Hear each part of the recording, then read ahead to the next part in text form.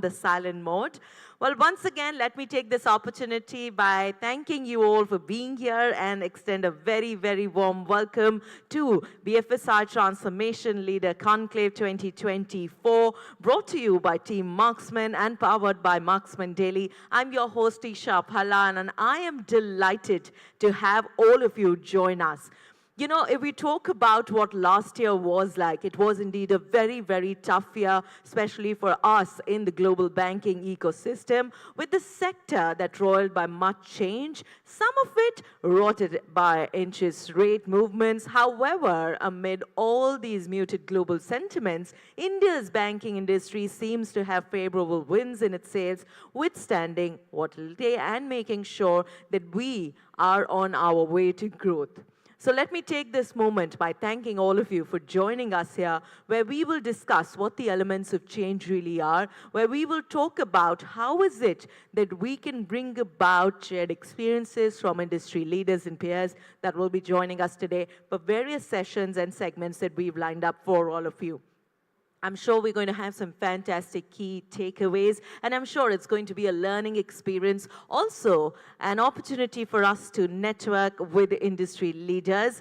Let me also take a moment and thank our partners for their trust in us and for supporting us. I'd like to thank our low-code partner, ASEA Technologies, our supporting partner, Evolving Systems, MacWise, our media partner, Daily Hunt, and our live webcast partner, 24 Frames Digital. May I also encourage all of you to meet our partners at their booths, which are lined up in the hall, and you can win yourself some exciting prizes there.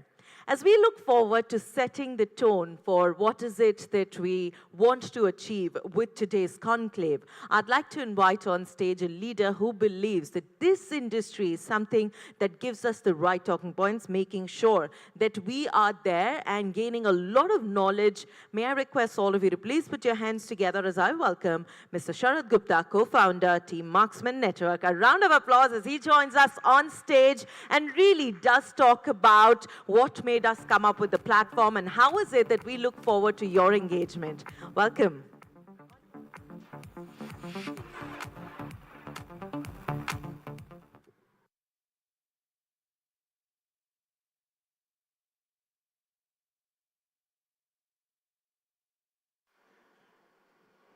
Hello.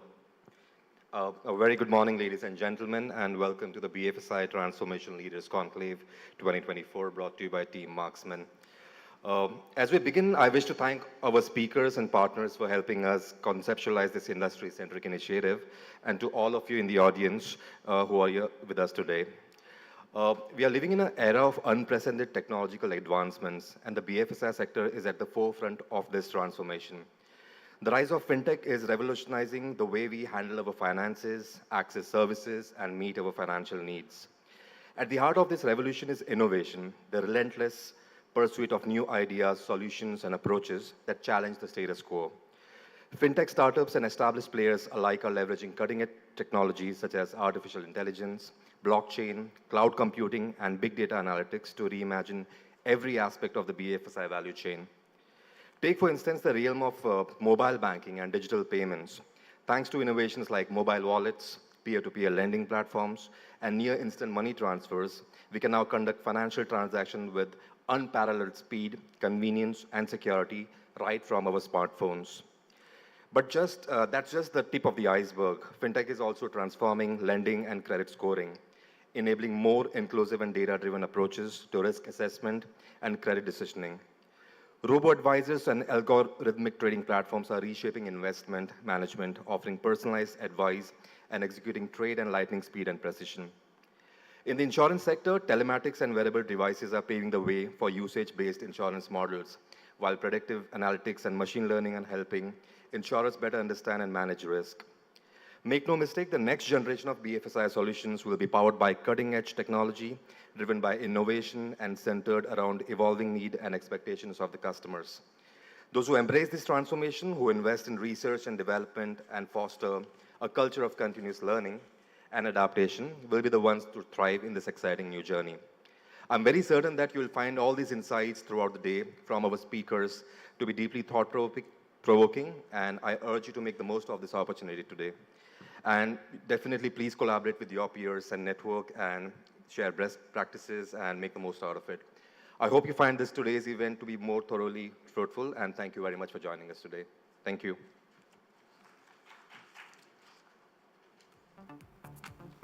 Thank you so very much, Mr. Gupta, for being here and for starting this day on such a positive note. May I request my very kind audience to please put their hands together for him, as he really did set the tone for what is it that we can look forward to.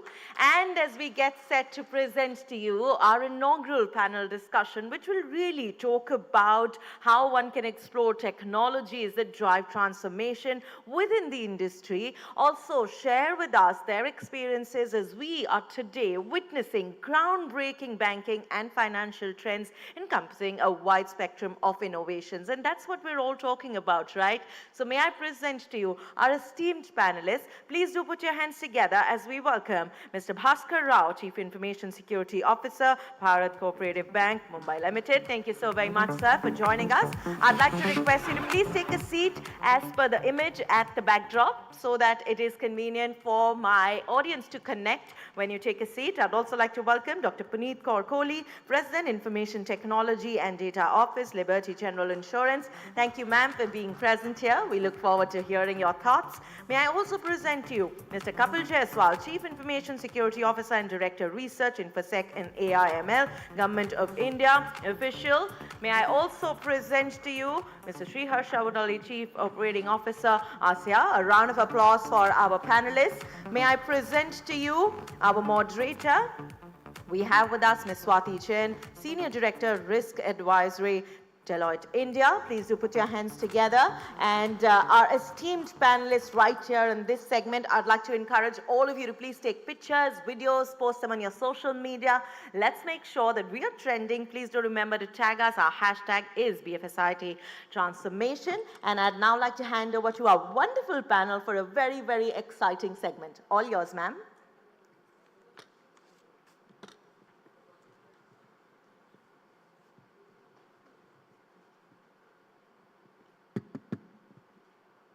Hi, everyone. Hi, dear panelists. Hi. It's a pleasure to be here today on this wonderful morning in the BFSI Transformation Leaders Conclave, and organized by the Team Marksmen. And nice to be with the speakers. I'm Swati Jain. I'm a partner with Deloitte. I focus on analytics and AI. Worked across industries, but BFSI industry is closest to my heart, and therefore it's a privilege to be here today among the eminent panelists. And we will, for the next 45 minutes, deep dive into the imperatives and challenges of leaders in the BFSI sector, discuss on a range of topics from adoption of emerging technologies to safeguarding of data, from enhancing customer experience to ensuring operational resilience. And before we deep dive into each of these areas, I will just request each of the panelists to give a 30-second introduction about themselves, and then we can take it forward. Yeah. So maybe we can begin with Ms. Bhaskar. Good morning, everyone. Myself is Bhaskar Rao. I'm working at the CISO in a Bharat Bank. I have around 20 years experience in the banking, and particularly in the cooperative banking. Hi, good morning. I am Dr. Puneet Kaur Kohli, and I have around 28 years of work experience in cross-functional domains like telecom, manufacturing, and BFSI for the last 10 years. Thank you so much. Morning, everybody. I'm Kapil. I have a work experience which is slightly different from the BFSI, but my core area of work is info security, and we have some deep understanding on how the security paradigm translates into digitization happening into the banking and the financial sector. Yeah, I'm Srihar Shawadali.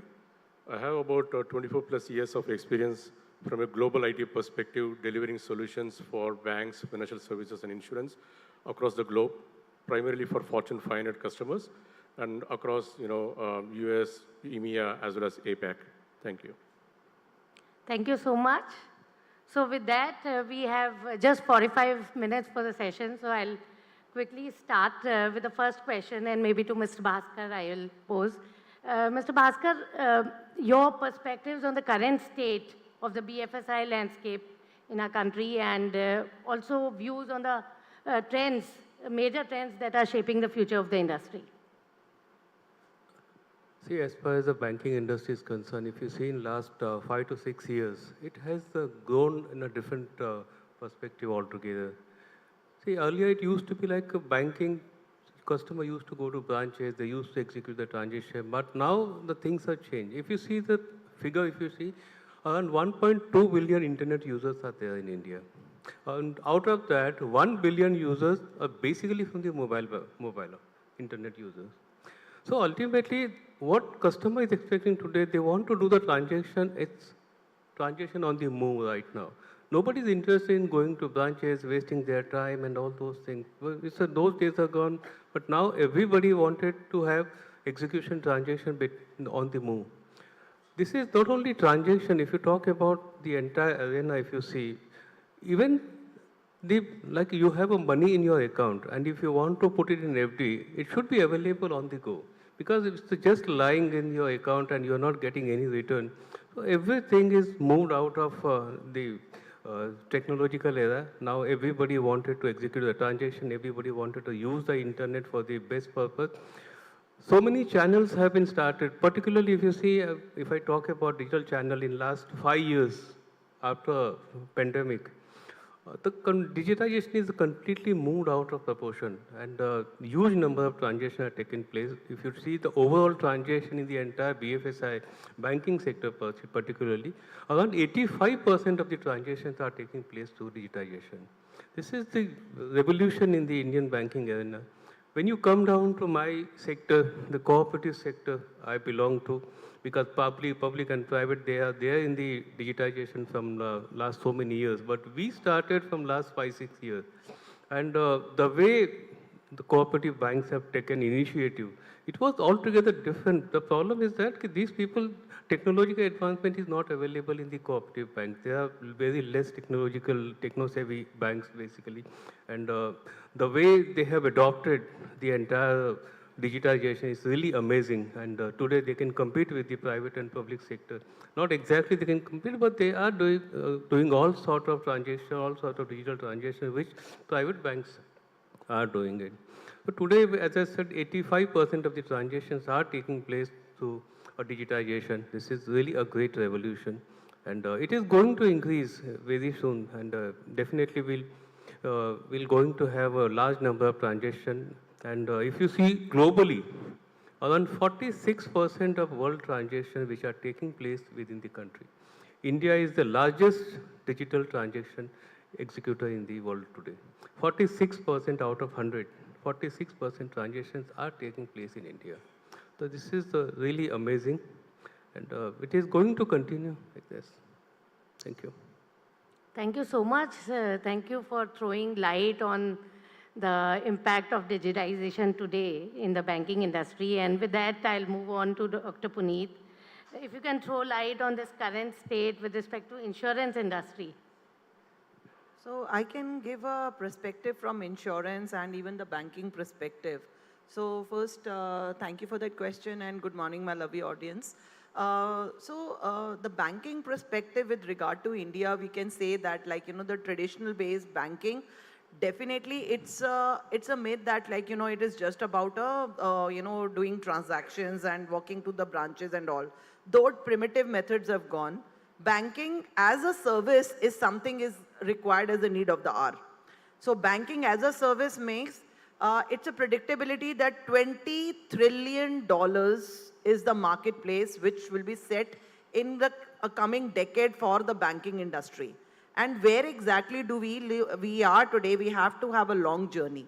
So I would cite certain insurance or a banking thing that banking as a service will talk about where we can have some kind of comet marketplace specialist, and where, the need of the hour is that what exactly the customer wants.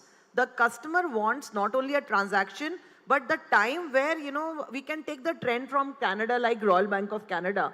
What we have the trend today is that they are reaching out to the masses. they have given a revolution. Entire economy is just jerked by 5 main banks. And the entire economy is run by 5 banks. Isn't that very great? And they are building up a special marketplaces where they are reaching out to the customers, where they say that one-stop shop, banking as a service, where we see whether even going for movies or anything, it's just that, everything has to be plugged in with your core banking. That is how they are going to do. So the need analysis of a customer, their behavior patterns, their spends, whom do they socialize it, and all that stuff is something is bringing revolution which everybody is doing today. Even in India, if you talk about very well articulated by Bhaskar, 46% of transactions coming from India is a real revolution. We are highly being talked about UPIs in terms of transaction that goes, but who says that the kind of only is the infrastructure? No. There is so much of other things which goes as a bank to enable these transactions.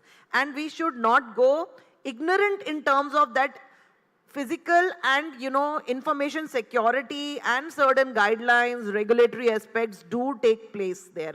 And it is a trend where customers also, apart from we who are the service-oriented people, facilitating this service in form of insurance or banking or maybe you can say wealth management, even the awareness should come from the masses also. They should also be aware that where exactly are their customer or their digital or liquid money is lying. So that awareness has to still, evolve in India.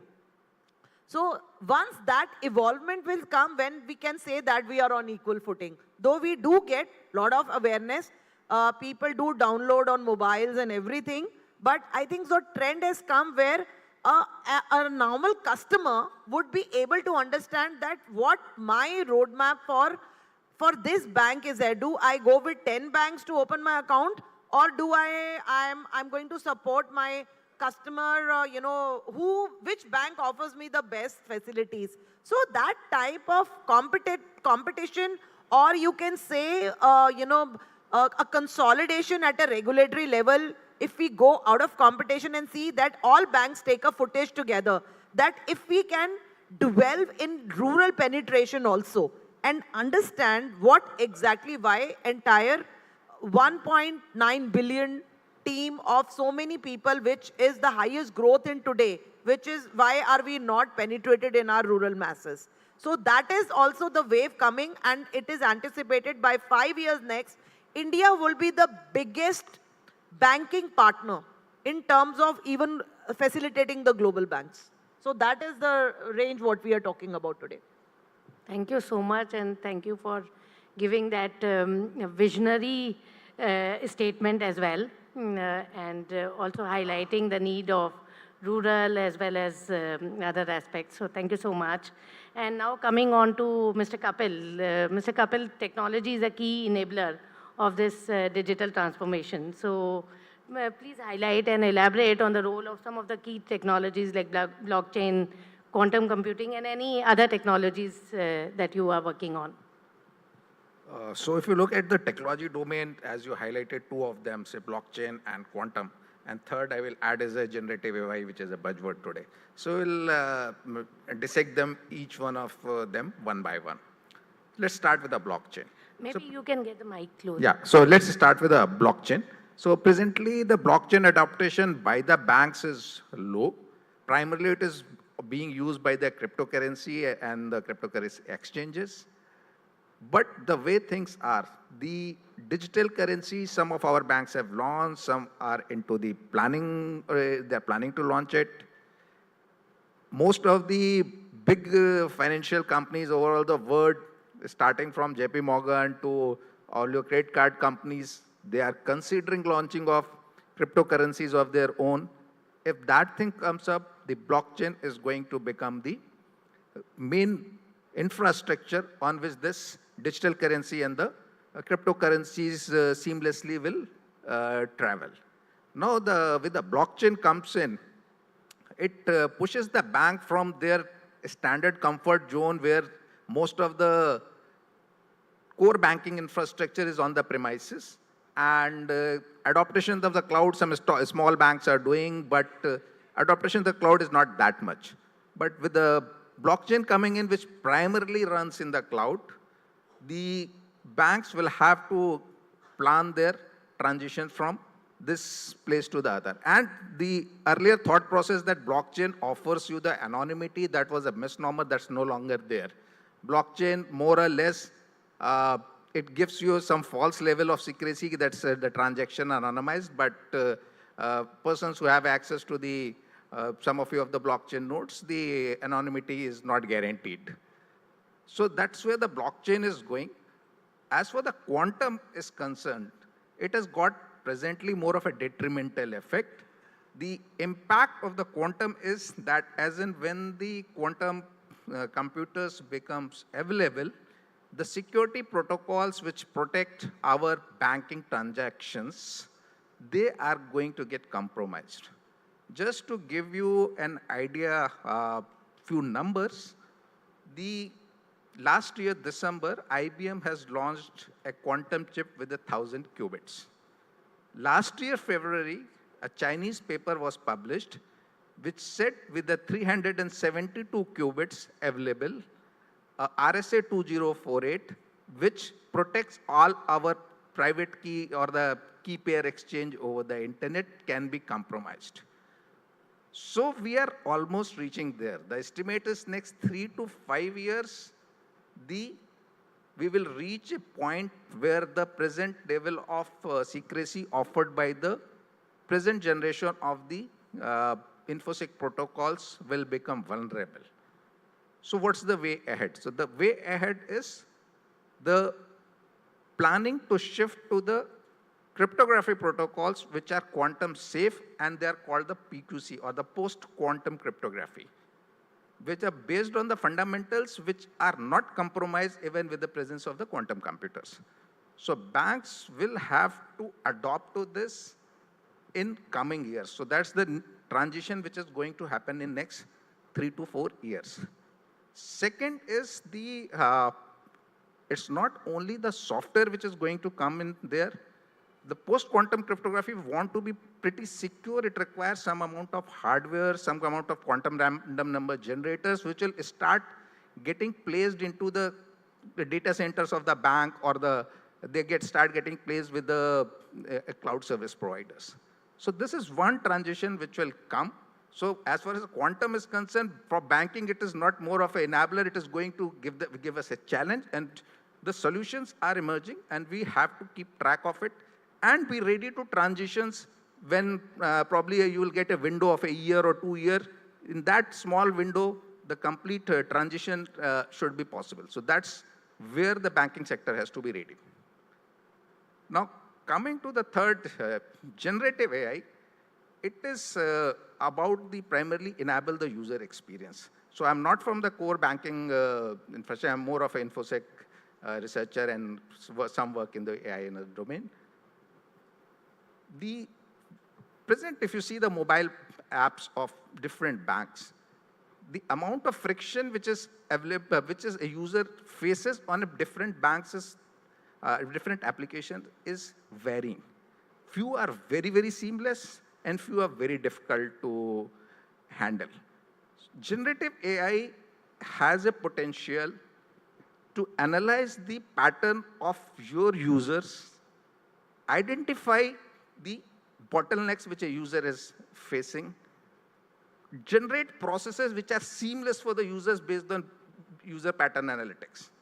The data is available. A user once gets to a particular app of yours, what clicks he does next, what clicks he does next, how many times he has to go back to the main menu. If he has to go to the main menu, it's a friction.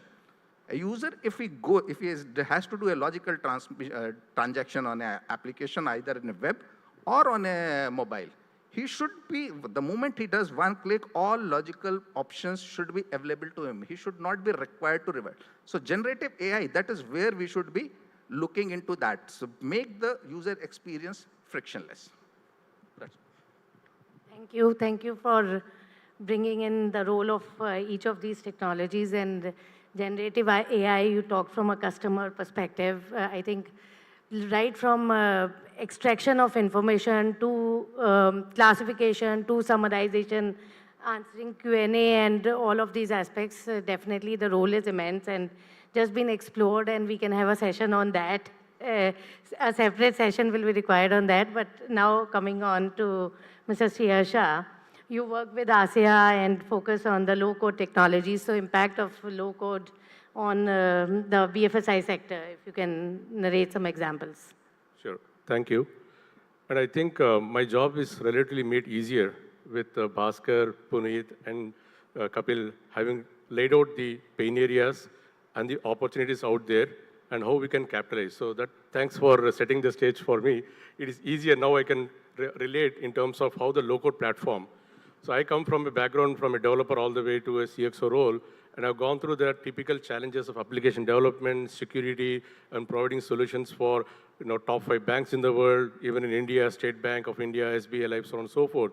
Having seen and gone through this entire spectrum of changes that evolved from Y2K all the way to some of the Java, Spring Boot kind of environments, all the way to the low-code platforms. And I think the high code, which typically is your Java, .NET, so on and so forth, have their own software development lifecycle challenges, the issues that every company, whether it is not limited to BFSI, but also to other sectors as well. So those are typical challenges in terms of how do I get my product faster, how do I reduce my time to market. All of these are typical challenges that every company is actually facing.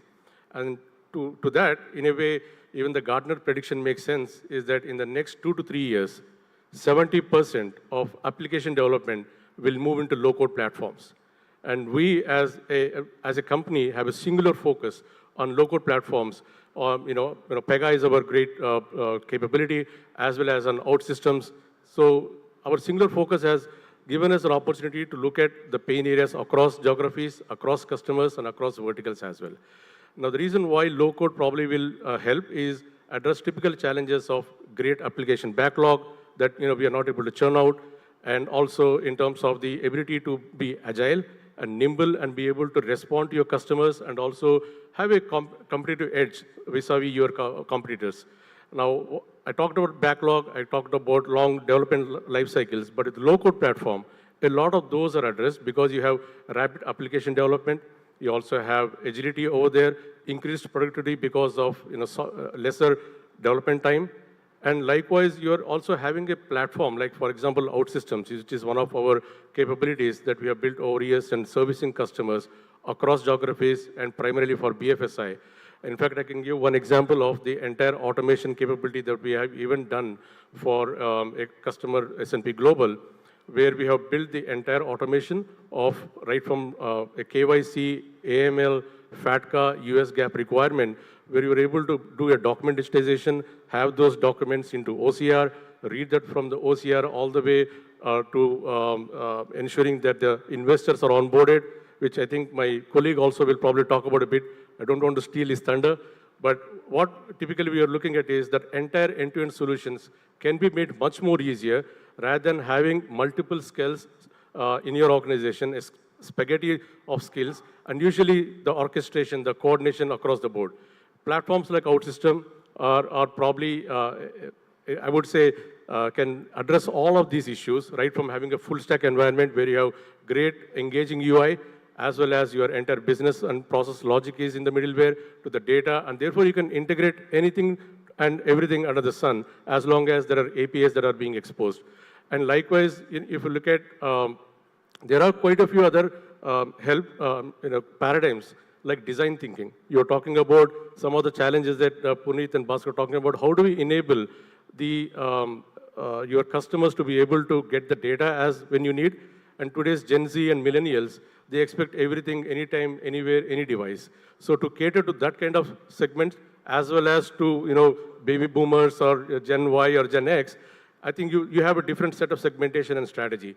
All of these probably is one of the concepts, as you all know, is an omni-channel experience, which these low-code platforms can quickly get you, set up and also deliver the kind of solution the way that they want. So all of these will be like a great platform that can be leveraged at a lower total cost of ownership for organizations and be able to leverage these benefits.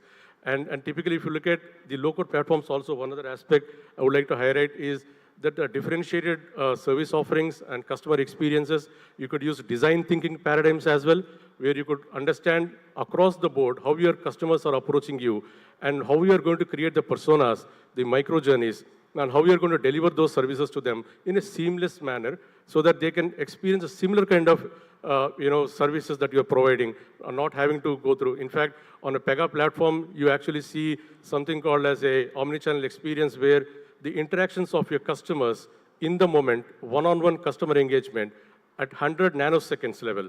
You could actually see what was the interaction that happened. Say, for example, if a customer has just got down from a plane, and then the geofencing would indicate that the person is actually moved from one geofencing, and quickly you can send out the offers to them. Likewise, if a customer has had a problem on self-service portal, and they are not able to further get the service done, and when they reach, say, an IVR or a call center, then the customer service representative would know that this was the issue. Either the cart was abandoned or the customer was not happy with it. Instead of cross-sell or upsell, you could actually know that the problem is the customer service. So there are a lot of those intelligent solutions, automation, hyper-automation solutions out there. All of these can be brought by the low-code platforms, and that will help you to have a sticky customer and increase the share of the wallet as well. I know there are a lot of things that we can talk about, but I think in a gist, I try to convey how you could leverage the low-code platform. Thank you. Thank you so much. I feel we need another session for this as well. But thanks for elaborating on the examples of low-code. Very, very interesting. And now I'll move on to Mr. Bhaskar. Mr. Bhaskar, with your wide experience in the BFSI sector, please share some experience of revamping the traditional banking practices with newer technologies. Some examples will help there. Yeah. See, as I said, we already revamped the entire banking arena. It used to be a manual. Now completely it is on the digital channel. Talk about anything, even if you go to rural area, people are just scan and make the payment. The way the transaction has moved, if you see this and you go to Europe and some other area, we are far ahead of those countries actually. If you actually tally both the things, we are far ahead of even the European countries. So already we are in the entire arena is changed. But I'll just talk a little bit on the security portion of that, basically. See, being a CISO and working in a banking is one of the difficult situation. Because being a CISO, the role of CISO is not only to protect the infrastructure of the bank, but also to protect the customer. There are dual role, actually. See, what we have to do at the banking level, that we should work on a zero trust environment, which is much important than which is required in the present scenario. Zero trust in the sense of don't trust anyone and monitor everything and anything which is being done in the bank. At first level, block everything which is not required. You only work on the whitelisting environment. Don't allow anything, or allow only those things which are required for the people to run the bank. That is the only thing we need. Anything and everything internet access, internet is given, it has to be through proxy. Whatever application we are developing, all the application, it has to be done. Application security has to be done, VAPT has to be done, the source code audit has to be done. If we are not doing source code audit as per the regulator, even we have to take integrity certificate from the customer, from the vendor. Those things need to be done. Apart from that, the firewalls which we are configuring, you have to see the person who is sitting in your office, what kind of configuration he is doing. The alert mechanism should be there. Anything and everything changes on the network devices or security devices must be monitored on a regular basis. An alert we must get an alert on a daily basis what the person is doing. Third most important thing is the user. Suppose user is continuously logging and is failing, those things are important because user logging and successfully logging environment, that is altogether is okay. But if he is failing continuously and is happening regularly, we don't know whether he is a suspicious user, right?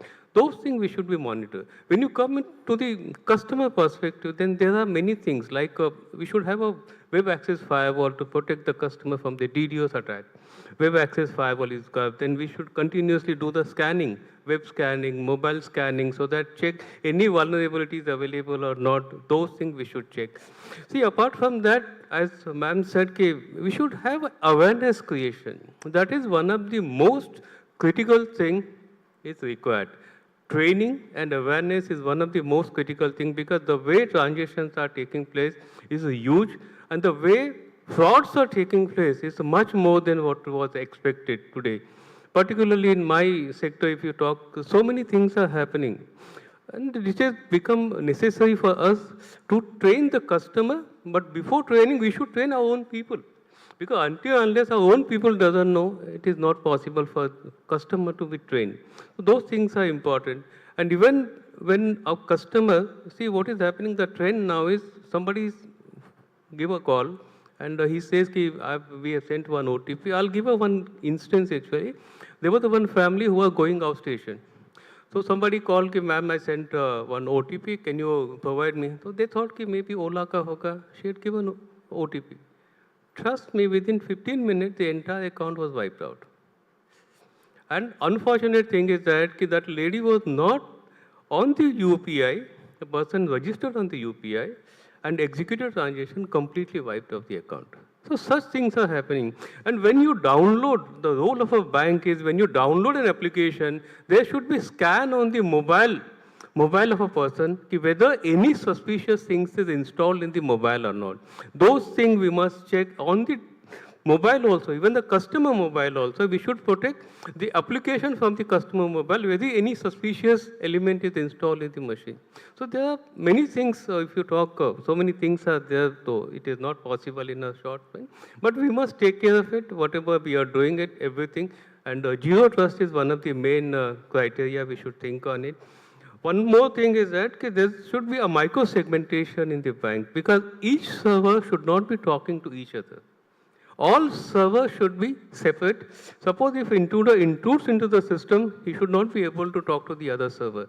Because what is happening if you don't have micro-segmentation, once the intruder into your network, he is having access to all the servers. So that kind of environment must be created. And micro-segmentation is one of the important, according to me. The bank should, or BFSI should work on it. No server should talk to each other. Only allowed area should be given. And apart from that, the PAM, the privilege access management, when we talk about, those things are must because we must know who is doing what. As I said, we should work on a zero trust. We should not be trusting anybody, neither our person nor the third party. So there are many things and so many regulatory compliances have come out because that is one of the important criteria.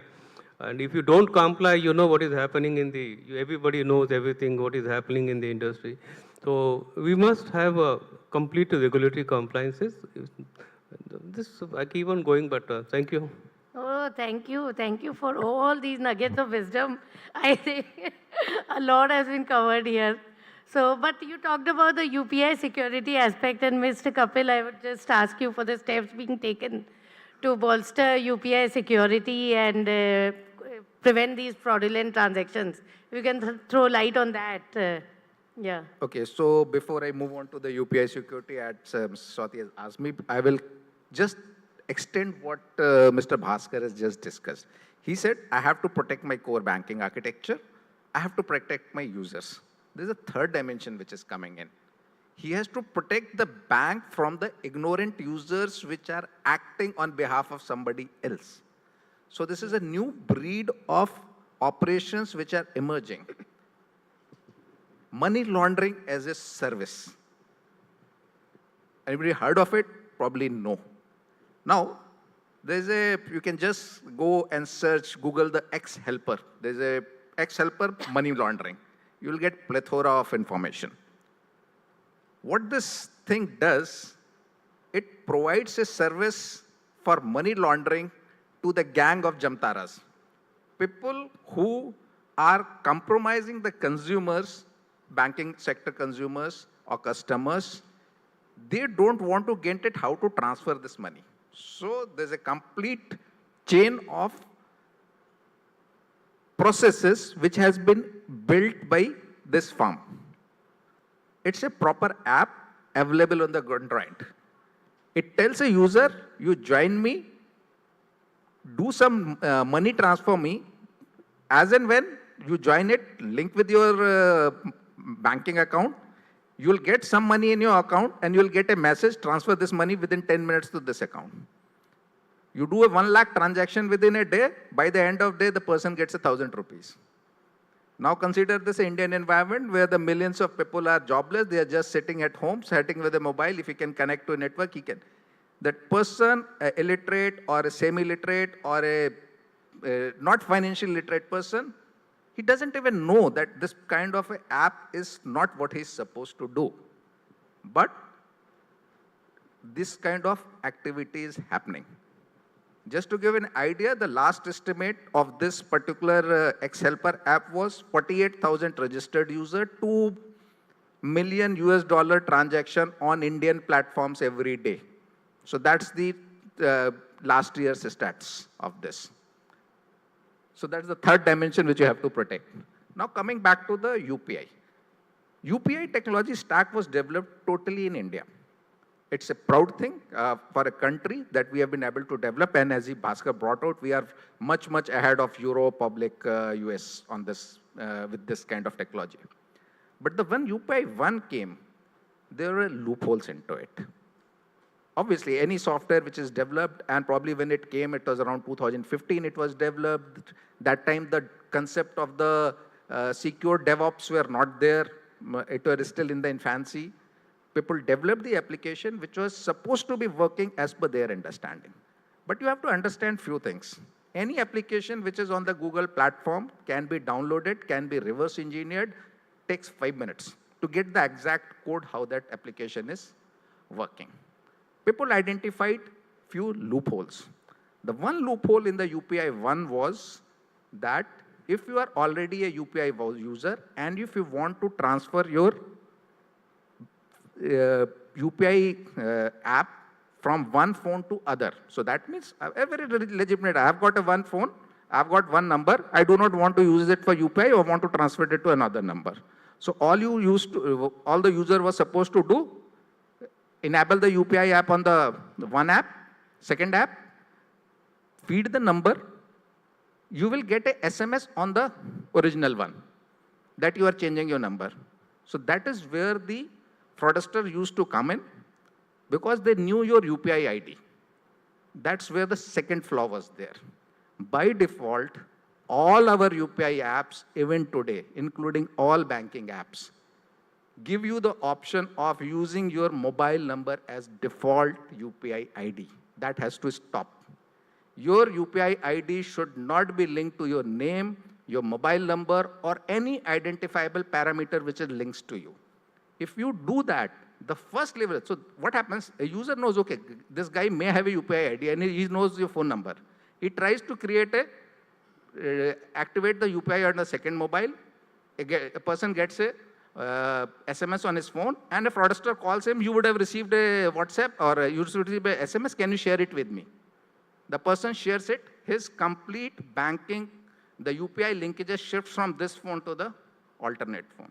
So this was a major weakness of UPI 1, 2020, this has been removed. So most of this kind of frauds which could happen till 2020, they are not happening today. But this is a game of cat and mouse. So as the UPI 2 has come up, now even the UPI 2 has issues. Even like the Google Pay and the Amazon Pay applications, once they have been analyzed, they also share lots of information in open which travels on the internet while they connect to the servers, which should be encrypted. So the app development has to be very, very deliberate. The importance of including the security in form of encrypting all the transaction which is happening from the application to the servers has to be ensured. Third, as the reverse engineering is very easy today, so the methods in the application development where you obfuscate the code, you ensure that this particular code cannot run in an emulated environment. That means instead of a mobile, it cannot be run on a computer with an emulator. That kind of a checks and balances should be there. And your private public key infrastructure which supports the transaction for the sharing of keys should be very, very robust. So these are the few steps which taken along with the UPI 2 standards has the potential to make it much more secure. However, you have to understand this, like the ex-helper thing which has happened. This application takes the user, transacts their money. The user money gets transacted into their ex-helper's account. They convert it to the cryptocurrency. They have a helpline in case your account backs up. They've got the training videos, and the money which has to be transferred from which account to which account is fully automated process. 48,000 users transacting money within the 10 minutes duration.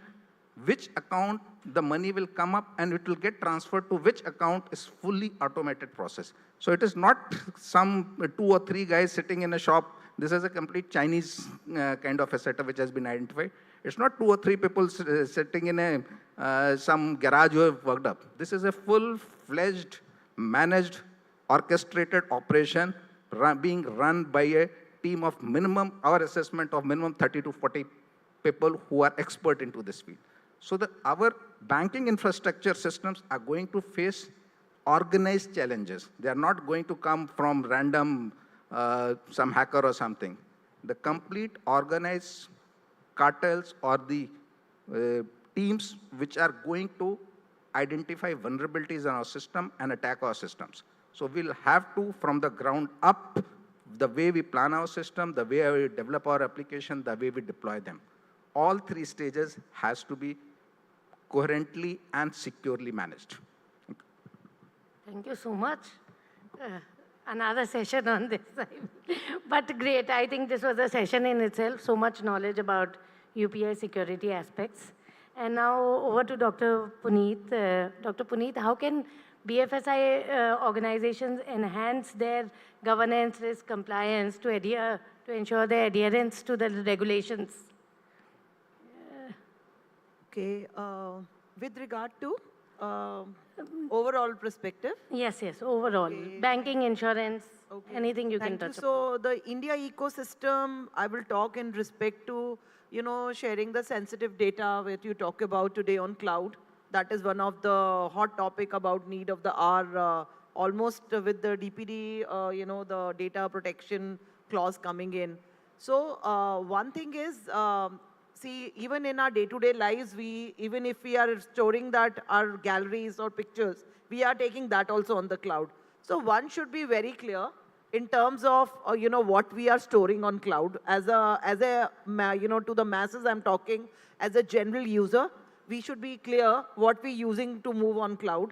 And as far as companies, what we require, that what kind of sensitive information that we want to host on the cloud, especially the companies who want to go to migrate towards and transition out of cloud, they should be ensuring that the org that they are having from different service providers should be having a localization in the home country. That is one's first and foremost. Second, in terms of understanding the agreements that we sign, should be, if there is a global company and a local company, we should have a localized contracts. And we should have the sensitive information, whether we want to take a call, we want to host the customer data, or we want to take the other data, whatever information we want to take, whether, basically what kind of agreement do we sign, what kind of hosting is been taking place, whether the passwords are fully encrypted or not, and our data which is hosted on the cloud is having all encryptions or not. That is an assurance that you want to take. Fourth, in case there are certain data breaches which happen because of the cloud authenticity in the home country, the declaration should be such that it is an equal partnership in crime in terms of that declaration, that their data got seized along with the people who have hosted their data, which is missing big time. And lastly, the customer behavioral that we are talking about today. We used to talk maybe 2 years or 3 years down the line that data is the new oil. The customer data is the new oil. Maybe a decade later, when we talk about, there would be, today we are so sensitive about our data that the localization should go out or it should not go out. But there would be a time where I was living, there is a predictability that people themselves would be doing their data, because there would be something called, from a V chat to a V bank kind of a, there is a layer which is required today when we say that we want to do hyper-personalization in terms of our products, whether it is insurance, in terms of banking, in terms of wealth management. It should be based on a need analysis and the spends, their behavioral, everything, which customer is willing to do. Such kind of things, something which is built up for India's ecosystem very much, and for a normal customer. I think so that something which everybody collectively have to work on. So this is something which is aging, and this is also going on in the new government also today. And I'm really looking forward that it's an exciting journey ahead, where, you know, a normal customer will have his entire thing to his bouquet, whether it is banking, whether it is his spendthrift, whether it is his moving out, his travel plans, everything will be linked with the banking and his customer analysis. So that is the information that would not be private anymore. Thank you so much. I think we are just reaching the top of the hour, and I would, maybe one question I will just have whoever can address it, and maybe Mr. Sriharsha, you can begin on it. Like, how can leaders help in fostering the awareness that was talked about earlier, and also addressing the skill gaps in the organization? Yeah, I think probably I would have to look at application development and also from information security and scalability, all of those. So in a way, if I'm not trying to evangelize only low-code platform, but then there are a lot of those benefits when you're trying to build something fast and for the future. And that's where low-code platforms enable you to do that and leverage that as a digital transformation tool so that your initiatives can be driven without having to worry too much about the scalability, the security, the deployments, and typical DevOps, DevSecOps. All of these are inbuilt into that, including the DDoS and volumetric attacks where you could probably have all those fenced out. So a lot of those can definitely be looked at. And with the low-code platform, you typically have one set of skills. Rather than having 5 or 10 different skills across your organization, a low-code platform can actually reduce by half or even more than half in terms of skills that you want to maintain. Right from the front end, typically that's where the vulnerabilities come in, where your front ends of UI on the web or mobile app, which you talked about UP and all of these. So a lot of those vulnerabilities can be stopped right at the device rather than even coming to the server end. And typically a lot of these are on the cloud platforms, like OutSystem has it on AWS. So the entire virtual private cloud concept and the availability zones, and therefore your disaster recovery setups also will take care of a lot of those vulnerabilities.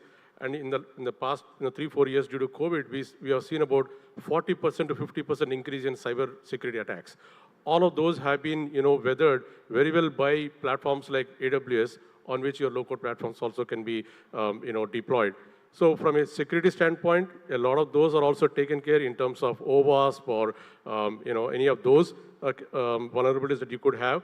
All of those are part of the platform where they have AI capabilities, something called AI Mentor. And that actually does, from a code review perspective, to provide you the warnings that you have, which, in a way, when you're building something, you're building it right from the beginning. So rather than having a spaghetti of skills and do the coordination of it and try to find how the vulnerabilities are across these various technologies or frameworks that you have, if you have one set of skills broadly for an organization, then you are set in terms of the speed to market, and therefore you can outcompete your own competition as well. And therefore, typically I would say in terms of reskilling, upskilling multiple people, better to have a platform that has already been enabled for the past 4 or 5 years. And then, of course, there is a great Gen AI integration as well that will help you to even increase your productivity while you are actually increasing or upskilling and reskilling as well. Thank you. I think it was more highlighted from the low-code perspective. But Mr. Kapil, if you have any thoughts around the skills, addressing the skill gap? So the skill gaps, there are two kinds of skill gaps which I find today. One is a security which we have developed well too much. The second is the moment we are shifting to cloud and the blockchain. Now these two are very, very specialized domains. So that is where the major skill gap is there. Cloud adoption is, I think, the way forward. The challenges are especially for the banking kind of a scenario, sometimes the clouds, whatever security, every cloud service provider guarantees certain amount of security, other things. But once in a while you have this kind of some vulnerability, zero-day attacks coming in, which attacks the hypervisor or the virtual platform from the bottom. That is where actually the very severe kind of a disruption is likely to happen. So that's a very measured approach has to be taken, my assessment, to shifting to the cloud for the core banking architecture. And these are the two fields which I feel is going to be the future challenges in the domain of expertise. Cool.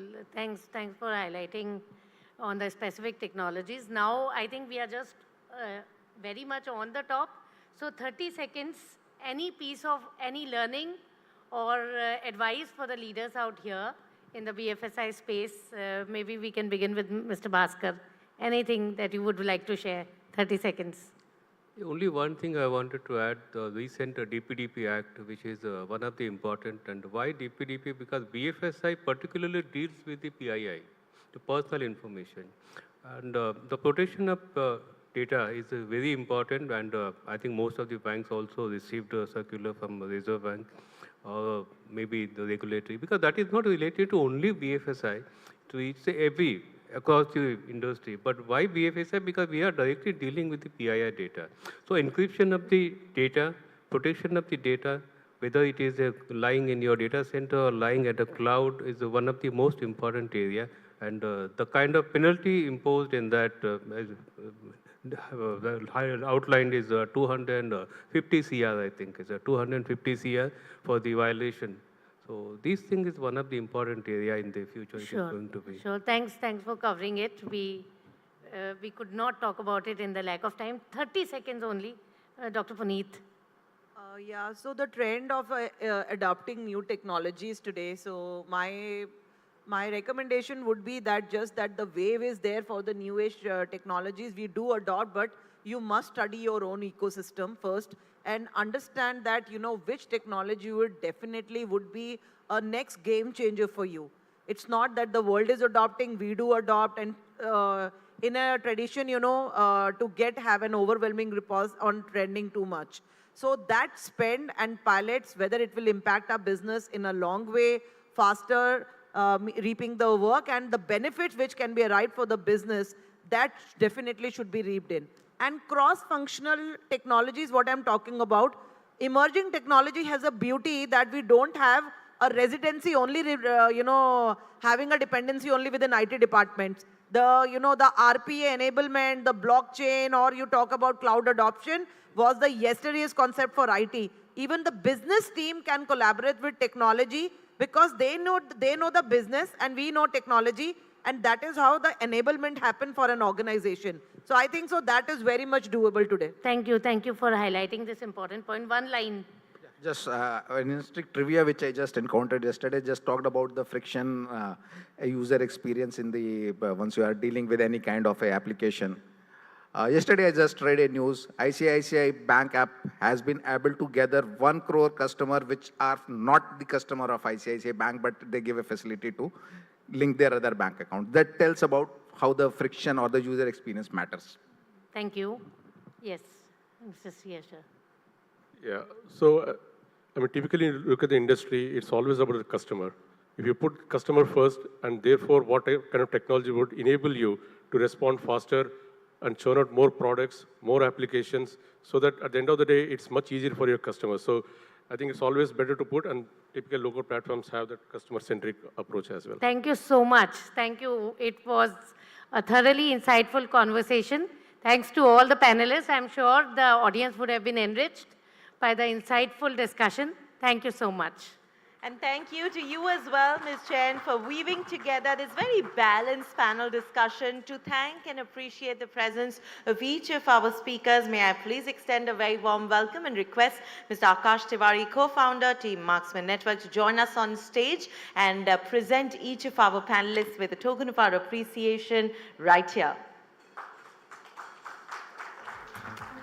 May I also request all of you to join us for a group picture.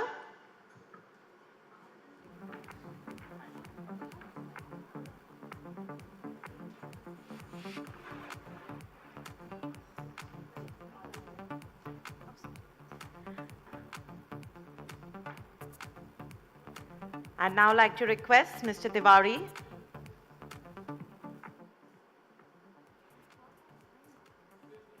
do give us a moment to capture a picture.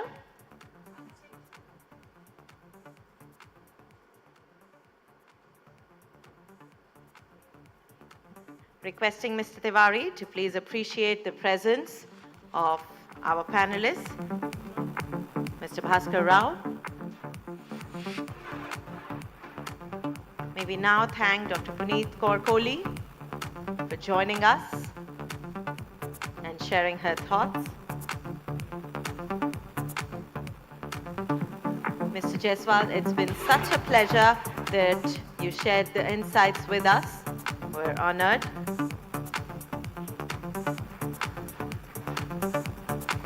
Let's also hear a round of applause for our panelists, Mr. Budali. Thank you so very much, sir, for joining us here. We much appreciate your time.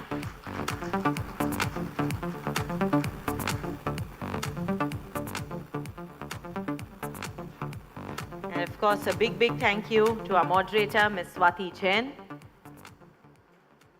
You know, I must also share with all of you here that Ms. Jain is somebody who's very, very organized and streamlined, and she wanted this panel to go in a particular certain way. They were kind enough to connect, and they've already had a tidbits discussion mode, and that is what a leader is like, right? So we'd really like to appreciate all of you joining us. Thank you. It's been a pleasure. Thank you, Mr. Tiwari, for being a part of the beautiful presentation ceremony right here. As we thank each of our speakers, I'd like to share with all of you that we wanted to bring to you information. We wanted to bring to you insights from the industry, which is why I am now about to share with you something that, you know, most of you today know how Team Marksmen is known for conceptualizing and executing industry-centric knowledge platforms like this, where industry professionals like yourselves meet, exchange ideas, talk about the various issues that you as an industry are facing, and also come up with solutions or proposed ideas on how to better it. But we also have one more aim, which is to make sure that we get to inspire business leaders and organizations and help them realize their fullest potential. Which is why, with our growing aim, we want to present to you the next step of this very interesting mission of ours. Before I tell you more, let's take a look at the screen to know where we are headed.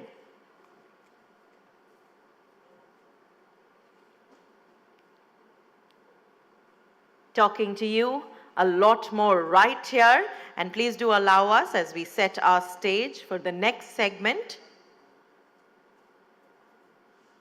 I'd also like to share with you, if you would like to take this opportunity of connecting and making sure that you meet our partners. They have some very interesting booths and kiosks lined up. We have some exciting gifts for lucky winners. All you've got to do is, during the networking breaks, meet them, engage with them, see how is it that you can do business together. And we will keep this as an opportunity for you to take on the next moment. As we look forward to our next segment, may I request all of you to please be set and extend a very warm welcome as I present to you our thought leadership session on unleashing enterprise agility, transforming BFSI with low-code technology. Please do put your hands together as I now welcome Mr. Dipanshu Shekhar, Practice Head, OutSystems, ASIA. A round of applause for a leader beyond par, here to share more with.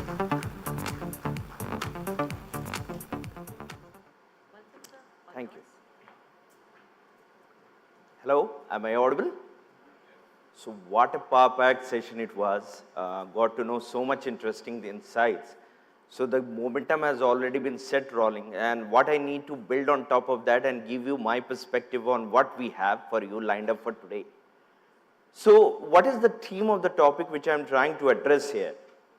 I'm trying to talk about unleashing enterprise agility in this day and age for the organization, specifically in BFSI space, using low-cost technology. Because low-code is the space which is growing at a faster pace, and everybody seems to intended to drop about it. Our COO, Sri Harsha, has talked immensely about the potential of the low-code. And I'll be going ahead and talking about how low-code is transforming this space, and one of the most interesting space is also low-code integration with GenAI, which I think most of you would be interested to know more about, learning about the same in this particular session. So let me take you through the content agenda for this particular session. So I'll start this session by rehashing some of the points which has already been discussed from the BFSI landscape, which is always interesting, dynamic, and disruptive. Then I'll jump straight away into sectoral challenges and what are the opportunities which are present in these sectors. Then I'll talk about how the transition is taking place in systems transformation, starting from the earlier architectures to deliver the solution to the new age architecture to finally introducing one of the, I would say, high performance low code platform OutSystem, which is the forefront providing platform based experience, and then finally ending with ASIA experience, where I'll talk specifically about how ASIA and OutSystems are taking a lead in helping our customers in BFSI sector unleash enterprise agility in their organization and deliver businesses, deliver outcomes which are relevant to the customers, which are relevant to the industry needs. So I'll talk all about this, and then I'll end with some of our success stories, and if the time permits, I will also like to take up some Q&A question and answers. And if not here, I will also be there present in the stage. We can always interact and have discussion on any of the doubts which you guys might have. Okay? Okay, so just a brief about me. I have around 17 years of experience, and I have worked across the areas of management consulting, strategy consulting, IT for a major part of my life. I started with a highly regulated sector of utilities, then worked in BFSI also for quite a long time for customers across the globe.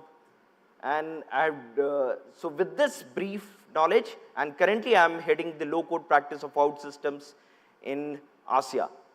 And so with this, I'll go into this particular thing, which is dynamic BFSI landscape.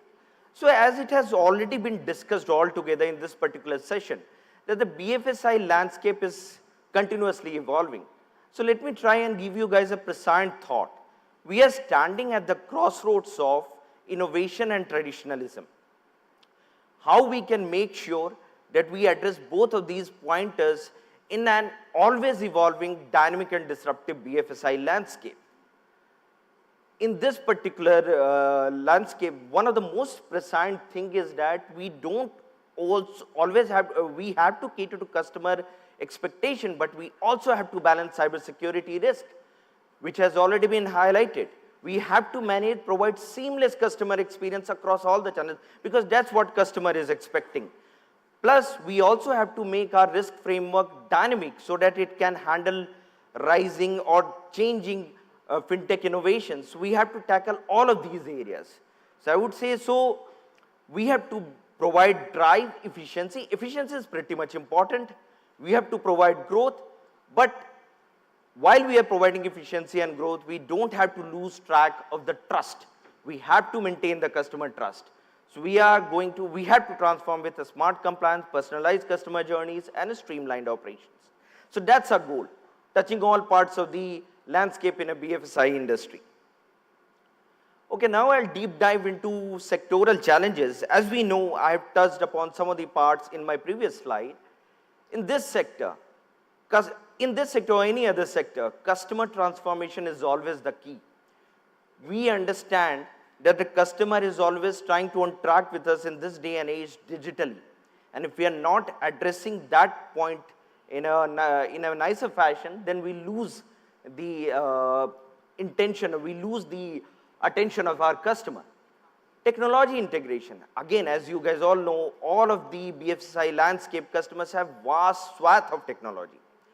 How we can achieve the integration is something which is of paramount importance. Nobody is discussing the question right now that whether we need to do the integration. The question is rather how do we need to do the integration. So we have to create some kind of a symphony between processes, data and experience so as to deliver excellence. That is the end goal of the technology integration. Customer experience expectation. This is, I would like to talk about a very interesting anecdote which I was reading some days back. I was looking at Net Promoter Score for the customers operating in multiple sectors. Now, there is a very interesting theme, as you all might know, that if we have net promoter score above than 60, you are pretty much in the category of excellent. If you are 80, you are literally world class. So typically, globally, the BFSI sector had net promoter score of around 30 and 30 to 35. But in India, it's pretty good. It's for some of the banks and insurance firms, it's on the range of 60 to 62. So it goes as low as 38, 35, and 36. But still, a lot more journey has to cover in terms of managing the customer experience satisfaction expectation, which is providing the seamless experience at all the channels. You start interaction with one channel, you finish off the interaction with the other channel, and the journey has to be smooth. The fourth and the most important point is operational efficiency. We all have to reduce the cost, but it has to be strategic in nature. We have to accelerate this push. We have to identify areas where we can reduce the waste, reduce cost, and optimize, deliver efficiency to our organization and end customer. The next section is regulatory and compliance challenges, which has already been discussed and debated a lot. So regulatory compliance is not simply just a checkbox.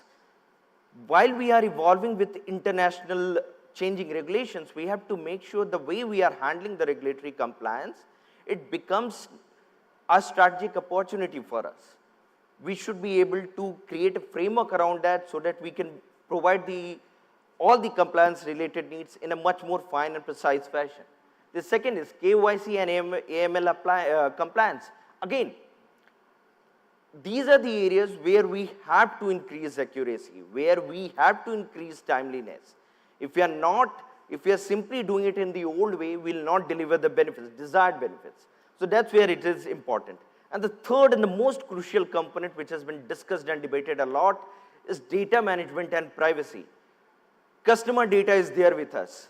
So we should not lose track of the customer data. And every customer, though they want personalized products, but they also want their data is aptly protected.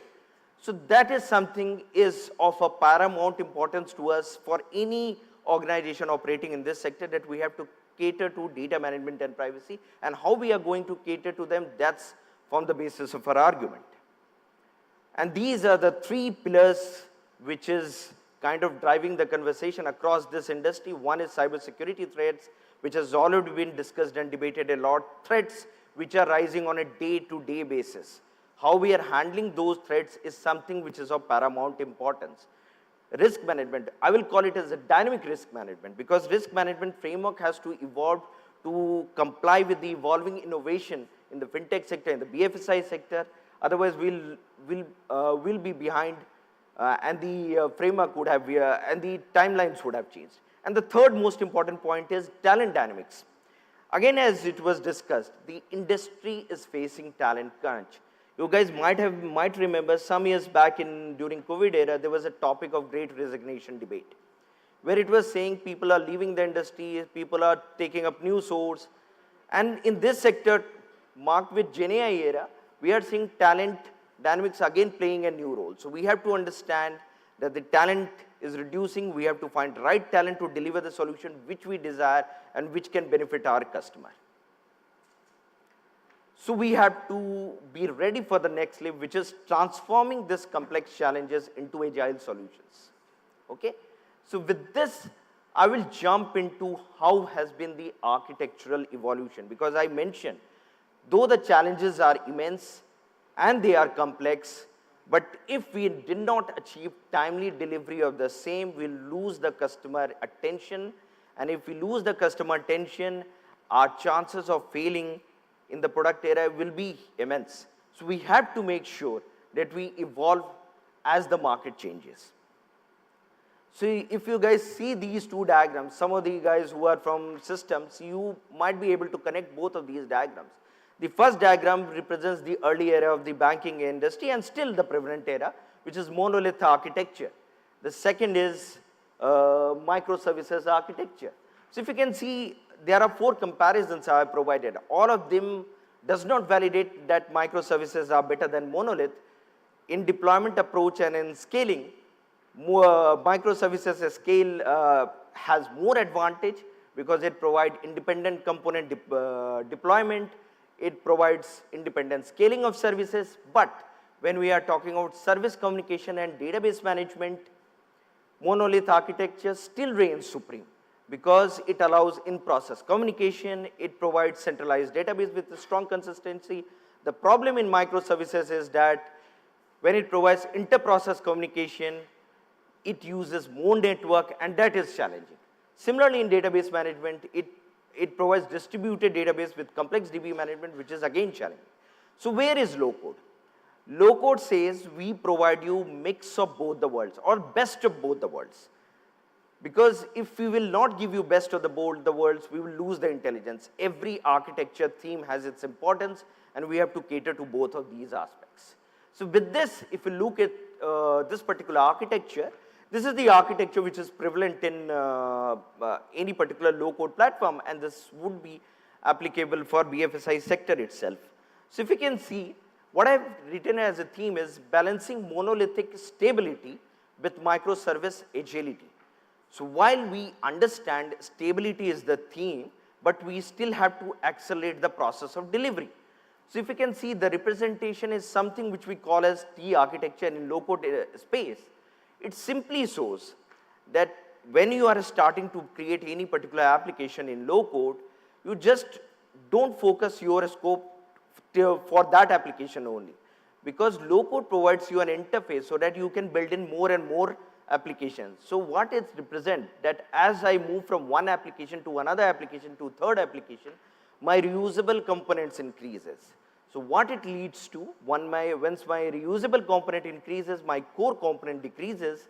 So it actually increases my reusable component, but it decreases my core component and overall lead time for development and cost per application development also. So that's the benefit or the agility which is being provided by a low code based approach, but we are still enabling robust all-in-one traditional monolithic structure stability. What we do, we provide monolithic structure architecture inside a functional domain, but when we are connecting two different domains, there we use microservice architecture. So that's a kind of balancing which we provide. So if you can see, the first point talks about in a same function provide monolithic structure, and if it's across the domain provide decoupled development, leveraging the principle of microservice. So that's the theme which I am going to talk about.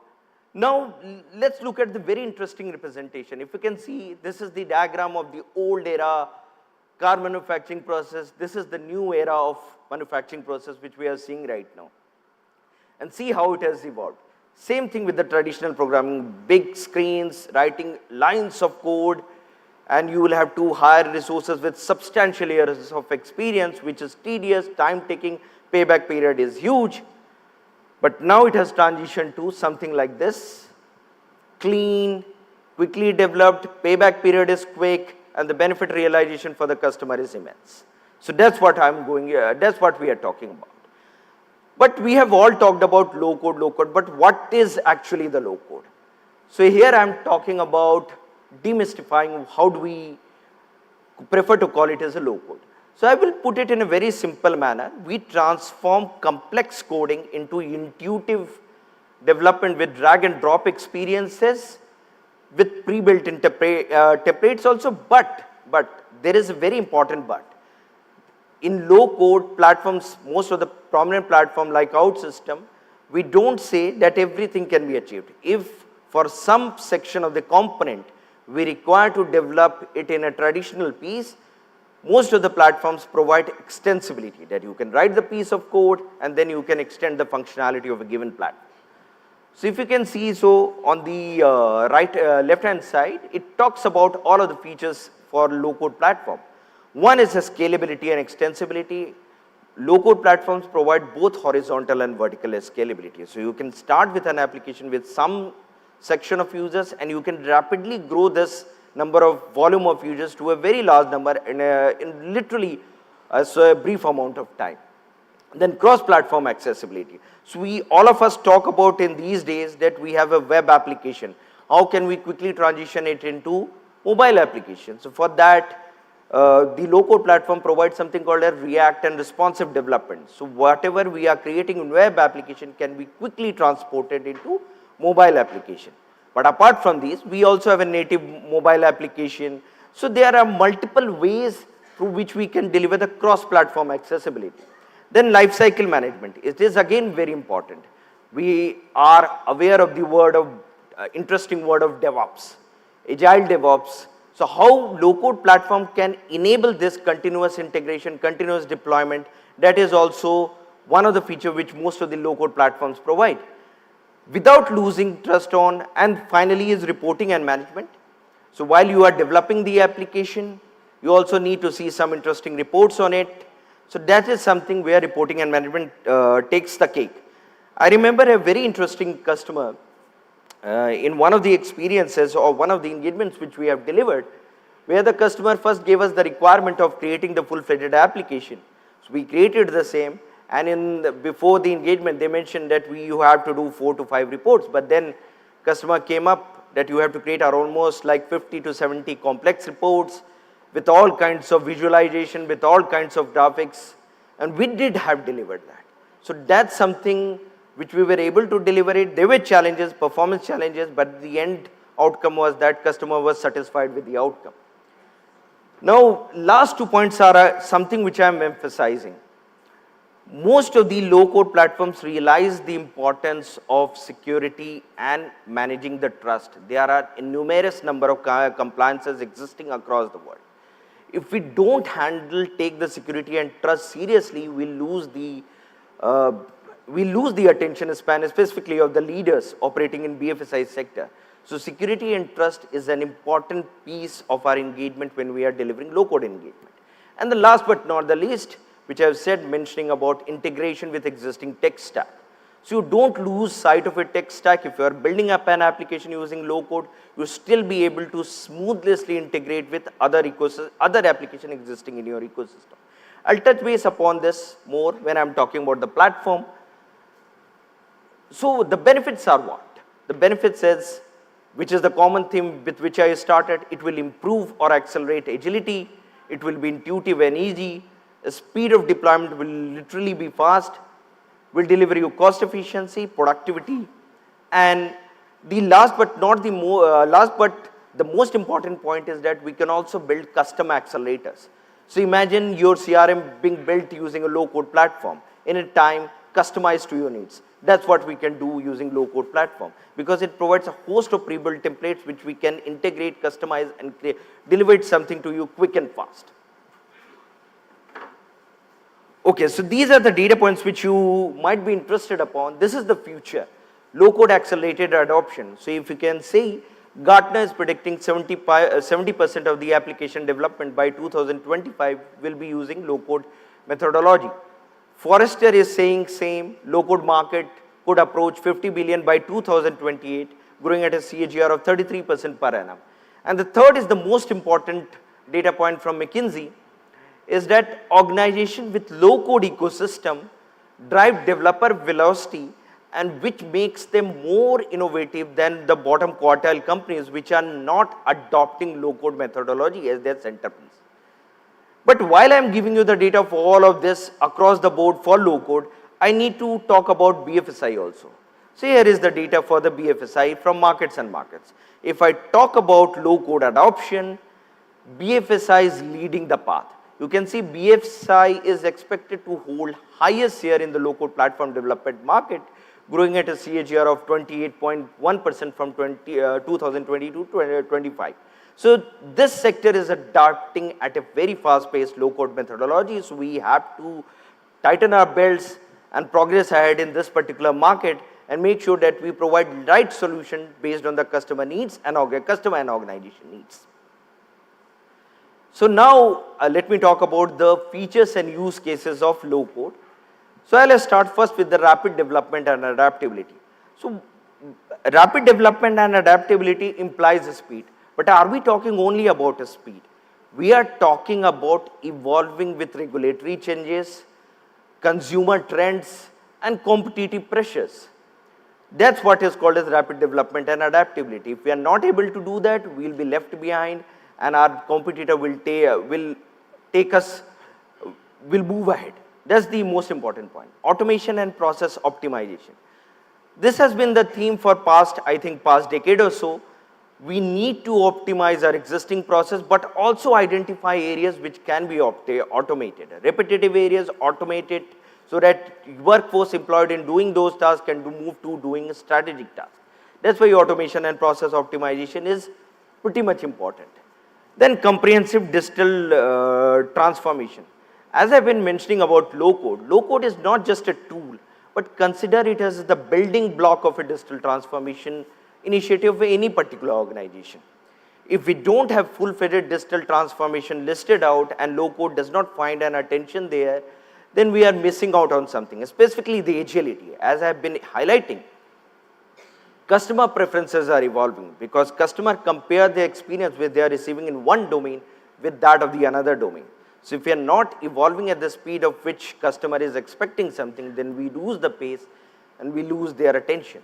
So we have to have low code as the centerpiece, as one of the element or the building block of the digital transformation in, goals for any particular organization. The fourth is data integration and data digitalization.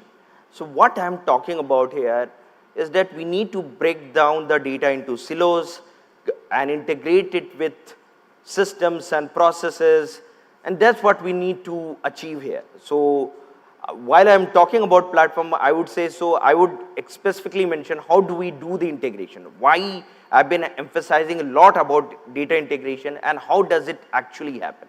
So I'll give an insight on that one. The fifth point is intuitive interface and secure authentication. At this point, user experience and security converge. So if you're not have direct feature or use case associated to intuitive interface and secure authentication, then again, even if the platform is created, use case has been developed and deployed, then at some point of time it would be shunned away with. So that's why we need to take care of this. And fifth and sixth point is again specific to the BFSI sector. Application in commercial banking and insurance and efficient KYC and client due diligence. The objective is to drive down accuracy, reduce goals, reduce cycle time, adapt to support complex products which are generated in the financial services industry, and how to make sure that the customer is realizing their objectivity. And last but not the least is scalability. So most of us generally have a question that we have a small use case to develop using a low code. Shall we start with it? And they have the question, what will happen in the near future? I generally give them an answer. In out system, generally in low code, generally have a host of use cases which you must try and identify. Because if you are looking for a very small use case, you will not get the desired benefit. Rather, if you have a host of use cases, as shown by my earlier example, your cost per application development goes down as you progress further and you start seeing more and more benefits. So that's the aspect of scalability and cost efficiency. And there is one more additional advantage. You may have a question. Right now I am serving 1000 user base with 300 concurrent users. What it leads to, if it leads to 1 million users, will it be able to handle that?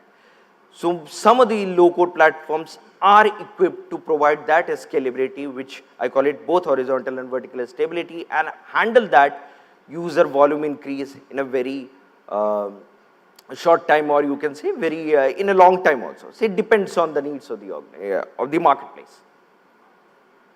Now let me go to the out systems with whom we have a partnership, and I would specifically emphasize this is the high performance low code platform which has revolutionized the low code industry. So if you can see, so this is again a market research report.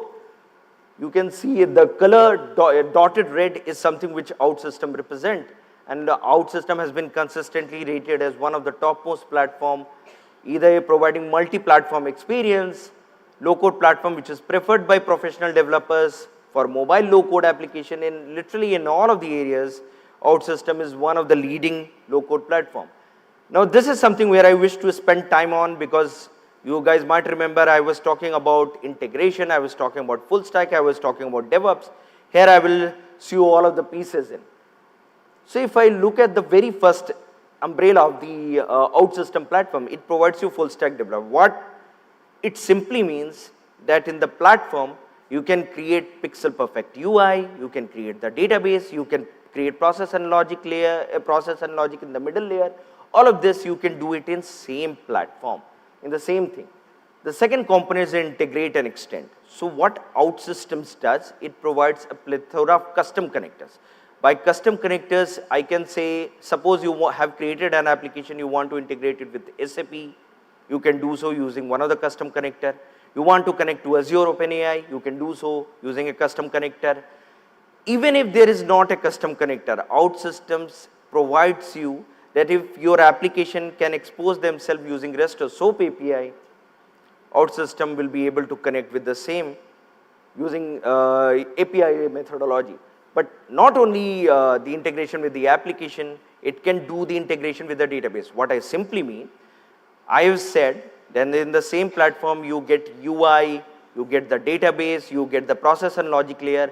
But what if you still want to maintain the database outside the platform? Can you do that? The answer is yes. You can maintain the database outside the platform and you can integrate it, create only the front end process and logic in the platform. So OutSystem provides this flexibility.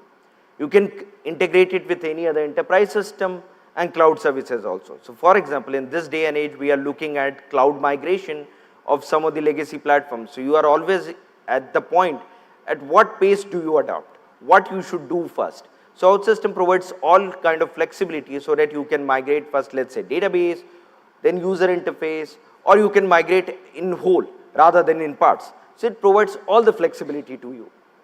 The third and the most important point is full life cycle. Here you will realize the importance of DevOps. So OutSystem provides something called as lifetime, where it provides you continuous integration, continuous deployment, where you can keep on developing the application, create an automated pipeline so as to ensure continuous deployment of the application which you have developed. The fourth and the most important point is providing simulated same experiences across the panel. Whether it's web, whether it's mobile, the experience will relatively be the same, uniform, and it will be something which will be interesting for the customer. So that's what is the promise of the OutSystem. Then again, you can provide the same experience across chat, voice, SMS, email also. And again, when you look at all of these functionalities of the platform, I'll just wind it up in 5 minutes. So it provides you scale, security, performance, and flexible deployment. So considering this one, I'll skip quickly. So this is the theme of the OutSystem is build fast, build it right, build it for the future, where you deliver faster time to the market, deliver 40 to 60% cost saving, and ensure there is more reusability compared to the other. This slide I'll quickly touch base upon. OutSystem has been at the forefront of adapting AI in their platform from time immemorial. When GenAI was not even discussed, OutSystem has something called as AI assisted development if you want to start with the development, and they used to provide us the same. Then it moved to AI Mentor Studio, where it helps you assess your code to analyze if there could be potential performance challenge or security challenge, not only now, but also in the future. By this way, you can help write code which can deliver you scalability in the future. And the recent integration is AI Agent Builder. Through this, we can integrate with all of these new age concepts like Azure OpenAI and do all of the use cases which you are trying to do it using GenAI platform. And this is how the future look like. It can automate code creation, UI UX design based on what has been your pattern, create high personalized experience, and automate workflow segments. So we are expecting a world where the developer productivity can be achieved up to 100x. We have not realized it yet, but that's what is going to be in the future. I'll just give a brief summary of this particular slide. It contains all the use cases which can be developed through the interface between low code and GenAI, but I'll just give you a brief summary. Consider that you have to summarize a very long legal and financial document. Can you do that? Yes, you can do that. Can you perform semantic search? Yes, you can do that. Can you compare two insurance products and help you select and find out which is the right product to go by? The answer is yes, you can do it. So there are a host of use cases which can be delivered through interface of low code and GenAI. So that's what this promises. So I'll quickly jump into what is our organization differentiation. our organization differentiation is our custom and proprietary rapid application development framework, which we have created based on experience of delivering customers experience of low code using two different platforms, which is Pega and OutSystem, and we have customized it to provide additional benefits on top of the what platform provides. Now we have delivered for the customers in BFSI space globally, and we try to bring in the domain insights which is relevant for the customer in the local market. And as in the previous session it has been talked, our approach is typically aligned to the evolving market needs. We follow design thinking and rapid agile prototyping so that customer can see what changes are happening in their product and they can make right inputs. For using that, we can further refine the product. We also create a strategic industry accelerators, like I mentioned about creating your customized CRM, creating your customized product lifecycle roadmap using the platform. Can we do that? The answer is yes. So we have use cases of the custom accelerator which we have created, which are not only domain specific but also domain agnostic. Now we do provide integrated digital experience, and we have delivered it for literally most of our customer. And for finance BFSI sector, we have an accelerator in proactive compliance management. So if in case you don't want to spend time also, we have created some accelerator through which we can deliver the compliance management. So we have been able to deliver 50 to 60% reduction in process cycle time and approximately 25% reduction in development cost. So with this, I'll end it. This is our practice strength. We are 600 plus a strong organization. In OutSystems, we are 150 plus a strong, and we provide host of services in application and architecture advisory. We do provide the development, and as I've been mentioning, we provide custom accelerators if you have a targeted business process needs. And we also have maintenance and support services. These are our user base.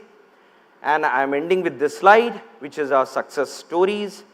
We have delivered it for our customers across the landscape, whether it's big financial services firm where we have done investor onboarding and digitization, to automating the entire claim lifecycle process, to providing process claims processing for a pharmaceutical giant. So we have done literally entire game in the industry. So if you want to know more about these services, we have a booth lined up there. We can show you the demo. We can give you much more insights. So with this, I will end it, considering the paucity of time. Thank you. Thank you so very much, Mr. Shekhar, and to thank you and appreciate your presence here, may I please welcome Mr. Akash Tiwari on stage to present you with a plaque and a memento on behalf of the team here. And like Mr. Shekhar mentioned, after he's shared with us some breathtaking points on why ASIA, you're welcome to meet the team and see how is it that you can engage with them. They have a booth at the back end of the hall, and I'm sure the team will be very excited to see you. We also have some very interesting Apple gifts lined up for our guests out there. All you've got to do is meet and greet the team, share with them how you'd like to take forward partner relations, and of course, get to win some fantastic goodies. So thank you so very much for that. May I please request Mr. Tiwari to present sir with a memento and a plaque to appreciate his presence.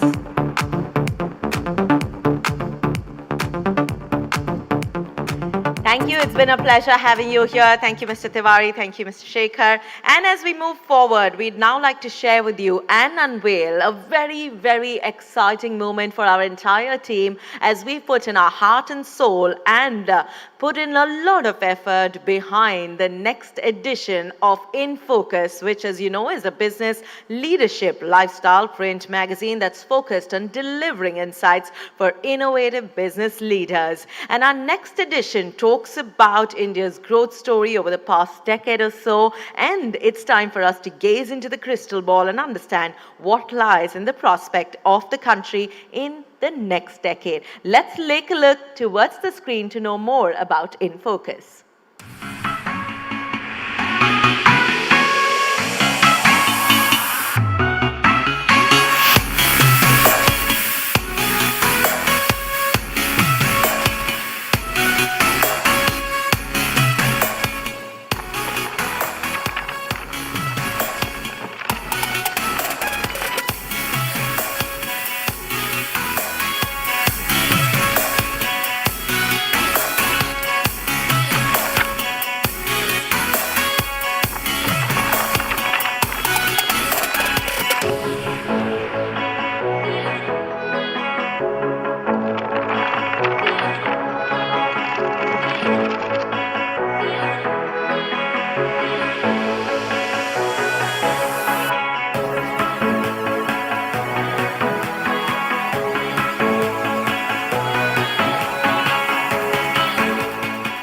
Please put your hands together for In Focus by Marksmen Daily. Let's hear a round of applause. And what's even more fantastic is that we have a personal copy for each of you. Please do carry it back with us, share with us what you think. I'd also like to request all of you to please share your feedback, what you think of the conclave, about the various sessions that we've put together. We've got a feedback form on every table, and we'd really appreciate if you put it together. Each time we come back with our next edition, this is what helps. I'd also like to encourage all of you to please head to your social media platforms. Do share with the world through pictures, videos, caption, what is it that you think about our various sessions that we're lining up for you. And please do remember to tag us. We have some exciting giveaways for those of our audience members whose posts are very engaging. And on that very spectacular note, we have our next session, which is a very interesting conversation on harnessing the potential of open banking and its use cases. You know, there are going to be some very, very important questions that will be answered here. What really is open banking? How does one implement it and monetize through open banking? And how can it be used to unlock maximum value? Taking this very interesting conversation forward are going to be our next set of speakers. So may I please request you to put your hands together as I welcome Mr. Abhijit Dey, Vice President, Head, API Banking, WhatsApp and Chatbox, Access Bank. A round of applause, as we'd also like to welcome Zubin Tafti, Managing Director, FS Advisory, PwC India, joining us on stage. I'd like to request you to please take a seat as per the images at the back end.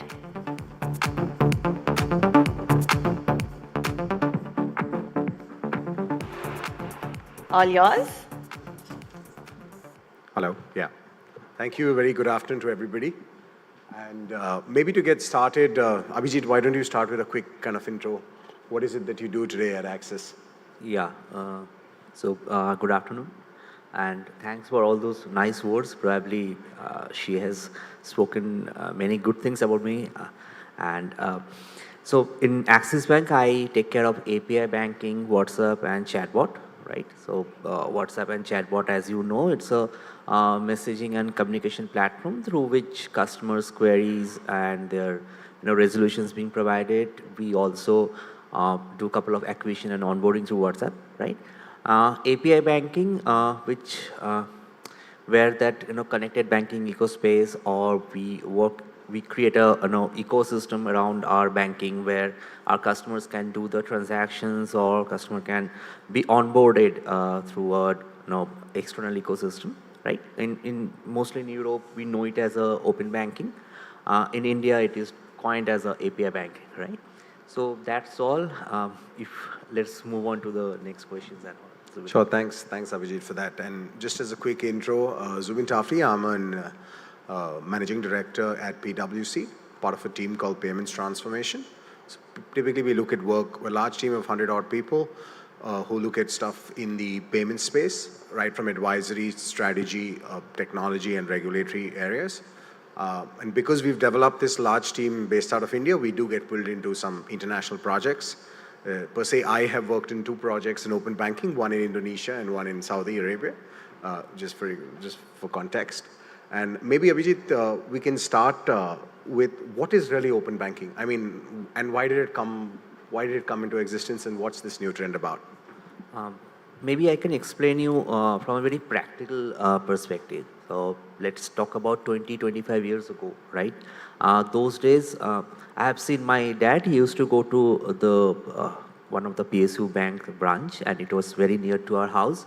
And whenever I used to ask him that why you are going to that particular branch, he used to say that any of my banking queries or any of my financial queries will be solved by that particular bank and in that particular branch, right? Because those were the days when core banking didn't come, right? Sometimes that particular guy is sitting there. I was in school those days, and I mean, so what I'm sharing here is completely my personal perspective, and it doesn't bear any of thoughts of my organization. But those are the days I'm talking about where core banking was not there. Then core banking came. I see my dad can go to that particular bank, but he can reach out to any branches, right? Any branch near to his office also, right? Then in late 2007 or 8, internet banking came where you can do banking through your internet banking portal, or you can log into your mobile banking. Mobile banking came probably in 2009 or 10 around, right? But now what we can see, even to do banking, we don't have to be dependent upon the bank, right? You can do your fund transfer, you can make your UPI payment, you can check your balances all in your PSP apps.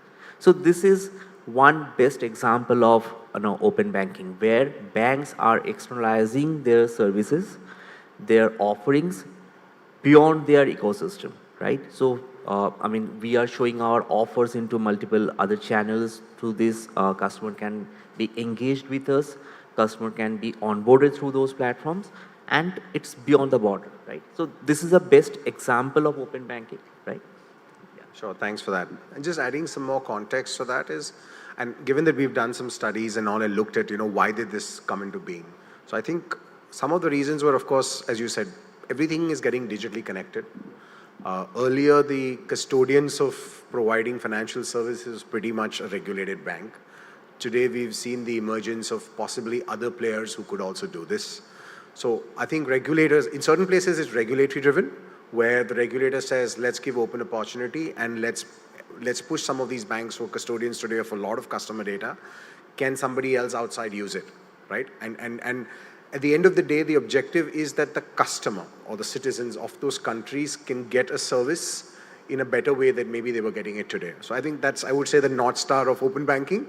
But of course, a lot has It evolved. all And started, changed. in 2017 when that PSD2 norm came in Europe, right? When European Union, they said that you now have to open your data in a very consensuated way, right?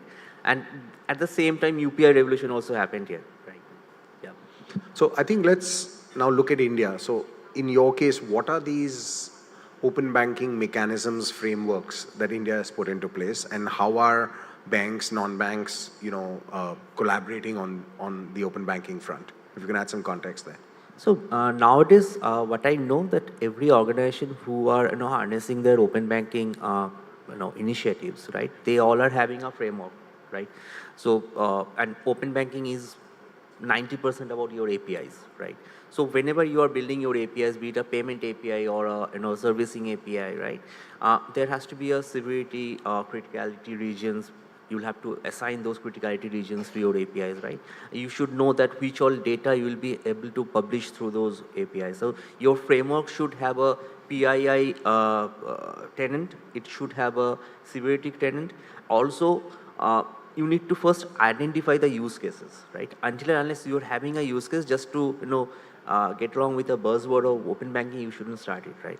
So use case, PII, and the criticality. So these are the open banking frameworks normally we have.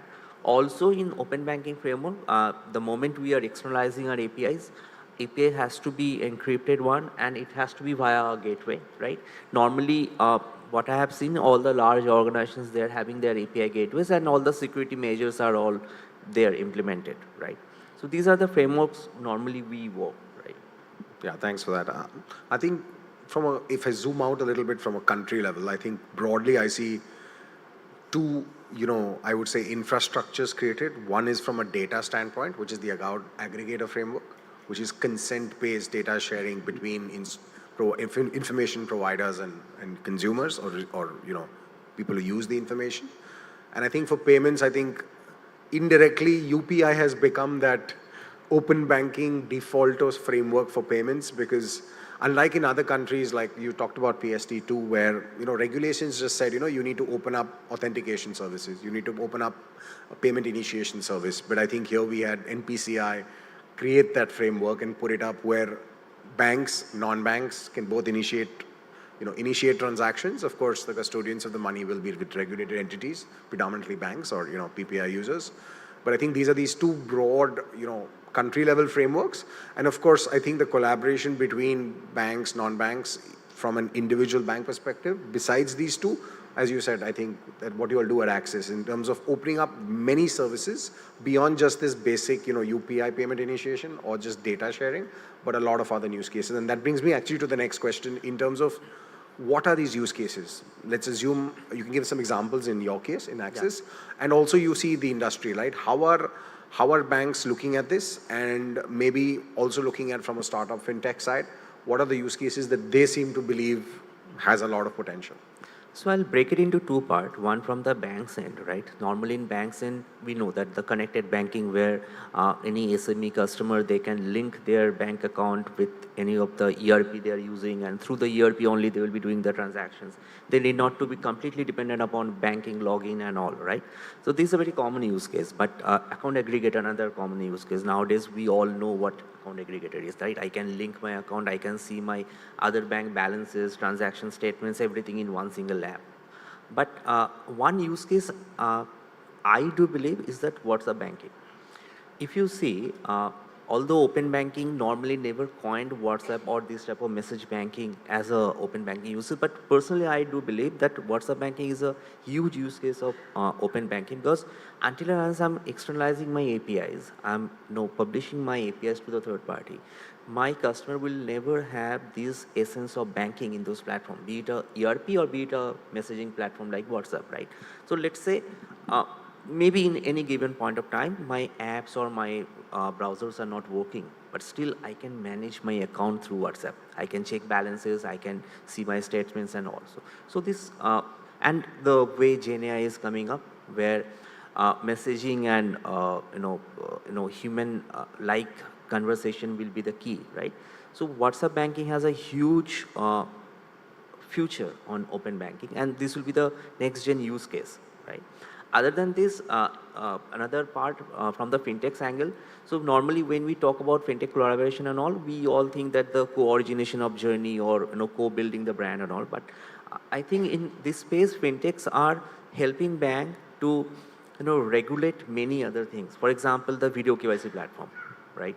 So it's completely open APIs, right? I'm doing this entire KYC authentication via the open API specs. So this particular feature where fintechs will collaborate with banks, where will create a better CX, will create a better journey for a customer, better experience. That part is the second use case where open banking is working today. Okay, interesting. So you're saying one is, of course, what things they might be able to do well in terms of the journeys and the use cases. You also talked about video KYC as a service, KYC overall. KYC overall as a service.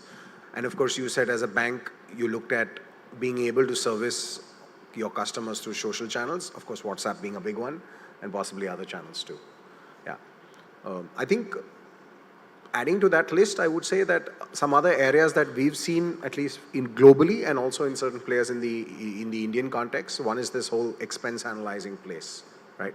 In terms of, people, as you said, they can either use the account aggregator framework, or they can, have an account, as you said, open through APIs with you, but give insights, intelligence on the usage, on the spending and all of that. That's one thing I've seen a lot of players play in that space. Banks too, of course, not only just fintechs.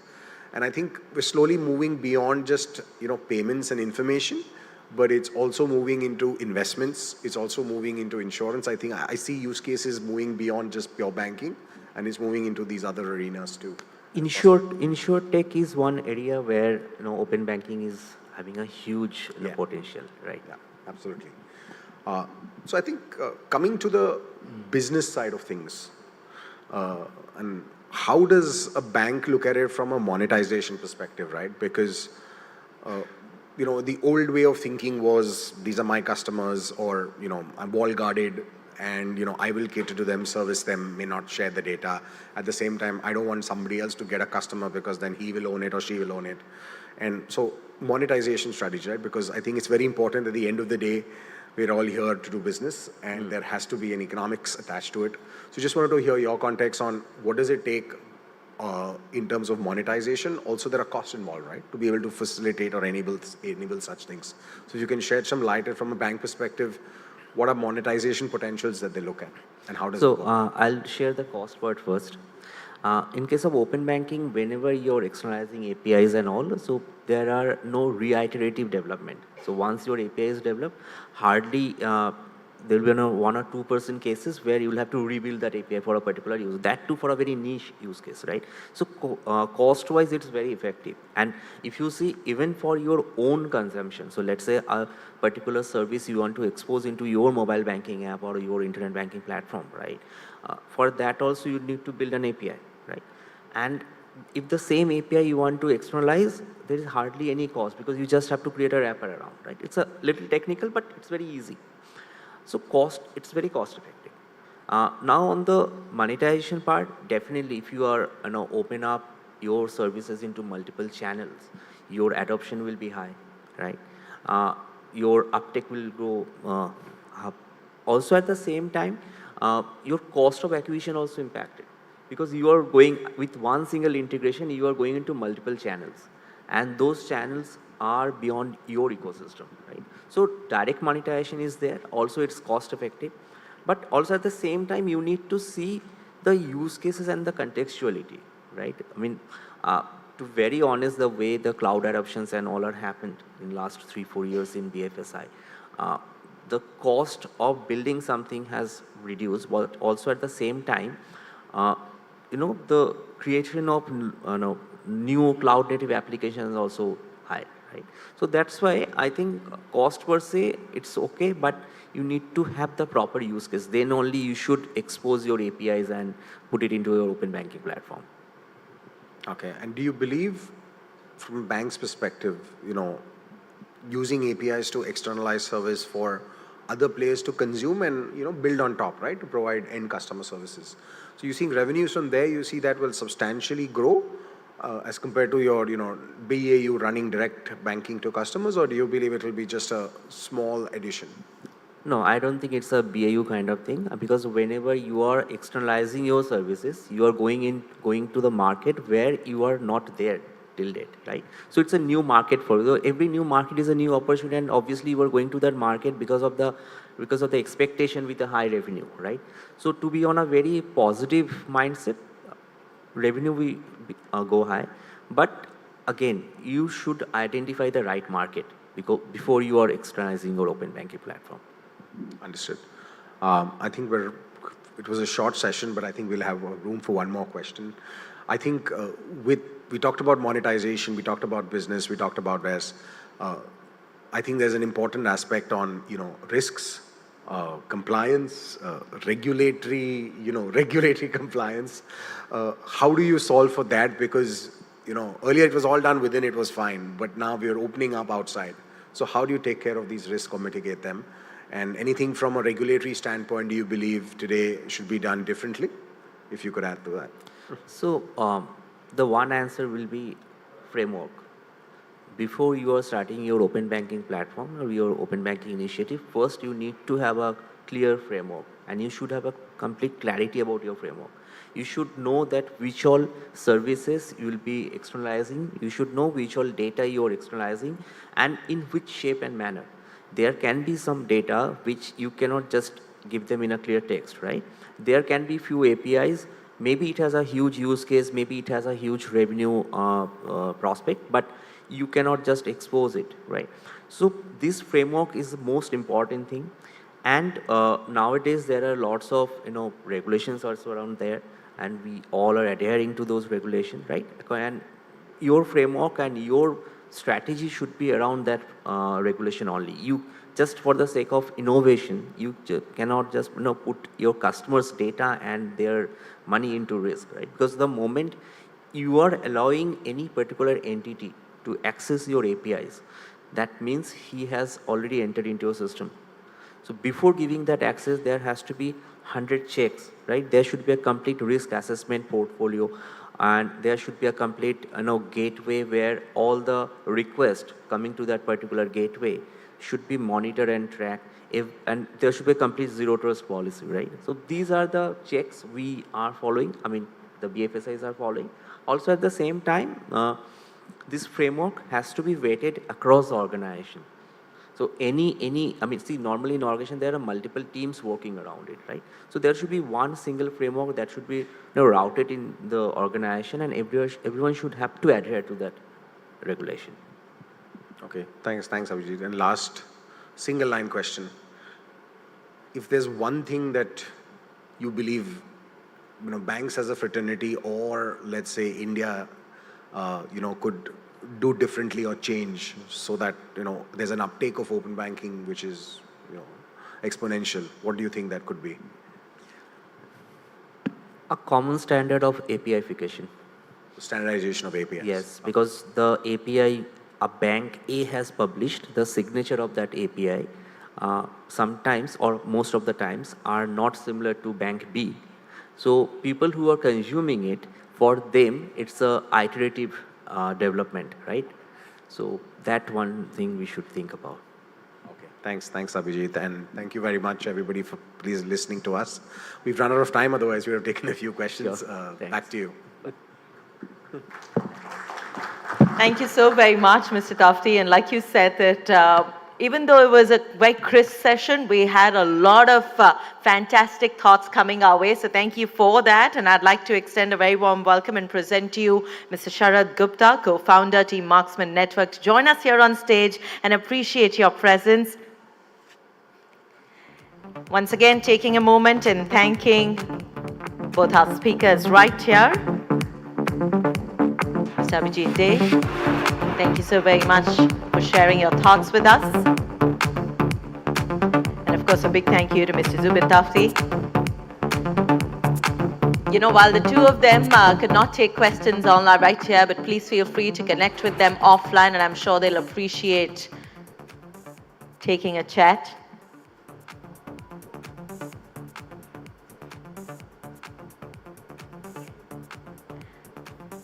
Thank you so very much. And as we are all set to now talk about the next segment, I'd once again like to share with you that our partners, ASEA, have some very exciting gifts for you.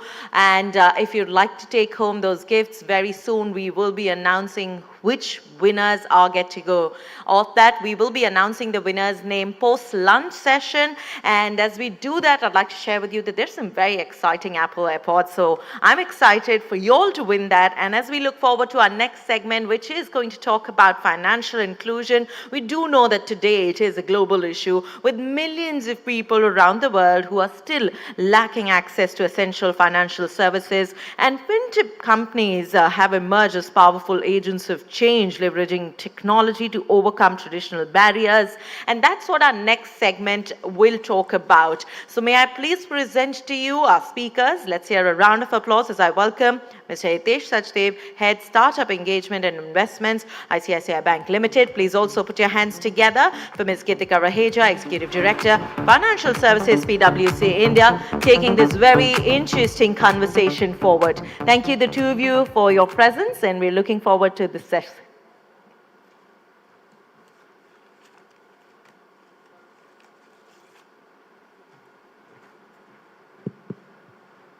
Good afternoon, everyone. Thank you for joining us here. I'm Gitika Raheja. I'm an executive director in the payments practice at PwC and been working in this space for the last 12 odd years. And we've worked with banks, non-banks, governments, international entities to basically enable the growth of payments in the country. Hitesh, if you want to start with an introduction and then we can fire away. Sure, thank you, Kritika. I am Hitesh Sachdev. I manage startup engagement, startup partnerships, and investments into startups at ICICI Bank. The entire partnership model with the startups, it comes into my purview. Yeah. Perfect. So Hitesh, I think you were probably one of the pioneers of this entire startup collaboration movement, which started in our country maybe 2016-17, right? So I want to understand, how did the journey begin? How has it changed? Because a lot of people, I think 2017-18, we saw this boom, and collaboration was the big word at that time. Everyone wanted to try it, right? So what has changed in your journey since then? What were the focus areas back then? What are the focus areas now? Yeah, so I think, as ICICI Bank, we have always believed in technology as the force multiplier for all our businesses. And innovation is at the core of our strategy. To remain ahead, of the curve in technology, I think there are two approaches. One approach is that you build a lot of the products, platforms, digital services within your bank, right? And second approach is that you work with startups and use their technology to solve some of your internal problems. And when we begin this, journey, we decided that these both approaches are important, right? And I took over the, the second approach, which is the, working with startups and, creating products in partnership with them, which we can use to solve some of our problems. We launched the Open Innovation Platform. So under Open Innovation Platform, we identified, areas where as a bank we'll work on, and which areas we will seek out for solutions, and partnerships. So clearly as a bank, we had payments, lending, banking operations, other enablers. We clearly identified as areas where we would work with startups and create products. And objectives very, very clear, right? Either it should help us to increase our revenue or help us reduce our cost by decongesting some of our internal processes, or it can also help us in mitigating risks in some of our businesses, or it can be for improving experience of our customers on our digital properties, right? So either of these four objectives should get achieved when we work with startups. And idea was that to promote the culture of innovation within the bank, spirit of entrepreneurship within the bank, do innovation at edges and bring it to the core. Also do fast rapid prototyping and experimentation with a lot of new technologies, right? These were the clearly some of the areas where we thought could be advantageous. So when we started this journey, I think there were a lot of apprehensions, working with startups or fintechs. People thought that there would be challenges in terms of, data privacy, data security.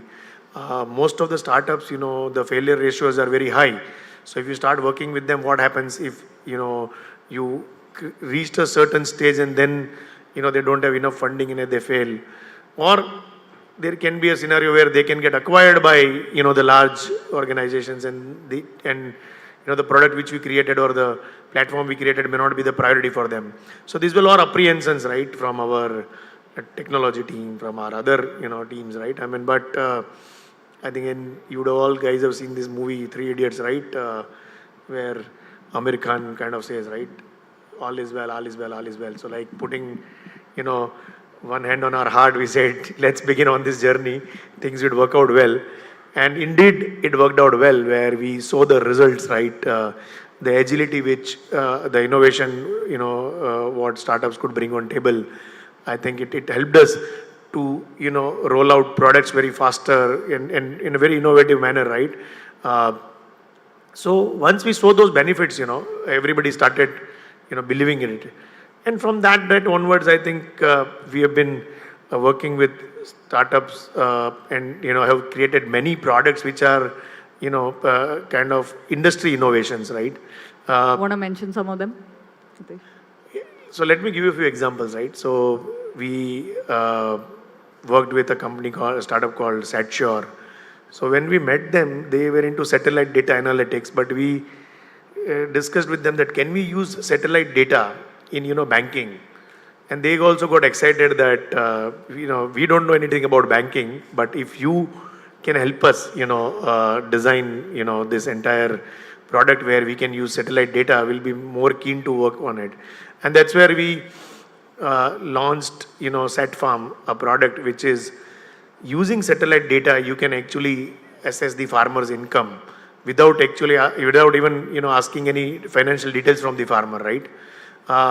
Also, we mapped the collections route map basis the harvesting season, using satellite data, which helped us to improve our collection efficiencies by almost 20%.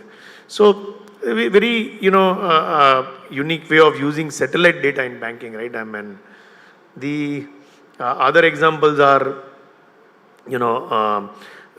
some of the partnerships which we did on the, neo-banking side, they also brought in a lot of ease and convenience to, our customers, So likewise, I would also talk about a partnership with, FinPay, and since the topic is financial inclusion, right, where we could reach out to the last mile customer using their, BC network, using their merchant network, using their technology, right? So these were all innovations which could help us, scale things faster, reach out to the new set of customers, and also bring delight to the existing set of customers. So Hitesh, I think one of the things that this collaboration piece brings up is how do you monetize it? How do you put a value to something like this, right? Are you measuring some of these in terms of hard KPIs? Do you look at general overall, how do you monetize relationships like these, especially when we look at financial inclusion, right? So is that something that you all track very closely? Yeah, so as I mentioned, innovation is not for the sake of innovation or PR, right? I mean, it has to actually deliver you results. And though it might take time, so it's not about, you start working on some idea or you do some experiment, it will give you immediate results. But yeah, definitely, it's not about, just doing it for the sake of, doing it. I think we have very clearly defined that any partnership or any collaboration which we do has to clearly fall into 4 areas. One area is that it should help us to increase our revenue, and that can be by tapping into the partners, customer base and offering them our products, or it should help us to reduce our cost by bringing their innovations and solving some of our internal problems and decongesting some of our processes and bring superlative kind of advantage in terms of cost. Or it can be improving the experience of our customers who are using our digital properties, right? We have several digital properties like iMobile, we have, Instabase, we have our internet banking platforms. So we continuously thrive to improve all this, providing better and better services and solutions to our customers. So it should help us to, do that, or it can help us to, reduce or mitigate risks in our businesses, right?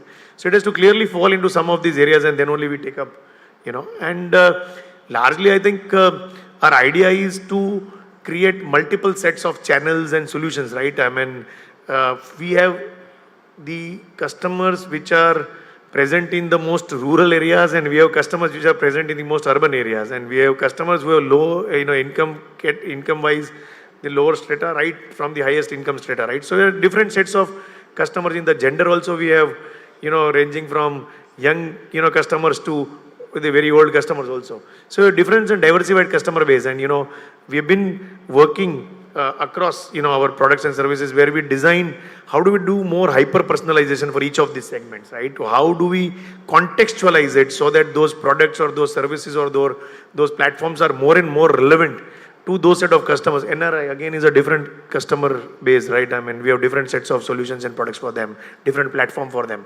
So that's how we as a bank, we have kind of tried to do that. How do we create more and more hyper-personalized experience for our customers? Sure. So another approach, which I think is again market leading, right, which we worked with you around, is the entire ecosystem approach, right? And we've tried to see if we can tap certain ecosystems and also look at the entire value chain and offer an improved experience, increased revenues, personalized experience, etc. So is that an area that you are exploring to basically tie up with startups and increase engagement in specific ecosystems? Yeah, I think ecosystem approach works very well, wherein, for a customer, right, banking is one part of life, right? But apart from banking, a customer needs a lot of other services as well. So let me talk about, the merchant ecosystem, right, where we have Instabase as a platform. Now, as a merchant, one of my need is banking, but the other needs are, I want to do online sales, I want to become digital, I want to have my own website, I want to have payroll solutions, accounting solutions, reconciliation solutions. If I'm able to combine everything into one, platform and offer it as a package, I think they're more happy to consume it, and it also helps them to reduce the cost, to operate their their business, efficiently, right? So, and we have created ecosystems for merchants, we created ecosystems for, young population, we created ecosystems from NRI customers. So I think corporate customers, right? So we believe in this ecosystem banking approach, and why we believe is because it adds a lot of value to our customers, and customers are liking it. Right. Now, just moving on to this entire piece around, we've seen all the recent regulations around, the engagement is great, the collaboration is great, but then there is a certain responsibility that comes on to especially regulated entities around this, right? So how are you going about ensuring that, there is enough checks and balances in place to ensure that experience with the right, compliance is available? So I think, the way we look at it is that regulations are either black or white. I mean, there is nothing in between. Many times, people figure out gray areas, and that gray becomes innovation. So gray is not innovation, okay? For us, it's very clear, either you're on the other, this side of the regulation, or you're on the other side of the regulation. So we always, when we partner with our, startups, I think our base, communication to them is that while as an entrepreneur you are juggling with several problems, those problems can be scaling up the business, getting the right team, getting the funding in place, and while you are doing all these things, there is always an element that you miss out on, compliance.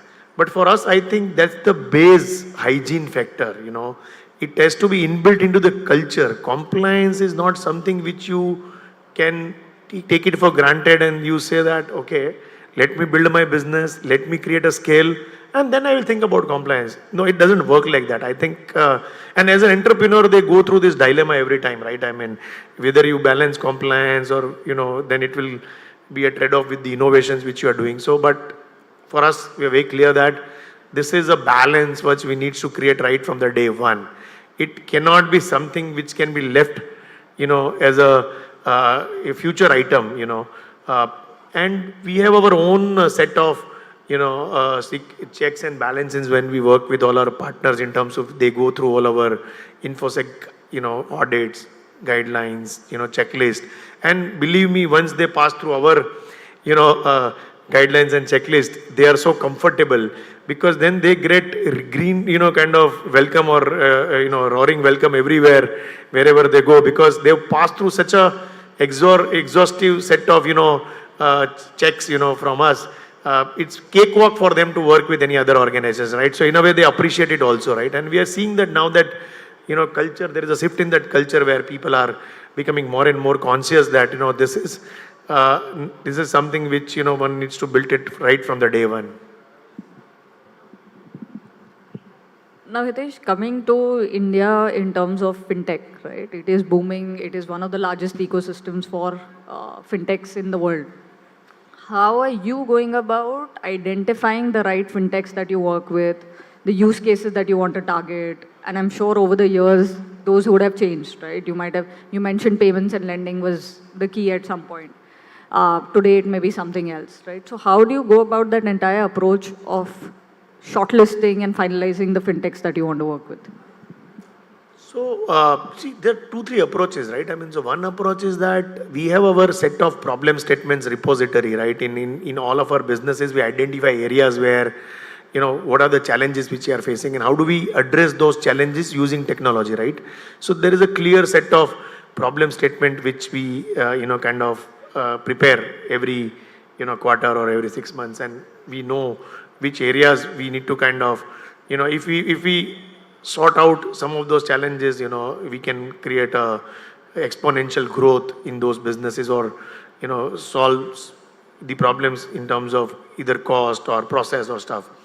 The other way is that, keep track of all the emerging technologies and how it will going to impact business, right? For example, to give you example of Gen AI, right? I mean, we've been, one of the banks we've been working on, studying various LLMs. How do we fine tune those LLMs? How do we create layer on top of, it, create prompt engineering, use RAG and, build a lot of use cases, on top of this.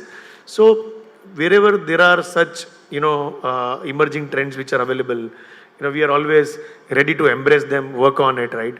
The third, area is that we have our own set of liking on particular sets of areas. Like for example, digital public infrastructure, we are a big believer and we have supported whether it is, ONDC, whether it is CBDC, whichever, comes, I think we have been one of the most, whether it is IBDIC as well, where, we have been working on creating a common platform for all the banks, right? I mean, so anything which is relating to creating a digital infrastructure for the country, we are all game for it, and we've been working with, all the industry stakeholders to build this along with them. And then there are, banking areas where like, I personally like, wealth advisory, wealth management. I feel that is one area which will grow exponentially in next few years. Embedded finance is another area where we feel that a lot of these banking products will become invisible and it will be embedded in, some of the existing platforms or services the way they are offered. Very bullish on vernacular, right? Because there is a large population, again, coming back to the financial inclusion, where vernacular will play a very important role, right? And again, voice, today, if you see 20-25% of the Google searches are voice searches, right? I mean, so voice will play another big role, right? So creating a combination of voice and vernacular is another area where we are excited about. So I think, but there are many such areas, but these are a couple of, important ones which comes to my mind, yeah. Perfect. Thanks, Hitesh. I think we are at the top of the hour. I would have normally concluded by saying, what's your prediction for the next few years in terms of what's really going to take this industry by storm? But you sort of answered that. So I think I'll leave it at that. We'll look for more action from your end in these areas. No, thank you. Thank you so much. Thank you. Okay. Thank you, everyone. Thank you so very much, Mr. Raheja, for yet another fantastic talk out here. And thank you so much, sir. To appreciate the presence of the two of you, may I please welcome Mr. Sharad Gupta on stage yet again. Let's hear a round of applause as he steps forward. And thanks, Mr. Sachdev and Ms. Raheja right here on stage, taking a moment and reminding our wonderful guests we have some very exciting gifts for all the engaging posts that you put on Facebook, on Twitter, on Instagram. Please do remember to tag us. We are Team Marksmen, and we look forward to seeing how engaging your posts are. You have some spectacular gifts coming your way. I'd also like to share with you that our partners out here are looking forward to meeting with you. They have some very, very exciting gifts that they'll be giving to engaging business partners right there at that stall. So please feel free to connect with them. Thank you all three of you. Please do allow us a moment to set the stage up for our next segment. We're now about to open in and welcome the speakers of our fireside chat, where we will be talking about overcoming challenges of data privacy in the era of digital lending. When we are all talking about data privacy, we are all talking about security and data security, and how can we successfully navigate digital lending challenge. It is so very important for us to have a comprehensive strategy and put in place a series of measures that today enable banks and other non-banking lending companies to maintain the one most important thing, which is customer trust. Keeping all that in mind, and how is it that we can ensure regulatory compliance and at the same time drive sustainable growth? Our next set of speakers will be touching on all this and more. So may I request all of you to please put your hands together as I welcome them on stage. I'd also like to request them to please take a seat as per their images, which will be displayed on the screen right here. So please welcome Mr. Darshan Chavan, Chief Information Security Officer, Canara. A round of applause. Canara Robeco Asset Management Company Limited. May I also present to you Mr. Paul Gancha, Chief Information Security Officer, DSP Mutual Fund. Please put your hands together as I welcome our moderator, Mr. Gaurav Khera, Partner, Risk Advisory, Deloitte India. Thank you so very much, gentlemen, for your presence, and let's look forward to this very, very interesting conversation, reminding you to take a seat as per the images up there. Thank you.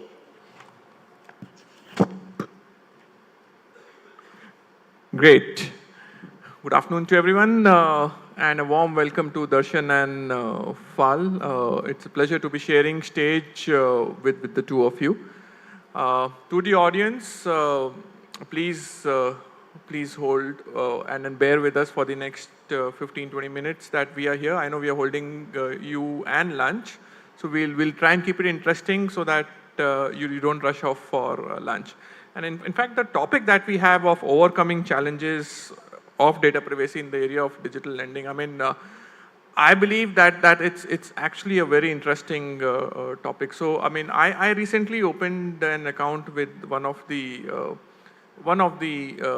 players where all my mutual fund portfolios, I could get a consolidated view. And I was surprised the amount, I mean, one, it was quick. I think in 15 minutes, my account was provisioned. But then being a cybersecurity and a data privacy professional, I was also a bit worried that, oh my God, my data is being fetched from DigiLocker. My data is probably going to some of the RTAs as well. And then finally, it is obviously kind of being fetched from other sources as well. So that got me worried. But then, yes, that's the era that we are in, ladies and gentlemen, the era of digital where there are no boundaries. Everything is interconnected. What you do at one place will get reflected in the other place. And as they say, anything once it's there on the digital space is always there. And then we now have, for those of you who would have heard about it, India's very own privacy law, which is the Digital Personal Data Protection Act, which has been there, the equivalent of GDPR. So makes life even more difficult, but then it also probably gives an advantage to organizations also to ensure that they are safeguarded and the guardrails are there so that they are able to ensure that operations do not get suffered. In fact, any privacy regulation across the globe you pick up, it does not say that you cannot take data. You can take data, you can do whatever business processing, just the principles of data privacy, which is giving the notice, taking the consent, and then securing the data. I think if you're following it, obviously, it kind of makes sense. So, I mean, if I were to probably take some inputs from you, Darshan, that how is the ecosystem changing with all the digital technologies which are there, right? How has the life of a CISO changed? And any thoughts around it? Yeah, hi, good afternoon, everyone, first of all. First of all, I would like to thank my friends over here. I will call them friends because I do think there's the views that I'll put in my personal. Please, I don't want to quote my company instead of this. We have to be very, very careful nowadays. Yeah, absolutely. Okay. The second thing is, I hope you are very happy with the portfolio that you've been seeing as well. You didn't mention that, so I just wanted to bring that in light as well.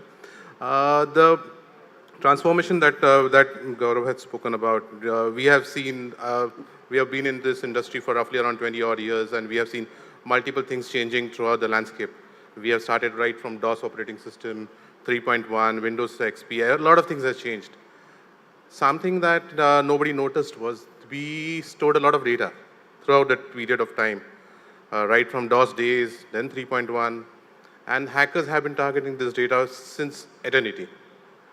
There have been viruses, ransomwares, a lot of things have changed.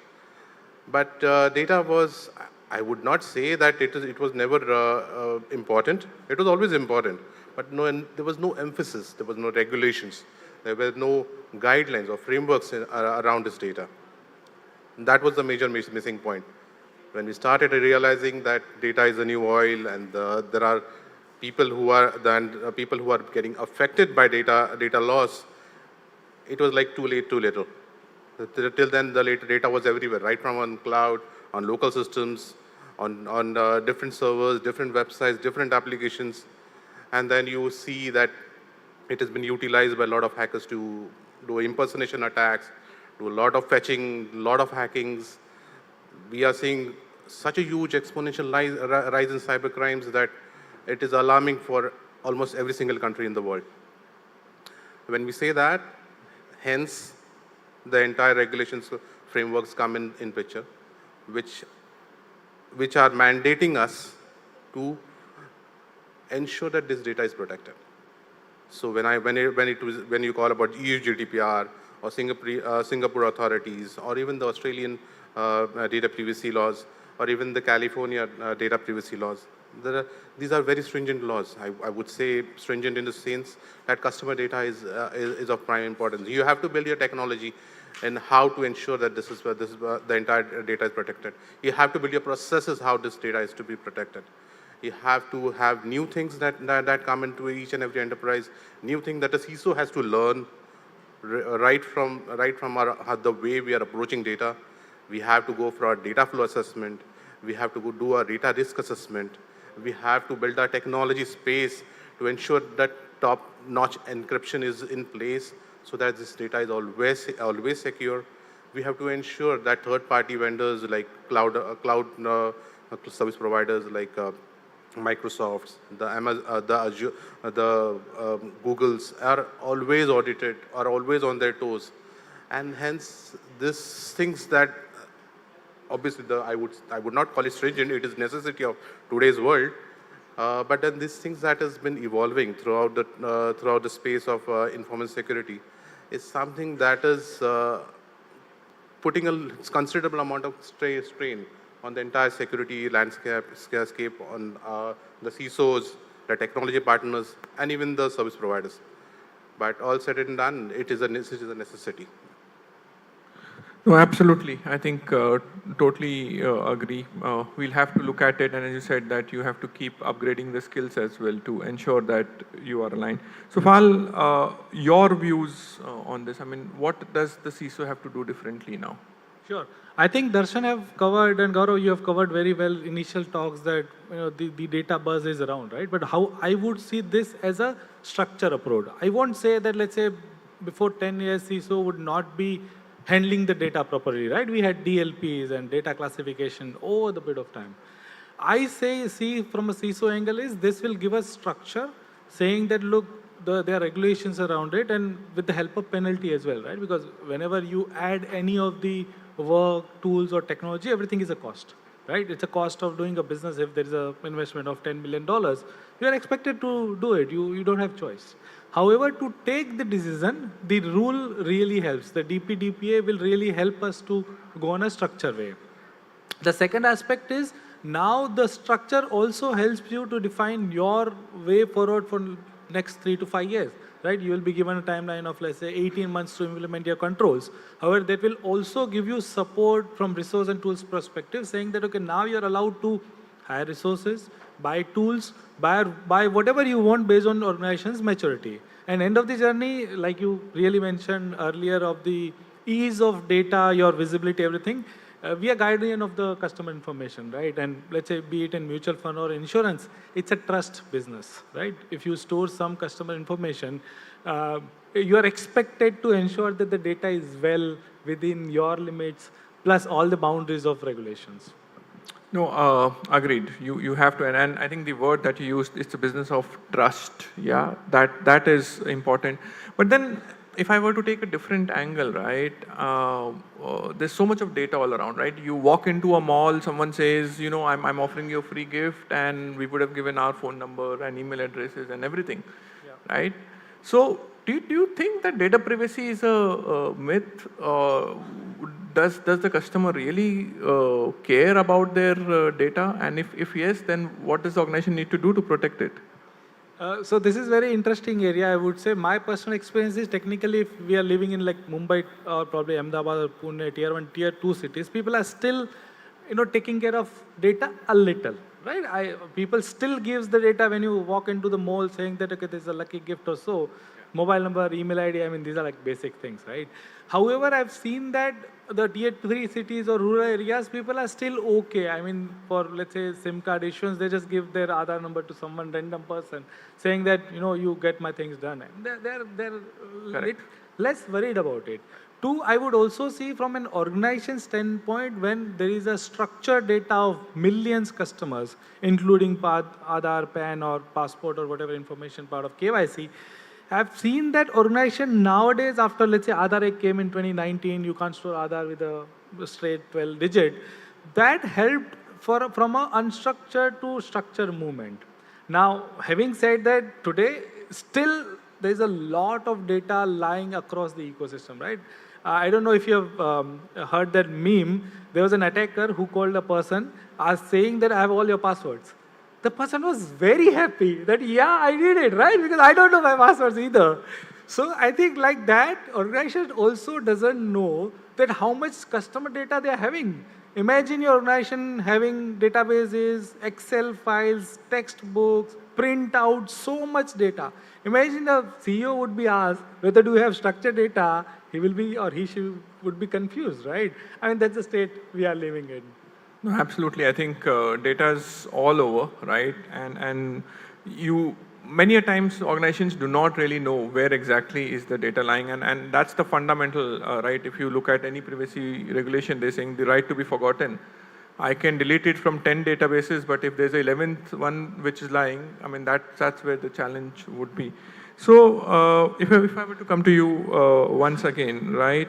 Now, regulatory oversight has been increasing. I mean, regulators are becoming stringent by the day, right? So how do you ensure compliance in such a difficult scenario? You've got cybersecurity, you've got privacy, you've got this audit, that audit. How do you ensure compliance? Oh, the regulatory space is a topic of hot discussion in all the board meetings, all our committee meetings, everywhere else. But as per me, the regulatory space, this again a personal opinion, the regulatory space, the way the guidelines are written down, the way the circulars are written down, it is up to the individual to interpret it. There are a lot of things that the regulator wants us to do, and there is a structure. So wherever regulator thinks that, okay, this is what we require from each and every company or the regulatory, the bodies that are reporting to the regulator, they are very specific.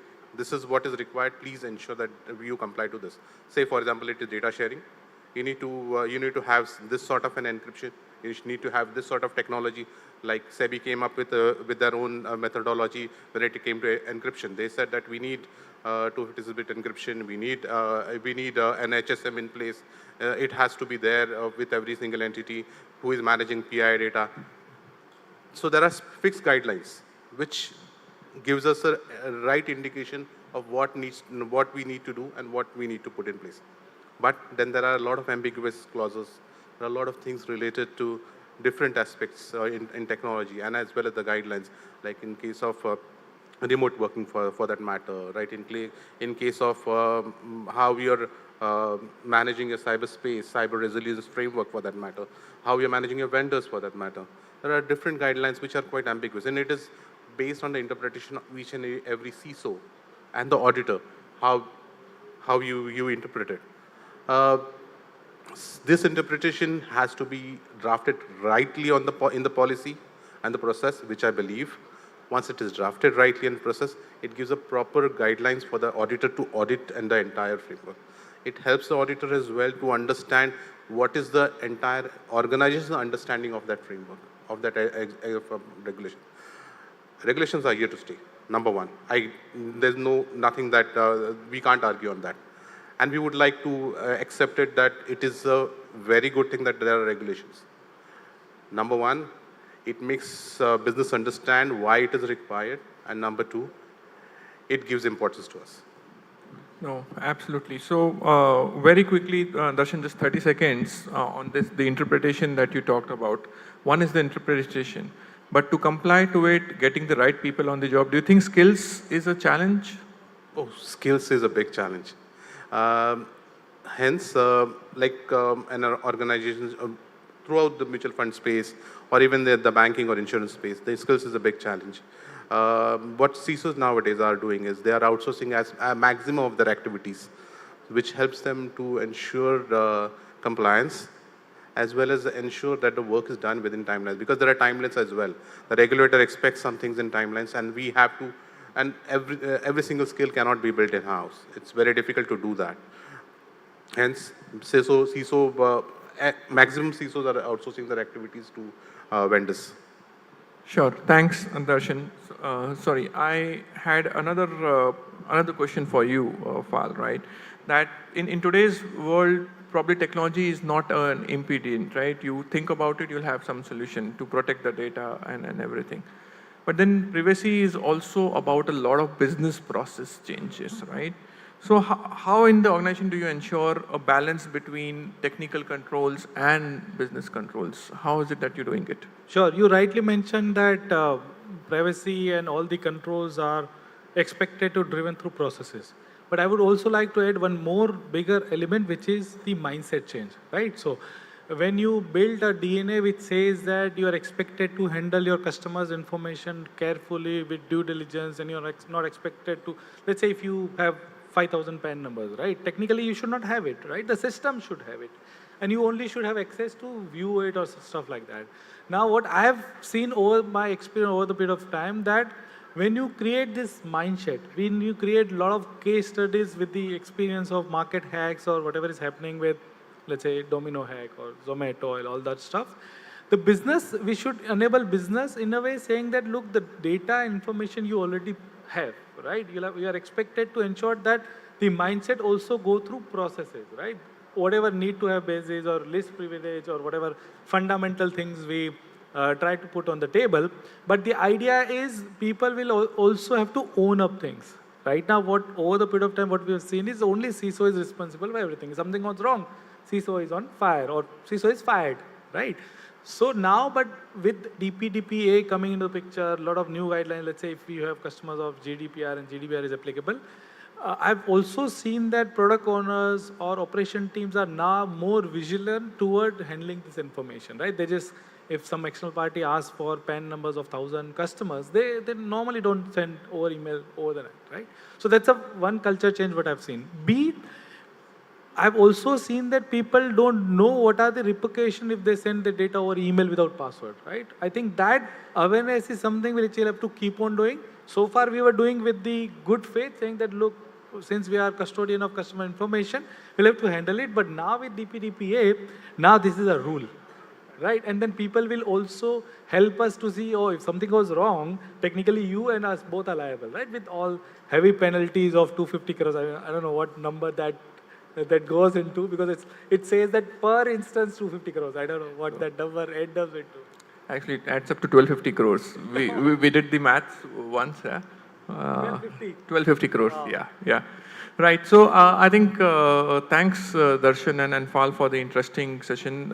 We are kind of up on our time, but just to conclude, you're right, as the topic says, overcoming the challenges of data privacy, I think the first thing which needs to be done is to change the mindset. So we need to build that culture of privacy within us as individuals, within the organization. And then the rest of the controls, technology, business processes, everything can follow. So thank you so much for the interesting insights, and thank you to the audience for the patient listening. I don't know if we have time for questions, or we can take them outside as well. Yeah, okay, we'll take it offline is what the organizers tell us. Okay, thank you, and have a great day ahead. Thank you so very much, Mr. Khera, for first of all weaving together this segment so very beautifully, getting some balanced thoughts from out here. And most of all, for the key takeaways there, you did mention that firstly, we need to make sure that we are thinking that we are cultivating the culture of privacy within ourselves and taking a lead to the organizations. To appreciate you and the presence of our speakers, may I once again welcome Mr. Sharad Gupta on stage and present each of you with a token of our appreciation. And from my very kind audience, let's hear a round of applause for each of them for sharing those insights here with us. What we're really also discussing with all of you here is that how is it that we can keep up with competition? How is it that we can get to know what's really happening in the market today? I'm sure all of you have been seeing signs of massive and unprecedented progress in the industry, and that is what takes us to our next element, where we believe that customers today need and the expectations are changing, and that's exactly what we are going to be talking about and touching upon right across the insurance industry today. We are seeing these changes happening. People are exploring new technologies and partnering with insurtechs to develop new models or tools, while some of the organizations are actually channeling new resources into moving pilot projects out of the proof of concept and really examining the profitability. Taking all this and more will be what our next segment speakers will be talking about. So may I request all of you to please put your hands together as I extend a very warm welcome and present to you Mr. Prasad Pimple, EVP and Head of Digital Business, Kotak Life Insurance. Let's hear a round of applause as I welcome Mr. Vinay Shekhar Pitala, Head IT Applications, Cholamandalam MS General Insurance Company Limited. May I also present our moderator, Mr. Krishan Khan Gaitonde, Director Technology KPMG India, talking about how InsurTech is writing the rule for the insurance sector, will be our next set of speakers. All yours, gentlemen. Thank you.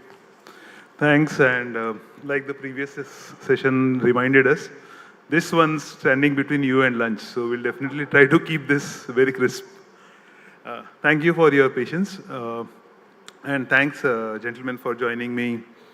I think between the two of you, we have a right balance of both life and general insurance. So there is both types of perspectives that are brought to the table, right? I think over the last few years, and especially after the pandemic, digital transformation has been the buzzword around insurance, and we hear about a lot of niche capabilities that are brought to the table by insurtechs. But what are the challenges, what are the advantages? To debate upon that and to try to share our insights is why this panel is put together. We promise you it's gonna be very crisp, not more than 5 questions. And I think I'll start without any further ado. I think the first one, like I said, there is a growing focus on insurtechs and on customer experience more than the product offerings. So in your respective space, what is the initiatives that have been taken, if you can touch upon that? So a lot of initiatives are currently happening, a lot of innovation is currently happening around customer experience when you talk about it as a topic. Now, if I talk from the life insurance perspective, the opportunities are huge. And when I talk from the digital business perspective, where we don't get in touch with customer in a face-to-face manner, an entire purchase journey and servicing part happens through digital systems or the tools, that experience becomes far more important. Now, as far as most of the innovations where currently we are focusing on from the life insurance perspective is on the customer onboarding.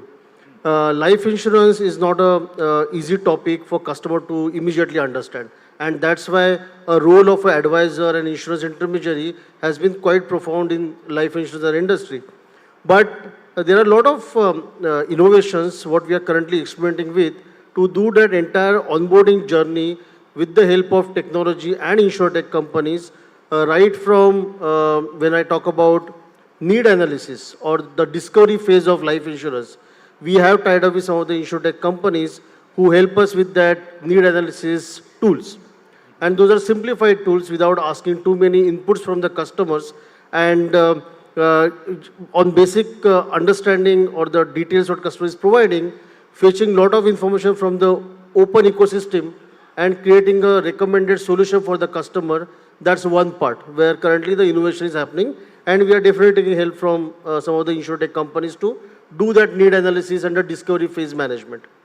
Then comes the second part, that when customers are trying to do that DIY journey on their own, the do-it-yourself journey on their own, at that point of time, we have to balance two things. One is we have to simplify the processes, make those processes easier for customer to complete the journey on their own without any advice or assistance. And at second part, our another challenge is to ensure the safety. Safety from the perspective that some fraudulent transaction should not happen in between, correct? A lot of customers, if I make the process simpler and I'm not meeting the person, somebody tries to do a dead man insurance kind of activity through an online channel. How do we identify that as a part of the journey? So for that, we have some of the tools, which we have again taken it from some of the insurtech companies, which will check the liveliness on the basis of face scan or on the basis of a selfie check. So those kind of activities, what we do as a part of the journey to ensure a smoother process, but also a process which is safer for the brand. That's second part. The third part is predominantly on how do we make good use of some of the information of these face scan technologies as a part of our underwriting. We are not utilizing it too much, but we have started collecting the data right now that with that some of the tools today do help you get the vital information like blood pressure, the blood sugar, the oxygen level, or some of the tools do end up giving you more information, though clinically everything is not completely correlated today, and hence we are using our physical medical process as well. But today we are in the phase of collecting the data, where if tomorrow that correlation gets established with the face scan technology vis-a-vis the physical medical information, then that will further simplify the process and that will further make the overall customer experience far smoother without any hindrance in between. So that's how we look at it. Sure. So whilst you mentioned this, I think the previous panel will definitely be saying you're collecting data, and that one we should be careful about how we store it. So we do take the customer consent for the same. It's not nothing is without the customer consent. Agreed. So thanks. Over to you, Vinay. How would you rate the contribution of InsurTechs in enabling customer experience? See, while I will support whatever Prasad has said, okay. In addition to customer onboarding, insurance companies have a lot of work to do in the area of engagement as such, especially in general insurance companies. Even after the customer is onboarded or he has bought a policy, we need to see that the claims journey is smooth in terms of claim servicing, or we need to see that the customer is engaged continuously, especially in the area of health, whether we can offer something which is related to his habits or some kind of engagement areas where he can be engaged thoroughly throughout the policy journey. That's how we can actually improve the retention rates also. These are some of the areas where InsurTech companies can assist the insurance companies as such to provide with the technologies. Another area is, of course, if you look at it, while we are looking at the customers as such, what are we doing for our own agents or our own call center agents? There are technologies today in the areas of conversational AI, wherein if you are talking to the customer, the technologies are there such that it is actually capturing, you need not make any notes, system itself captures the notes, and it will actually assist you in probing the customer, getting additional information, and finally, the systems are integrated in such a way that it would actually, if it can integrate with Salesforce also and create a prospect for you and fix the appointment for the customer also. So there are technologies available, InsurTech companies are there, but it is for the insurance companies to adopt these technologies. Honestly, if you see, insurance companies are lagging behind because of the traditional core policy administration systems as such. So there is a mindset change that needs to be done by the insurance companies also to go along with the InsurTech companies as such. Right. So completely understand that niche capability like face recognition or trying to get a customer's vitals basis his live photograph, etc., is something that only an external agency can bring to the table. You rightly alluded to the fact that our insurance IT will be focused so much on the core policy admin system and some of those processes. So fully with you on that. Any discussion on InsurTechs now will be incomplete without any tip of the cap to AI. So would you want to elaborate upon on the contribution of AI to your processes or to any of the innovations with you? Yeah, if you look at it traditionally for the last 3-4 years, either machine learning, I don't call it as AI as such, machine learning is being used in the areas of detecting fraudulent claims, helping us in the underwriting processes, or investigations, or risk inspections. These are some of the areas where we are actually using AI as such or machine learning as such. While I say this, business as such should be cognizant of the fact that we need to use these models judiciously. For example, let us assume that somebody, if you take Policy Bazaar as such, Policy Bazaar, if there are 100 prospects or 100 calls, hardly the conversion rate is around 1-1.5%. I may be correct or not correct. Suppose, let us assume that you are Policy Bazaar and I approach you and you say that I build a model which can give 99% accuracy. And I build the model in such a way that all 100 are no. It is 99% accurate, but it's a kind of a model which is not useful to the organizations as such. So organizations need to understand what they are trying to measure. Not only in terms of accuracy, there is something called lift factor. You need to understand the cost of false positives as called false negatives. All these things, only when you measure these things, the AI or machine learning models will be useful. Otherwise, you can see most of the models are correct, but in deployment phase, they are failing. So business should understand what the model is bringing in, what is it trying to predict, what is the cost of, how do I measure the accuracy of these models with respect to lift factor. When I say lift factor, for example, see, if you know that only 1% of your customers buy your products, and if the model predicts a certain group of customers can actually, there is a 3% of the customers of that group will buy the product, then 3x is the lift factor. So you need to know about the performance measures also while building these models or adopting these models. That is where insurance companies or business should focus upon not only using the models, but deploying the models in an effective manner.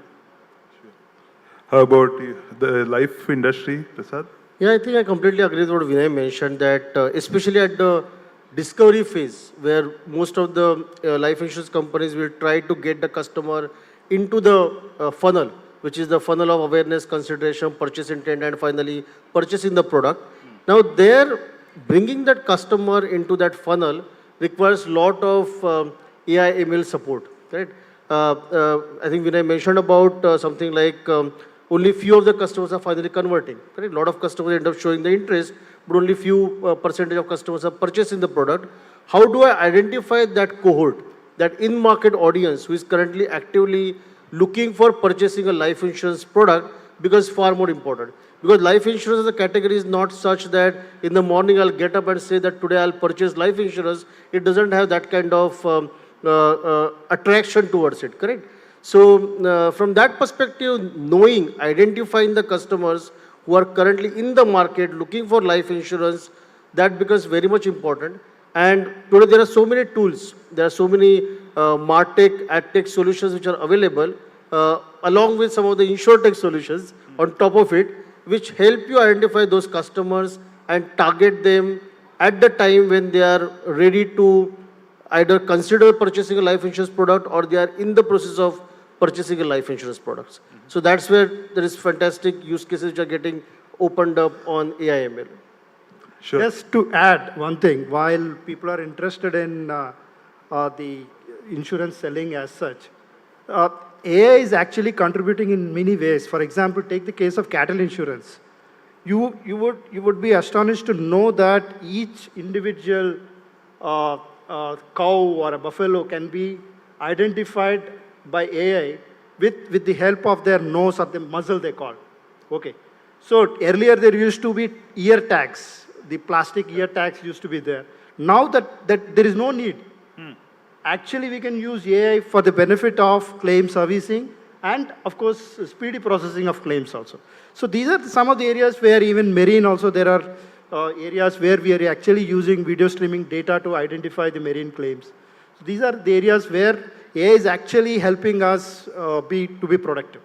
Sure.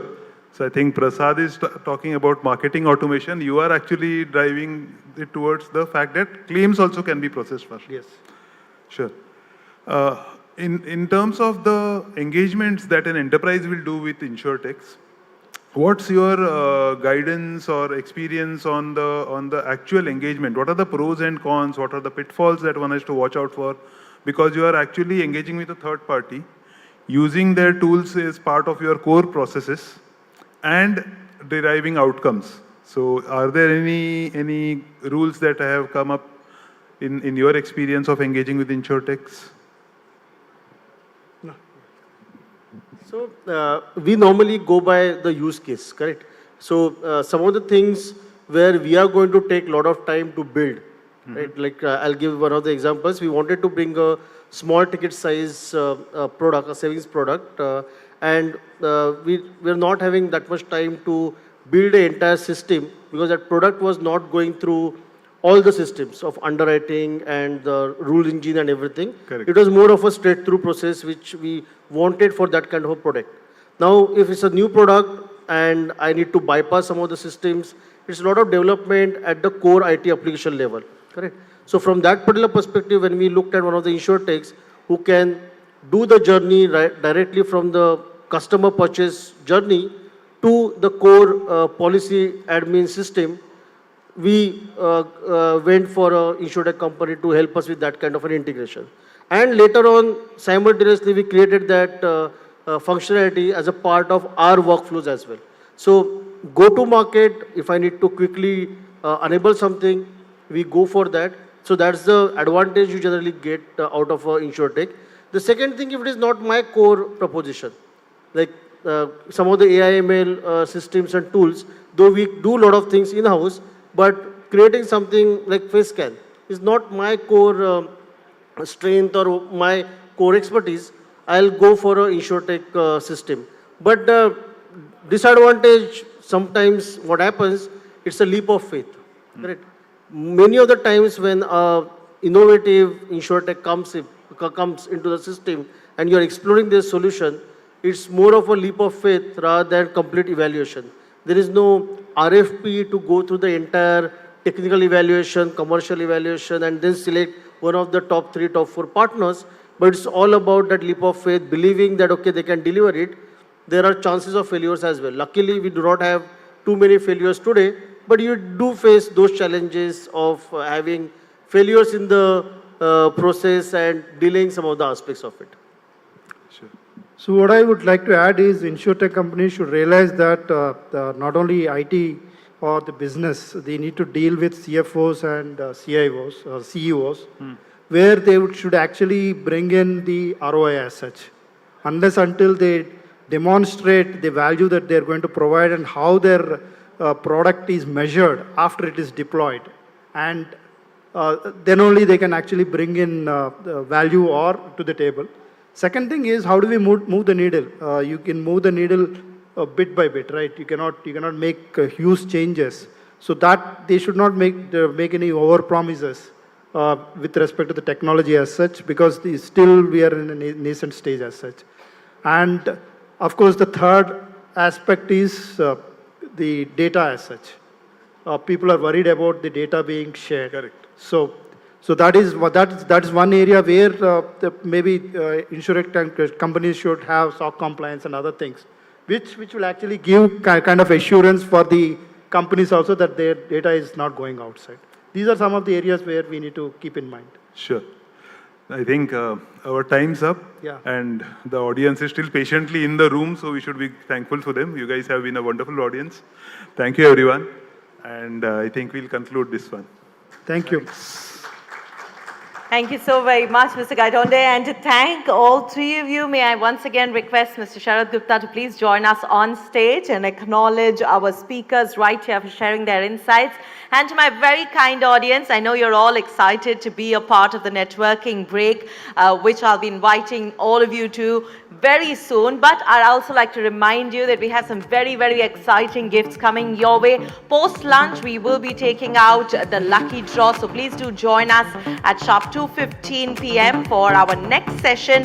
A lot of excitement on the other side. I'd also like to welcome you to please utilize the networking break to meet our team, our partners at the back end of the hall at their booths and kiosks. Please do remember, the team at Asaya has some very exciting gifts coming your way. We have Apple AirPods that we'll be taking out the lucky draw for very soon. All you've got to do is meet the team, check with them how is it that you can work together, and please do drop in your visiting cards for the lucky tip. So a lot of excitement on the other side of this lunch break. Taking a moment and thanking our speakers once again. Let me tell you that after lunch, we will be welcoming our thought leadership session on navigating the AI dilemma, also talking about how advancing with technology is possible for the growth trajectory. So a lot happening on the other side for now. Please join us for lunch, which will be served in the pre-function area. Thank you.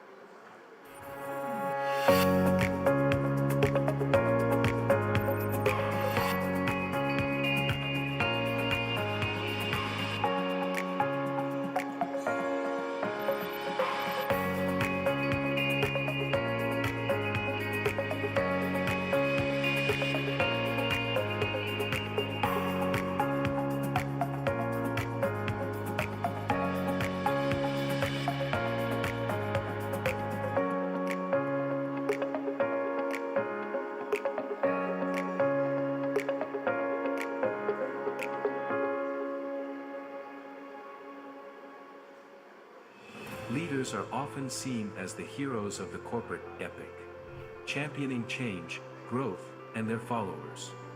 They motivate us to go further and higher than possibly imagined. Great leadership is perhaps the most important competitive advantage a company can have. But how often do we stop to ponder the DNA of great leaders? Marksmen Daily presents C-Suite Conversations, a series that seeks to understand the persona behind the business leader, focusing relentlessly on the attributes of successful leadership. Join us as we engage senior industry leaders in conversation, away from the glare of the corporate spotlight. To know more, contact us today.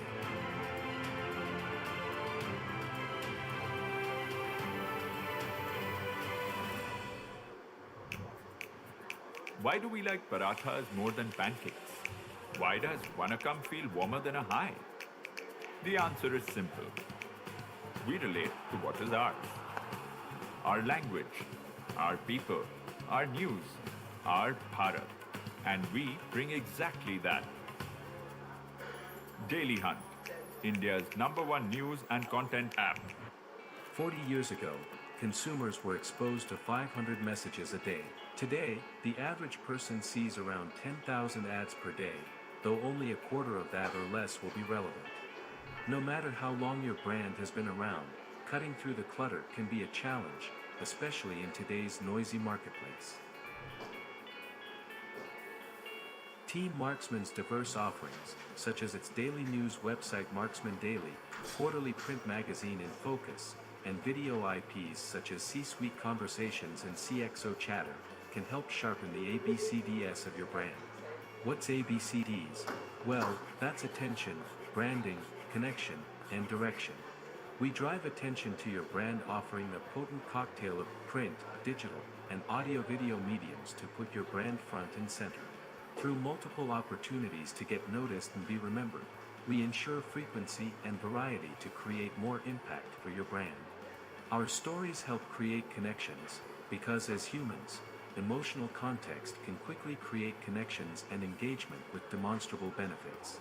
We make sure your brand story gives people clear and simple directions to act on the brand connection that we helped forge. To know more about how we can help you reimagine your ABCDs, contact us today, or write to us today to know how we can help build success stories for your brand.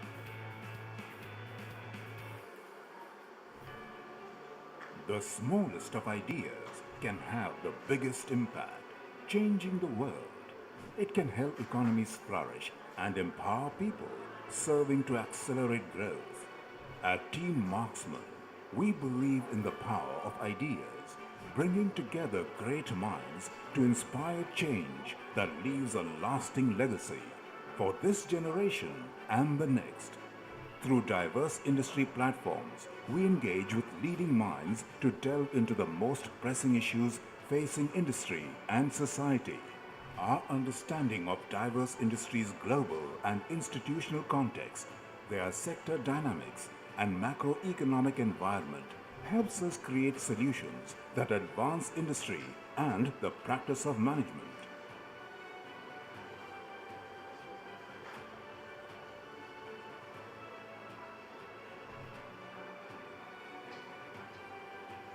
And together, we celebrate those that have made a difference through our signature events that spotlight large-scale successes.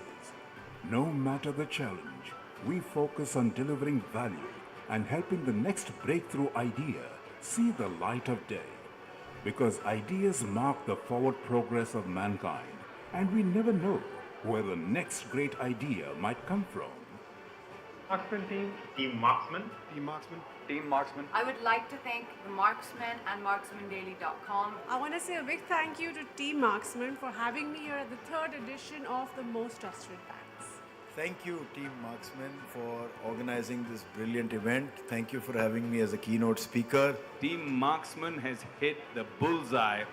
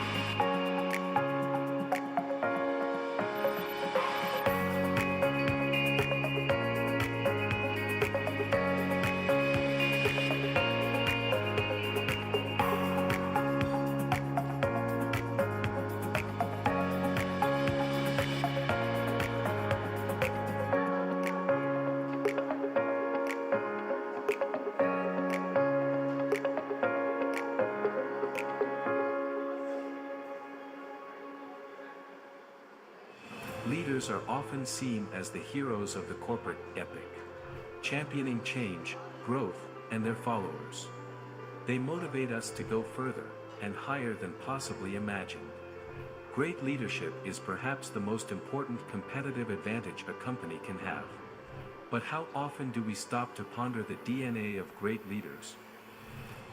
Marksmen Daily presents C-Suite Conversations, a series that seeks to understand the persona behind the business leader, focusing relentlessly on the attributes of successful leadership. Join us as we engage senior industry leaders in conversation, away from the glare of the corporate spotlight. To know more, contact us today.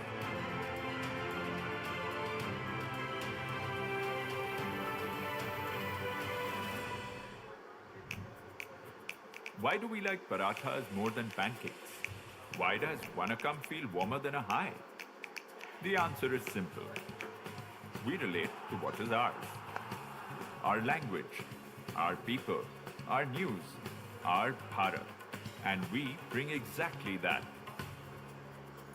Daily Hunt, India's #1 news and content app. 40 years ago, consumers were exposed to 500 messages a day. Today, the average person sees around 10,000 ads per day, though only a quarter of that or less will be relevant. No matter how long your brand has been around, cutting through the clutter can be a challenge, especially in today's noisy marketplace. Team Marksmen's diverse offerings, such as its daily news website Marksmen Daily, quarterly print magazine In Focus, and video IPs such as C-Suite Conversations and CXO Chatter, can help sharpen the ABCDs of your brand. What's ABCDs? Well, that's attention, branding, connection, and direction. We drive attention to your brand offering a potent cocktail of print, digital, and audio-video mediums to put your brand front and center. Through multiple opportunities to get noticed and be remembered, we ensure frequency and variety to create more impact for your brand.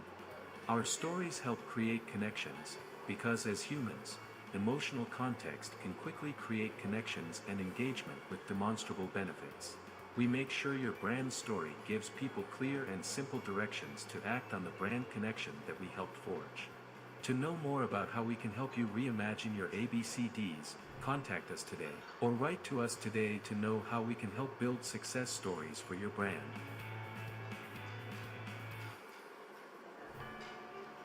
The smallest of ideas can have the biggest impact, changing the world.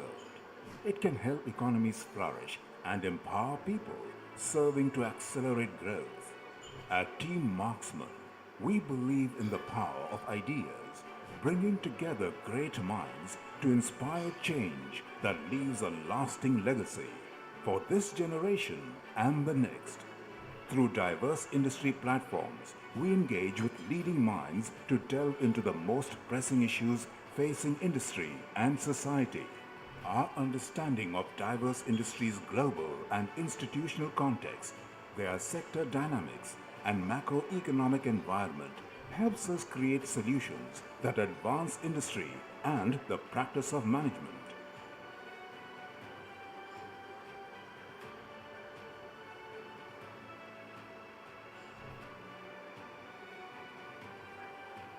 And together, we celebrate those that have made a difference through our signature events that spotlight large-scale successes. No matter the challenge, we focus on delivering value and helping the next breakthrough idea see the light of day. Because ideas mark the forward progress of mankind, and we never know where the next great idea might come from. Marksmen team. Team Marksmen. Team Marksmen. Team Marksmen. I would like to thank the Marksmen and MarksmenDaily.com. I want to say a big thank you to Team Marksmen for having me here at the third edition of the Most Trusted Banks. Thank you, Team Marksmen, for organizing this brilliant event. Thank you for having me as a keynote speaker. Team Marksmen has hit the bullseye.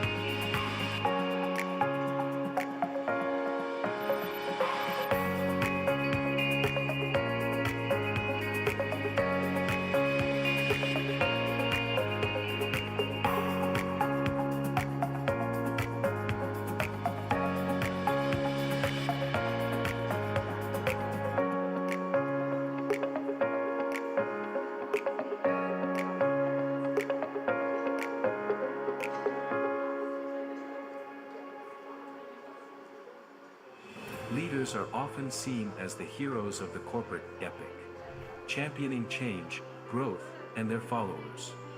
They motivate us to go further and higher than possibly imagined. Great leadership is perhaps the most important competitive advantage a company can have. But how often do we stop to ponder the DNA of great leaders? Marksmen Daily presents C-suite conversations. a series that seeks to understand the persona behind the business leader, focusing relentlessly on the attributes of successful leadership. Join us as we engage senior industry leaders in conversation, away from the glare of the corporate spotlight. To know more, contact us today.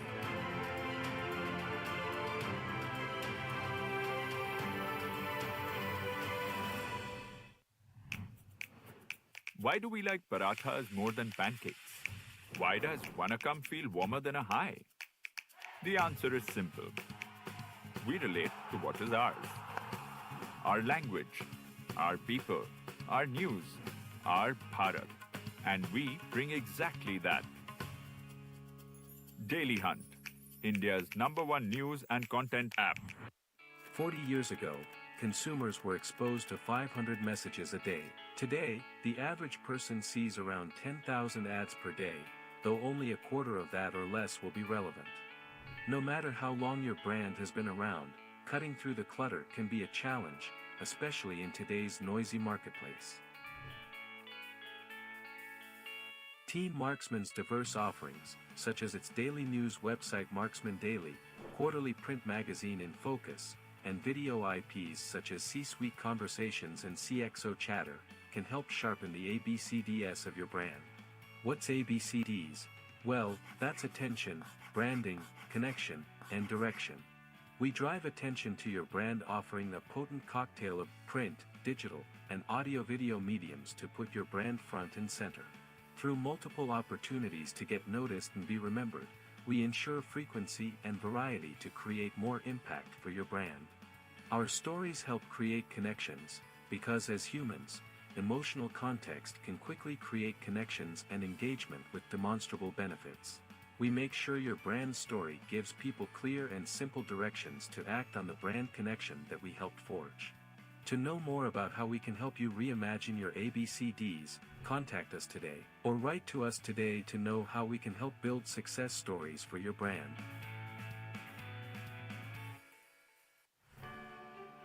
The smallest of ideas can have the biggest impact, changing the world. It can help economies flourish and empower people, serving to accelerate growth. At Team Marksmen, we believe in the power of ideas, bringing together great minds to inspire change that leaves a lasting legacy for this generation and the next. Through diverse industry platforms, we engage with leading minds to delve into the most pressing issues facing industry and society. Our understanding of diverse industries' global and institutional context, their sector dynamics, and macroeconomic environment helps us create solutions that advance industry and the practice of management.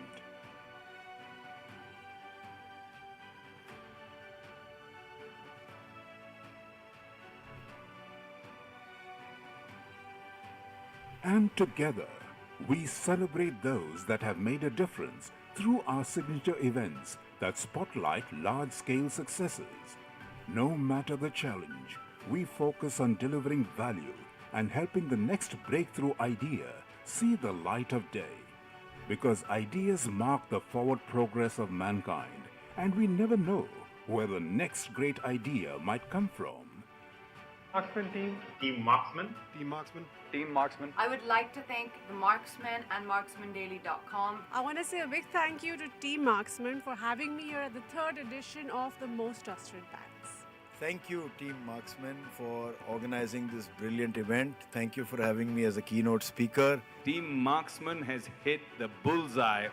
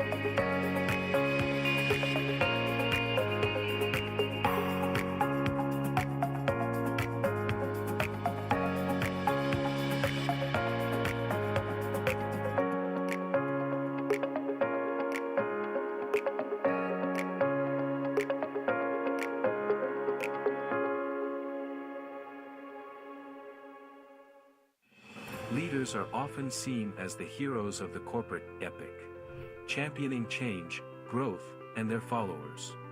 They motivate us to go further and higher than possibly imagined. Great leadership is perhaps the most important competitive advantage a company can have. But how often do we stop to ponder the DNA of great leaders?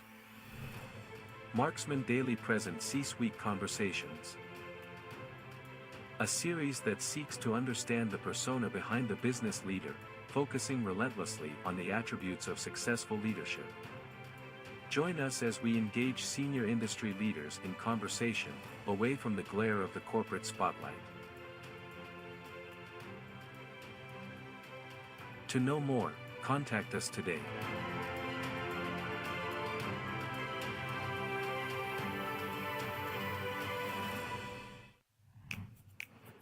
Why do we like parathas more than pancakes?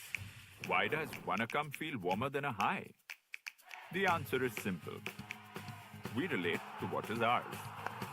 Our language, our people, our news, our Bharat. And we bring exactly that.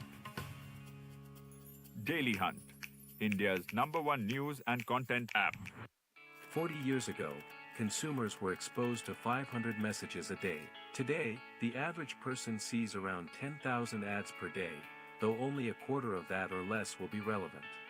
No matter how long your brand has been around, cutting through the clutter can be a challenge, especially in today's noisy marketplace. Team Marksmen's diverse offerings, such as its daily news website Marksmen Daily, quarterly print magazine In Focus, and video IPs such as C-Suite Conversations and CXO Chatter, can help sharpen the ABCDs of your brand. What's ABCDs? Well, that's attention, branding, connection, and direction. We drive attention to your brand, offering a potent cocktail of print, digital, and audio-video mediums to put your brand front and center. Through multiple opportunities to get noticed and be remembered, we ensure frequency and variety to create more impact for your brand. Our stories help create connections, because as humans, emotional context can quickly create connections and engagement with demonstrable benefits. We make sure your brand story gives people clear and simple directions to act on the brand connection that we helped forge. To know more about how we can help you reimagine your ABCDs, contact us today, or write to us today to know how we can help build success stories for your brand.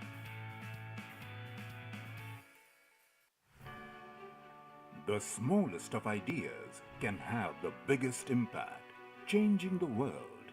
It can help economies flourish and empower people, serving to accelerate growth. At Team Marksmen, we believe in the power of ideas, bringing together great minds to inspire change that leaves a lasting legacy for this generation and the next. Through diverse industry platforms, we engage with leading minds to delve into the most pressing issues facing industry and society. Our understanding of diverse industries' global and institutional context, their sector dynamics, and macroeconomic environment helps us create solutions that advance industry and the practice of management.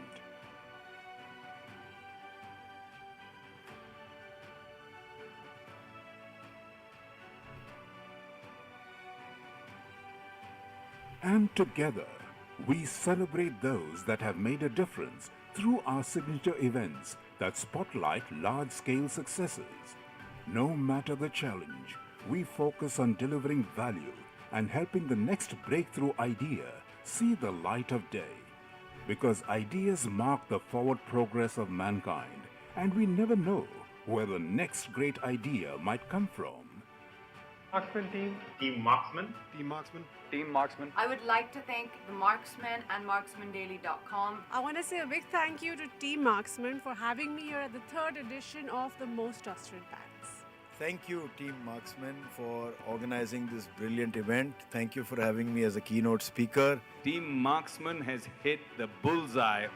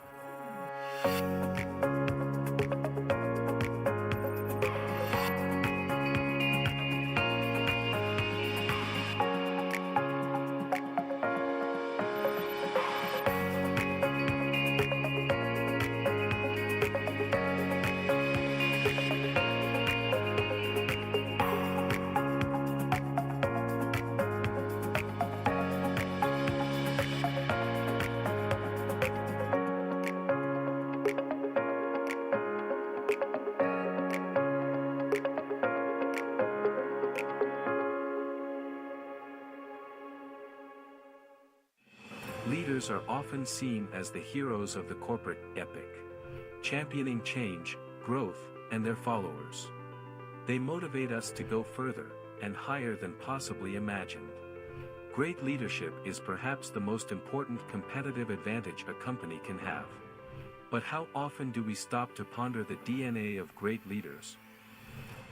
Marksmen Daily presents C-Suite Conversations, a series that seeks to understand the persona behind the business leader, focusing relentlessly on the attributes of successful leadership.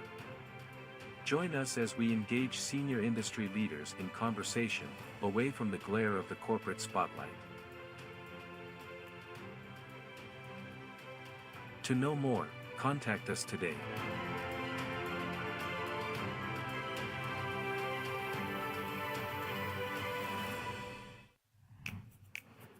Why do we like parathas more than pancakes? Why does Vanakam feel warmer than a high? The answer is simple. We relate to what is ours.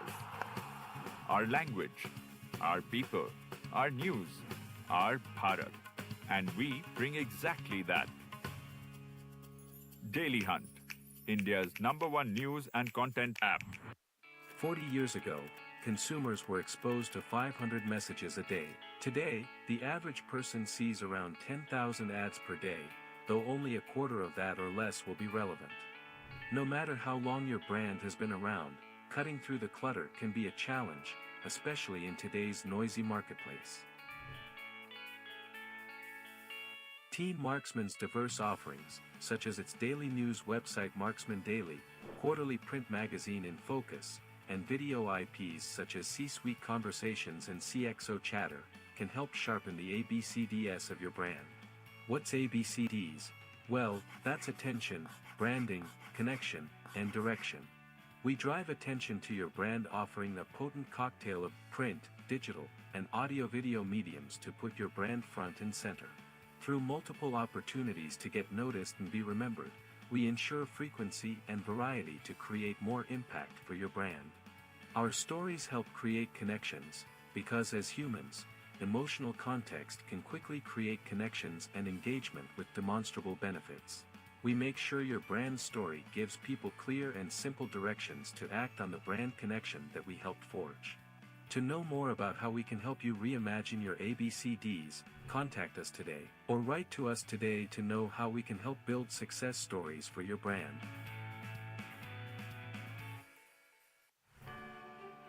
The smallest of ideas can have the biggest impact, changing the world.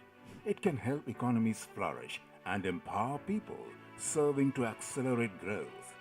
At Team Marksmen, we believe in the power of ideas, bringing together great minds to inspire change that leaves a lasting legacy for this generation and the next. Through diverse industry platforms, we engage with leading minds to delve into the most pressing issues facing industry and society. Our understanding of diverse industries' global and institutional context, their sector dynamics, and macroeconomic environment helps us create solutions that advance industry and the practice of management.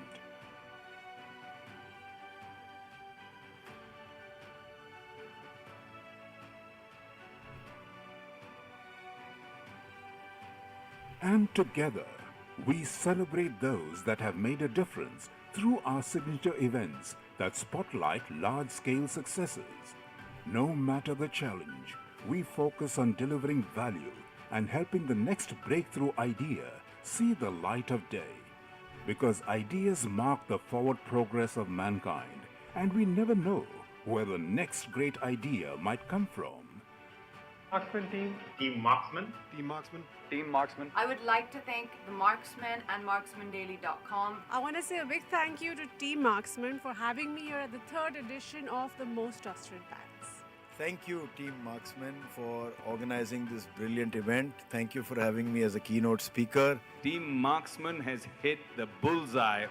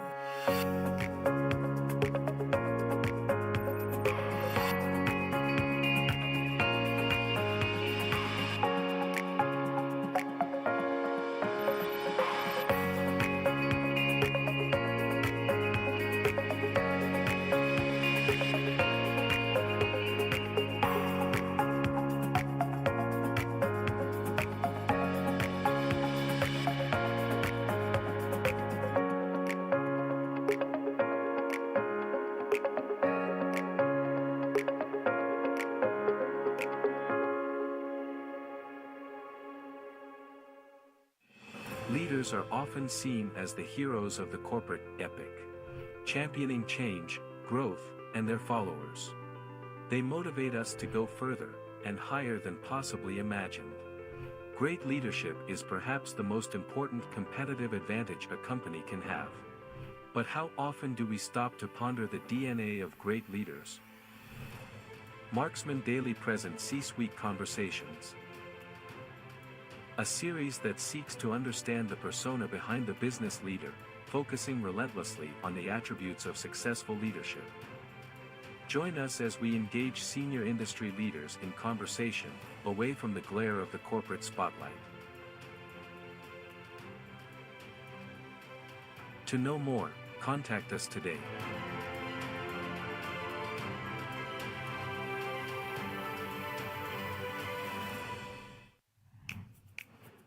Why do we like parathas more than pancakes? Why does Vanakam feel warmer than a high? The answer is simple. We relate to what is ours. Our language, our people, our news, our Bharat. And we bring exactly that. Daily Hunt, India's #1 news and content app. 40 years ago, consumers were exposed to 500 messages a day. Today, the average person sees around 10,000 ads per day, though only a quarter of that or less will be relevant. No matter how long your brand has been around, cutting through the clutter can be a challenge, especially in today's noisy marketplace. Team Marksmen's diverse offerings, such as its daily news website Marksmen Daily, quarterly print magazine In Focus, and video IPs such as C-Suite Conversations and CXO Chatter, can help sharpen the ABCDs of your brand. What's ABCDs? Well, that's attention, branding, connection, and direction. We drive attention to your brand, offering a potent cocktail of print, digital, and audio-video mediums to put your brand front and center. Through multiple opportunities to get noticed and be remembered, we ensure frequency and variety to create more impact for your brand. Our stories help create connections, because as humans, emotional context can quickly create connections and engagement with demonstrable benefits. We make sure your brand story gives people clear and simple directions to act on the brand connection that we helped forge. To know more about how we can help you reimagine your ABCDs, contact us today, or write to us today to know how we can help build success stories for your brand.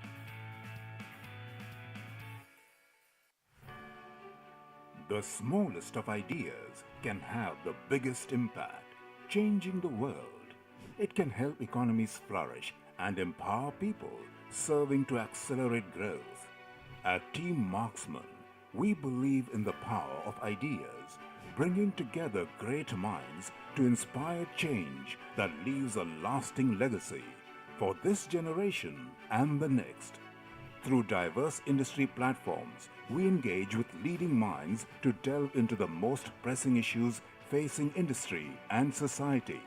Our understanding of diverse industries' global and institutional context, their sector dynamics, and macroeconomic environment helps us create solutions that advance industry and the practice of management.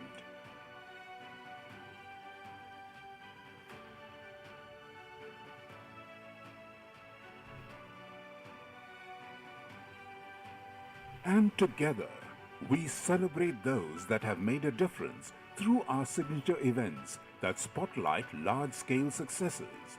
No matter the challenge, we focus on delivering value and helping the next breakthrough idea see the light of day. Because ideas mark the forward progress of mankind, and we never know where the next great idea might come from.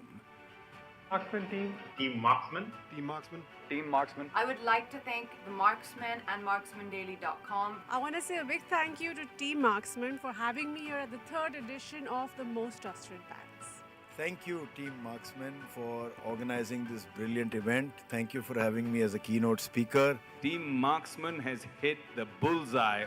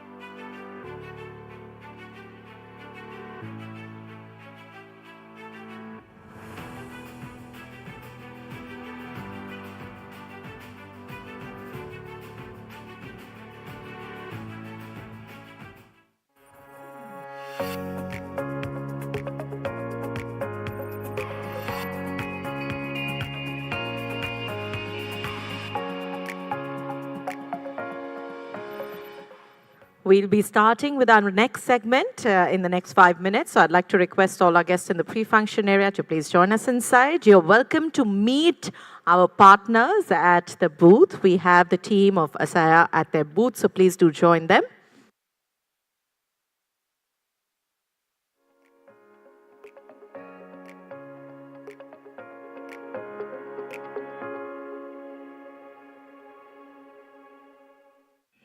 Leaders are often seen as the heroes of the corporate epic, championing change, growth, and their followers. They motivate us to go further and higher than possibly imagined. Great leadership is perhaps the most important competitive advantage a company can have. But how often do we stop to ponder the DNA of great leaders? Marksmen Daily presents C-Suite Conversations, a series that seeks to understand the persona behind the business leader, focusing relentlessly on the attributes of successful leadership. Join us as we engage senior industry leaders in conversation, away from the glare of the corporate spotlight.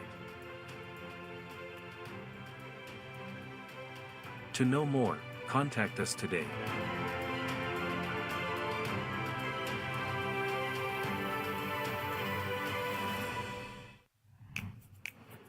Why do we like parathas more than pancakes? Why does Vanakam feel warmer than a hive? The answer is simple. We relate to what is ours. Our language, our people, our news, our Bharat. And we bring exactly that. India's #1 news and content app. 40 years ago, consumers were exposed to 500 messages a day. Today, the average person sees around 10,000 ads per day, though only a quarter of that or less will be relevant. No matter how long your brand has been around, cutting through the clutter can be a challenge, especially in today's noisy marketplace. Team Marksmen's diverse offerings, such as its daily news website Marksmen Daily, quarterly print magazine In Focus, and video IPs such as C-Suite Conversations and CXO Chatter, can help sharpen the ABCDs of your brand. What's ABCDs? Well, that's attention, branding, connection, and direction. We drive attention to your brand, offering a potent cocktail of print, digital, and audio-video mediums to put your brand front and center. Through multiple opportunities.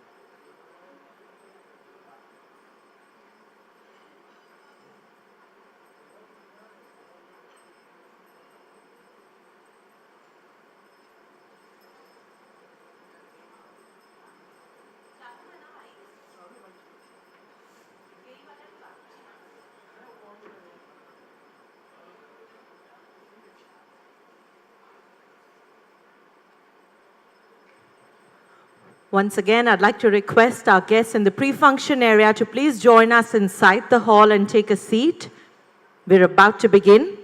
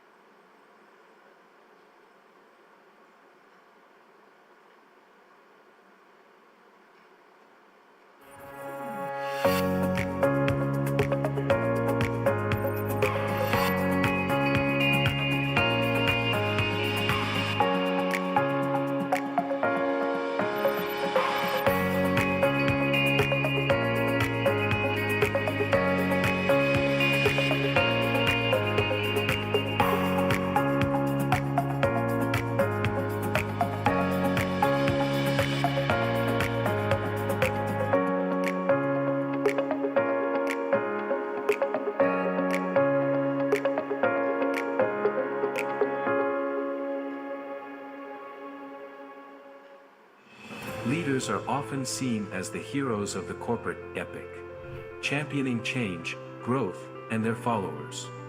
They motivate us to go further and higher than possibly imagined.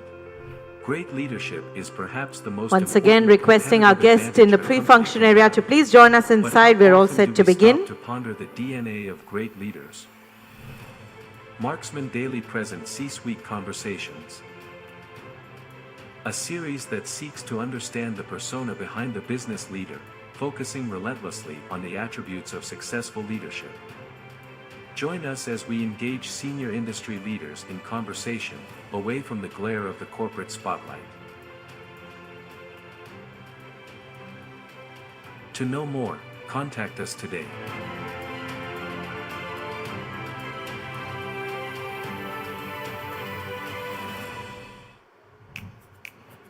Why do we like parathas more than pancakes? Why does Vanakam feel warmer than a high? The answer is simple. We relate to what is ours. Our language, our people, our news, our Bharat. And we bring exactly that. Daily Hunt, India's #1 news and content app. 40 years ago, consumers were exposed to 500 messages a day. Today, the average person sees around 10,000 ads per day, though only a quarter of that or less will be relevant. No matter how long your brand has been around, cutting through the clutter can be a challenge, especially in today's noisy marketplace.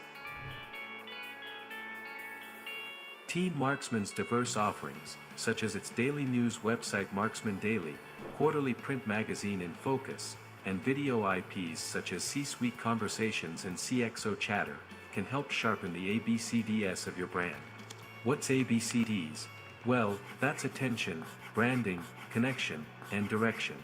We drive attention to your brand offering a potent cocktail of print, digital, and audio-video mediums to put your brand front and center. Through multiple opportunities to get noticed and be remembered, we ensure frequency and variety to create more impact for your brand. Our stories help create connections, because as humans, emotional context can quickly create connections and engagement with demonstrable benefits. We make sure your brand story gives people clear and simple directions to act on the brand connection that we helped forge. To know more about how we can help you reimagine your ABCDs, contact us today, or write to us today to know how we can help build success stories for your brand.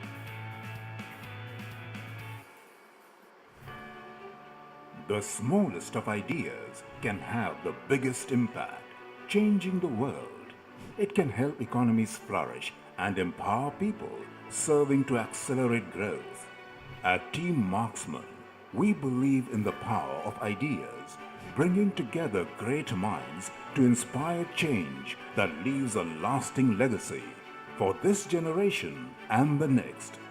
Through diverse industry platforms, we engage with leading minds to delve into the most pressing issues facing industry and society. Our understanding of diverse industries' global and institutional context, their sector dynamics, and macroeconomic environment helps us create solutions that advance industry and the practice of management.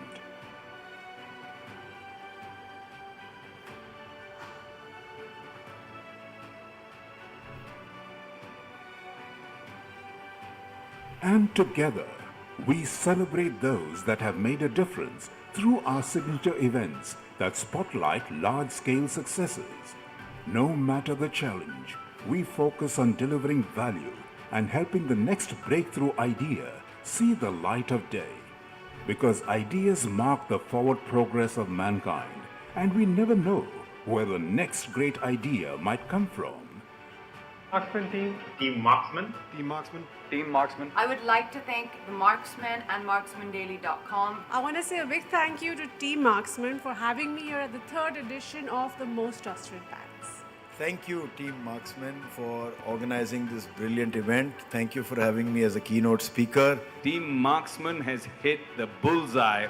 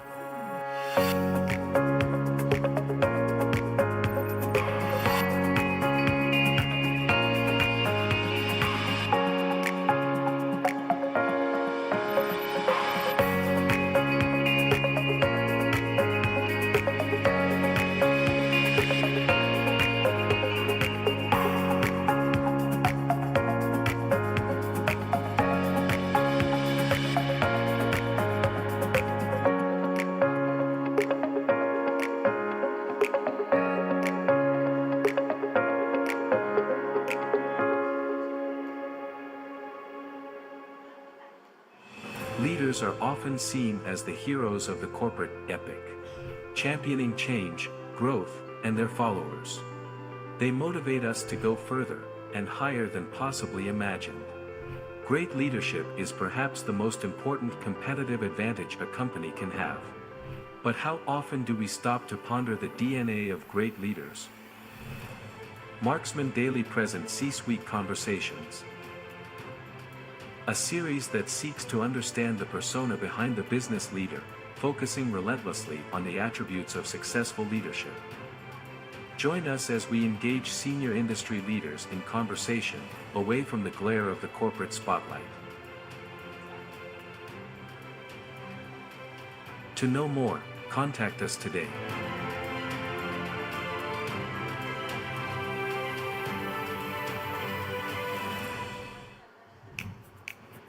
Why do we like parathas more than pancakes?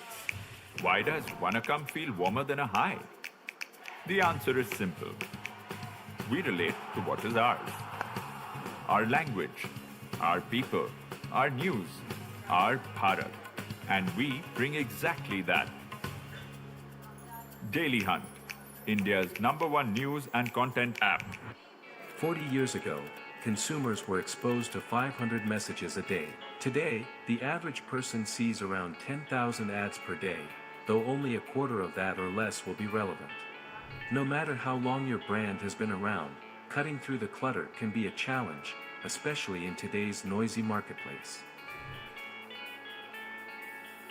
Team Marksmen's diverse offerings, such as its daily news website Marksmen Daily, quarterly print magazine In Focus, and video IPs such as C-Suite Conversations and CXO Chatter, can help sharpen the ABCDs of your brand. What's ABCDs? Well, that's attention, branding, connection, and direction. We drive attention to your brand, offering a potent cocktail of print, digital, and audio-video mediums to put your brand front and center. Through multiple opportunities to get noticed and be remembered, we ensure frequency and variety to create more impact for your brand. Our stories help create connections, because as humans, emotional context can quickly create connections and engagement with demonstrable benefits. We make sure your brand story gives people clear and simple directions to act on the brand connection that we helped forge. To know more about how we can help you reimagine your ABCDs, contact us today, or write to us today to know how we can help build success stories for your brand.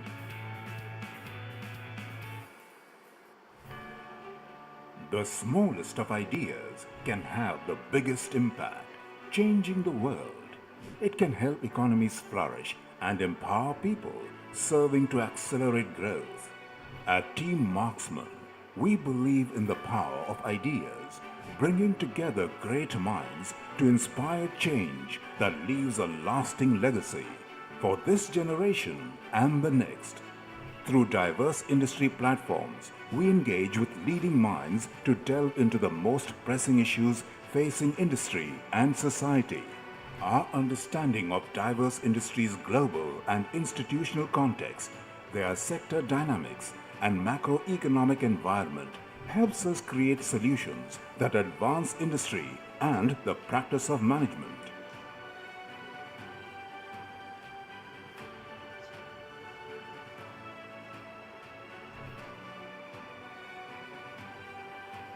And together, we celebrate those that have made a difference through our signature events that spotlight large-scale successes. No matter the challenge, we focus on delivering value and helping the next breakthrough idea see the light of day. Because ideas mark the forward progress of mankind, and we never know where the next great idea might come from.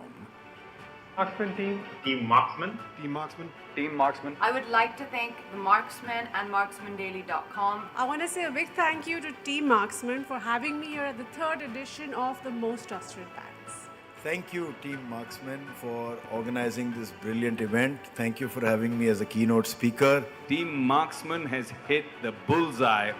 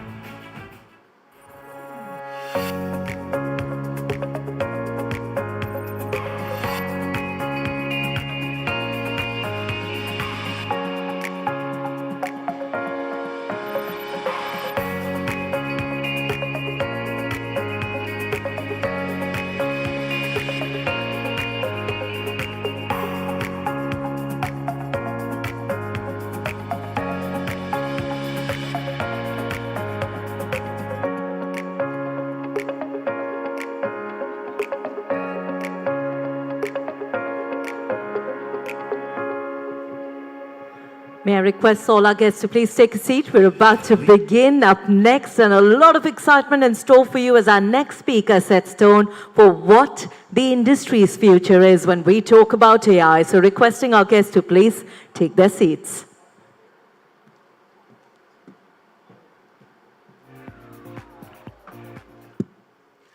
Let me once again extend a very, very warm welcome to each of you, and thank you so very much for joining us. I'm sure you all enjoyed the lunch and networking with industry peers. But more than that, I think what really does give us a moment to exchange some fantastic ideas with each other right here as we take on this fantastic journey of BFSI Transformation Leaders Conclave forward. This also does give us an opportunity to ignite what the future innovation look like, especially when we talk about this particular segment. You know, everybody today is talking about artificial intelligence. Everybody is in that dilemma of whether or not it works for their industry. Interestingly enough, our next speaker is going to touch upon just that. Yes, indeed, we now bring to you a thought leadership session on navigating the AI dilemma, key considerations for AI integration in BFSI segment and platform. So may I request all of you to please put your hands together as I now welcome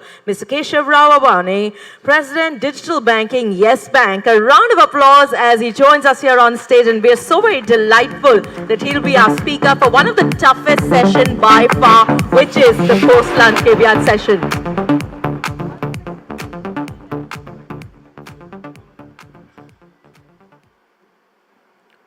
Am I audible? Good afternoon, everyone. So, in the beginning, there was nothing, and then there was a glimmer of intelligence. With a little bit of learning, or too much of learning, it grew. So now what I want from each one of you is to raise your left hand. I say again, raise your left hand if you heard of these two alphabets. Okay, keep your left hand up. Raise your right hand if you heard of this. This affirms two things. One, none of you are in food coma after the lunch. Second, you are enthusiastic about the two keywords, the buzzwords which are there in the industry right now. So, here we are trying to answer the question which is primarily called the AI dilemma. Does AI really bring in value addition into your platforms? Is it necessary? Do you need it? Is the question. Fundamentally what happens is evolution is mandatory. You cannot escape it. You either adapt or adopt to it, or you perish. And AI is portrayed as one such evolution in the industry right now, where it will start changing and penetrating into each of your infrastructures and applications. And you will start figuring out whether you will have to really dive right now, or you wait, observe, and dive into it a little later. And that's where the dilemma starts, because you start churning data, you start creating models, and each one of them will be embedded into multiple applications, multiple models, and multiple outcomes are derived, and each one costs. Keeping your customer acquisition cost as a constant, as well as your managing costs as a constant, it will be a challenging segment for us to penetrate AI into each and every application into in our BFSI segment.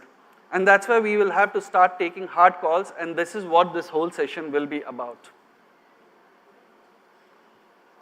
Fundamentally, if you lay out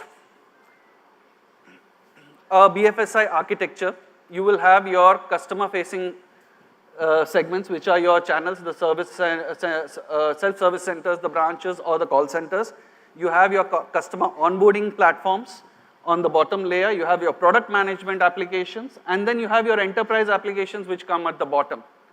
And when you look at each one of them, you know that each of these applications either are functioning in two levels right now.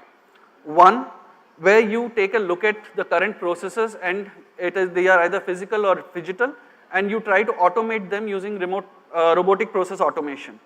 The second one is you build applications on top of it to make your life easy and make these automated through business rule engines or decisioning engines. Now, how do you put AI on top of it? Because AI is spread across on multiple layers. It's not just about taking a decision. You have contextual AI, you have conversational AI, you have generative AI, you have multiple layers of AI which are there. To name a few, you have language, natural language processing, you have conversational bots, you have image and face and video processing engines, you have character, symbol and signature recognitions, you have recommendation engine, decisioning engines and anomaly detectors. Now, how do you overlay on your current architecture? Because each one of your applications will start utilizing multiple AI functionalities. And when a partner, vendor, or your contractors come in place, they will start positioning AI as a one-stop and one-stop arrangement or a kind of a ekatra sarvatra rog nivaran kind of thing. One pill heals everything. You can't fall for that trap, and you'll have to start figuring out which applications and which kind of AIs makes sense for your organization. And that's where your dilemma starts building, because you need to start taking decisions before you are too late into the market. What are the 4 kinds of hesitations? One, we have data in silos. Most of the data in our industry are in legacy applications spread across in BFSI segment. Then you have regulators breathing down your neck. You can't shy away from that. You have too late kind of or too slow kind of an attitude in your organization, which is why you are too hesitant. And the fourth one is, how do you navigate it without breaking the ground or without creating a disruption in your organization? Yet most of the organizations are taking the dive. The reason being, if you don't do it, somebody else will do it. It's a dog-eat-dog world, a fish-eat-fish world rather, and somebody else will eventually be the first newcomer in the industry who will do it and are successful. The second leg is you want to spread your wings with respect to customer demographics or the customer experience. And the third is you want to generate additional revenue. And this is a fine balance which I think you will have to start figuring out how you will bring about in your industry or in your organization. So the way to do it is you figure out how many use cases are there for your segment or your organization, and you list down all of them. I will try to give you one way of doing it. You may actually extrapolate it into multiple other ways of figuring out how to penetrate AI into your organization. You name across all the use cases that are there in your industry or your organization that may be relevant, or rather in the industry first. And then you figure out whether you will need a behavioral biometric, you will need kind of a location intelligence applications, or you need a churn predictions, or you need predictive analytics on credit bureau scorings. All of those elements you start taking a note. And one of my favorite is the KYC. How many of you are aware of KYC? Kill your customer with paperwork. And we need to automate that. That's where all the use cases, if you can collate all the use cases, that's where you have an understanding of where the industry is moving towards. The next is you figure out what is your need versus what is feasible. And then you create a matrix around it. You have emerging trends on the bottom, you have established trends on the top, and then you have a segment where you say you need maturity and you have tech maturity on the bottom. And you lay out all your use cases with respect to your partners where they lie. Once you have this, you know how the industry is laid out and what are the quick kills and what are your long-term plans that you can chalk out. Once you have these in place, this will give you a landscape as to how you will navigate future. The next step is, depending on where your organization is, pick your AI strategy.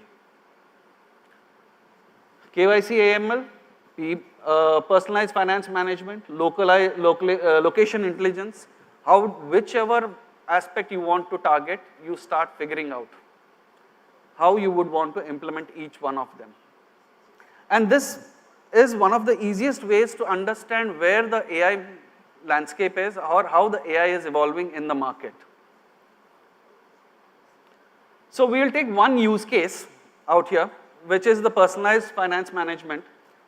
What we've, one of a few partners, what they have done is they've taken a transaction monitoring as a use case. And what they have done is they've churned all the data that we provided to them and gave out a regular kind of a understanding of how the spend patterns of the customer is.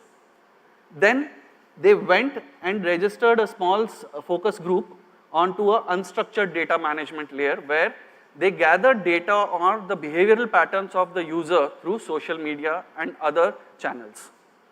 Now we have a spend pattern, we have a mindset or a psychometric analytics which comes through that.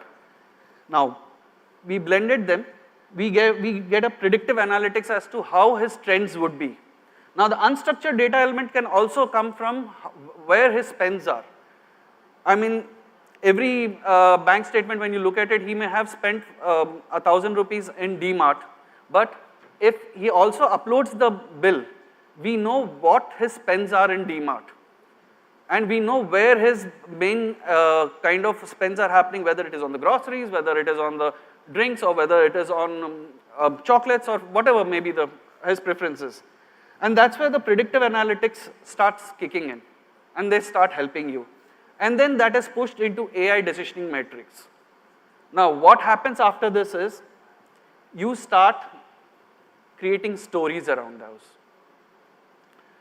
In this case, if you look at it, the application now starts giving forecasts, saying your grocery bills may increase by 1,000 rupees this month because of X, Y, and Z changes in the DMart's policies or the costs. And that's one thing you may have to start looking at, which may turn into an advice. We see that you have been eating a lot outside in the restaurant. Your restaurant bills are coming up in an XYZ level scale. You can start curtailing them. Moving ahead, you also start giving them, empowering the application, stating why don't you save 1,000 rupees so that it helps you to curb whatever kind of deficits that you may have in the coming months. And that's where I think all of these applications and the AI models will start dovetailing and coming together.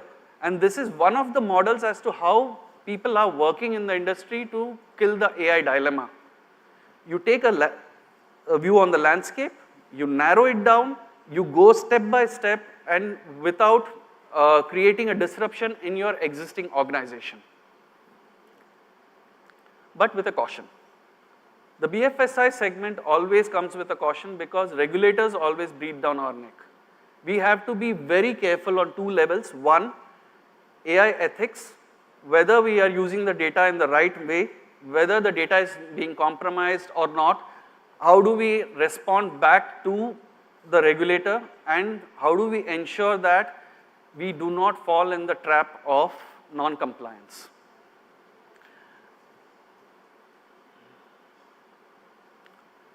So with that, I take a pause. Any questions?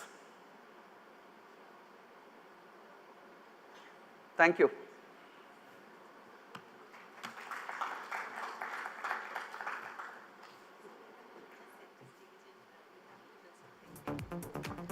Firstly, thank you so very much for making sure, Mr. Ravani, that we have such a spectacular session after lunch. You definitely got a lot of energy, all thanks to our audience here, to that interaction. So thank you so very much for that. And to thank you for your presence, may I please request all of you to extend a very warm welcome as I invite Mr. Akash Tiwari to join us on stage and present you with a token of our appreciation. I did promise all my guests that we have a lot of excitement prizes for you. All you've got to do is head to your social media accounts. Make sure that you click some pictures, some videos, post them on your social media platforms. It can be Twitter, Facebook, Instagram. Do remember to tag us. And if your posts are engaging enough, we have some fantastic goodies coming your way. Please do allow us a moment as we set the stage up for our next segment. We will now be talking about our next panel discussion, which is going to be a very, very engaging session, as our panelists will be touching upon advancing with innovation technology strategies for NBFC's growth trajectory. And while we discuss all of this and more, I want to know how many of you here have team members who believe today that with technology advancements, you can add a lot of value to your segment. May I see a raise of hands? How many of you believe that? How many of you believe that our industry today is changing and you want to change with it, be open to evolving with them? Let's see a raise of hands. Okay, how many of you enjoyed the session that we held prior to introducing this segment? How many of you enjoyed the session? Fantastic. So I'm going to take an alert test, see how many of you are actually wide awake after that wonderful lunch break where we got to interact with you all. So this is a very interesting way for me to look forward to, and I have a gift for whoever gives me the right answer, okay? The first person here who has a visiting card of any of the members from Team Marksmen. You've probably met them around. Any one person? Can I see those cards up, please? Let's take a moment and see those cards up.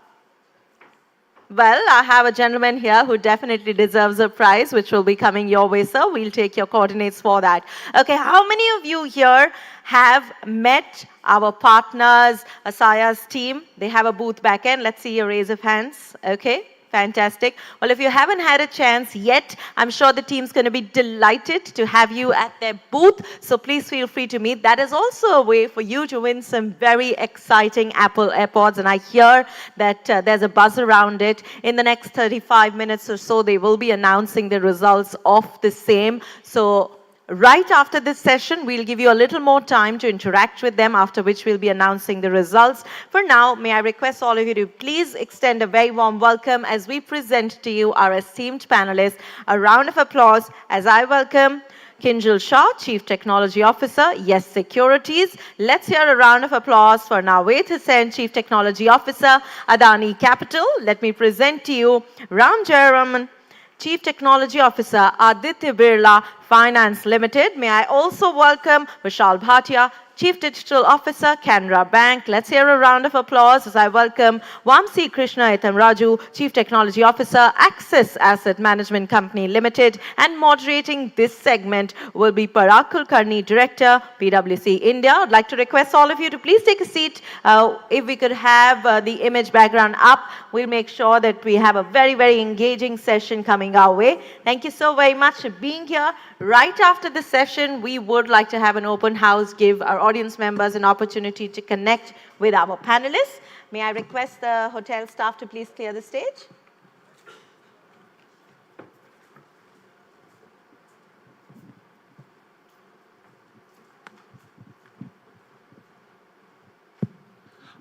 Thank you very much, the team, and good afternoon, everyone. I am Parag Kulkarni, part of the PwC advisory team, FS advisory team, and we have a panel of delegates here. I would request maybe if each of you introduce yourself, sir, please. Hello. So this is Kinjal Shah. I am the CTO at Yes Securities. Hi, I'm Nawed Hussain. I'm the CTO of Adani Capital.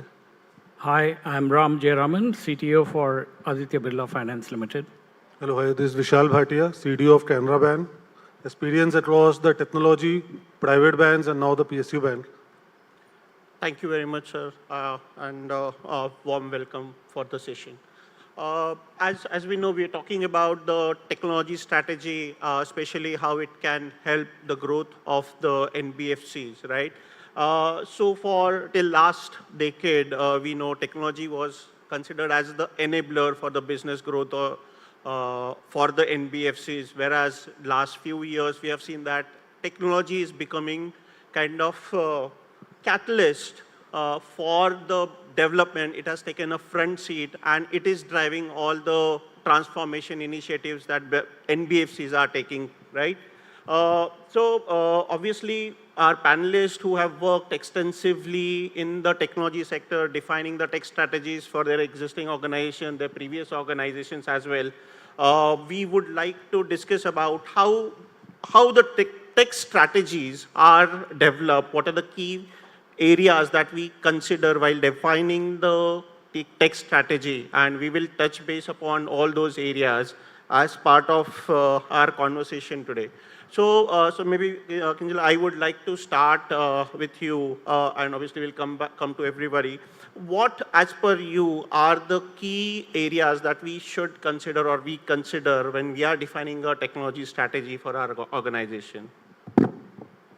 So I think today there would be a mobile-first strategy, because as far as NBFCs is concerned, you are trying to reach tier 2, tier 3 cities where people have different devices. The internet is good enough, but at patches it may be shaky. So you need to have a robust system which can be user-friendly, but also strong enough to handle different kind of disruptions and also provide the service that you have. I think ease of use has become even more important these days, because now you're trying to reach a crowd who's very new to these activities. Right, right. Mr. Ram, do you have any thoughts around the same? Yeah, see, any cornerstone of a technology strategy will have two things, right? One is, do we have the tools and platforms in place? And secondly, do we have the processes to manage, these tools and platforms? When I talk about tools and platforms, it's about, do we have the digital tools and platforms that can service all types of channels, right? Be it self-service, assisted, or distribution-led, right? The second aspect is, do we have the architecture in place that will enable us to seamlessly partner with ecosystem players, because they are important in the scheme of things, where they help us with not just growth, but also in risk mitigation and management, right? And the second aspect is the tools and processes. And before that, right, data engineering, data analytics, all of those have to be in place. So when I start, devising a strategy, like I have done with my, it's been about 7 months, right?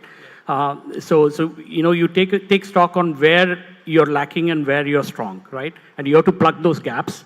And then, data engineering is a key aspect. AI, ML, of course, all of those things, right? Do we have the capabilities in all these areas? And of course, the processes, right? With regard to change management, application monitoring, InfoSec, each of these will be, cornerstones of a strategy, right? So you'll have to detail out, where all of these areas have to be. So that will be my answer. Great. Yeah, obviously there are various aspects that we need to consider. Now, if I may ask you, right, there are emerging technologies like we just heard from Mr. Keshav about AI, there is ML, Gen AI, we have data analytics and all.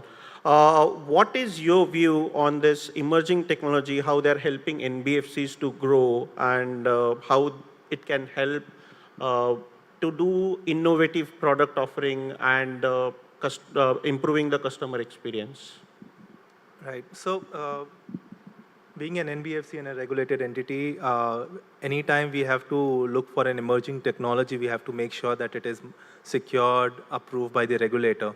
One of the emerging technology, which is not so emerging, we are using it in our business, is the AI models. We have been using the ML models, which is used for OCRing to identify if there is any document which is fraud.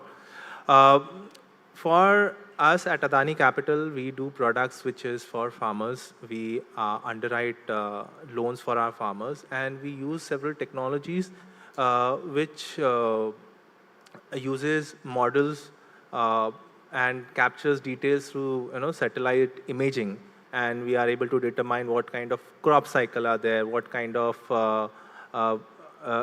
farm growth will happen, and basis that we are able to evaluate what kind of yield a farmer will have and what kind of loans we can give them.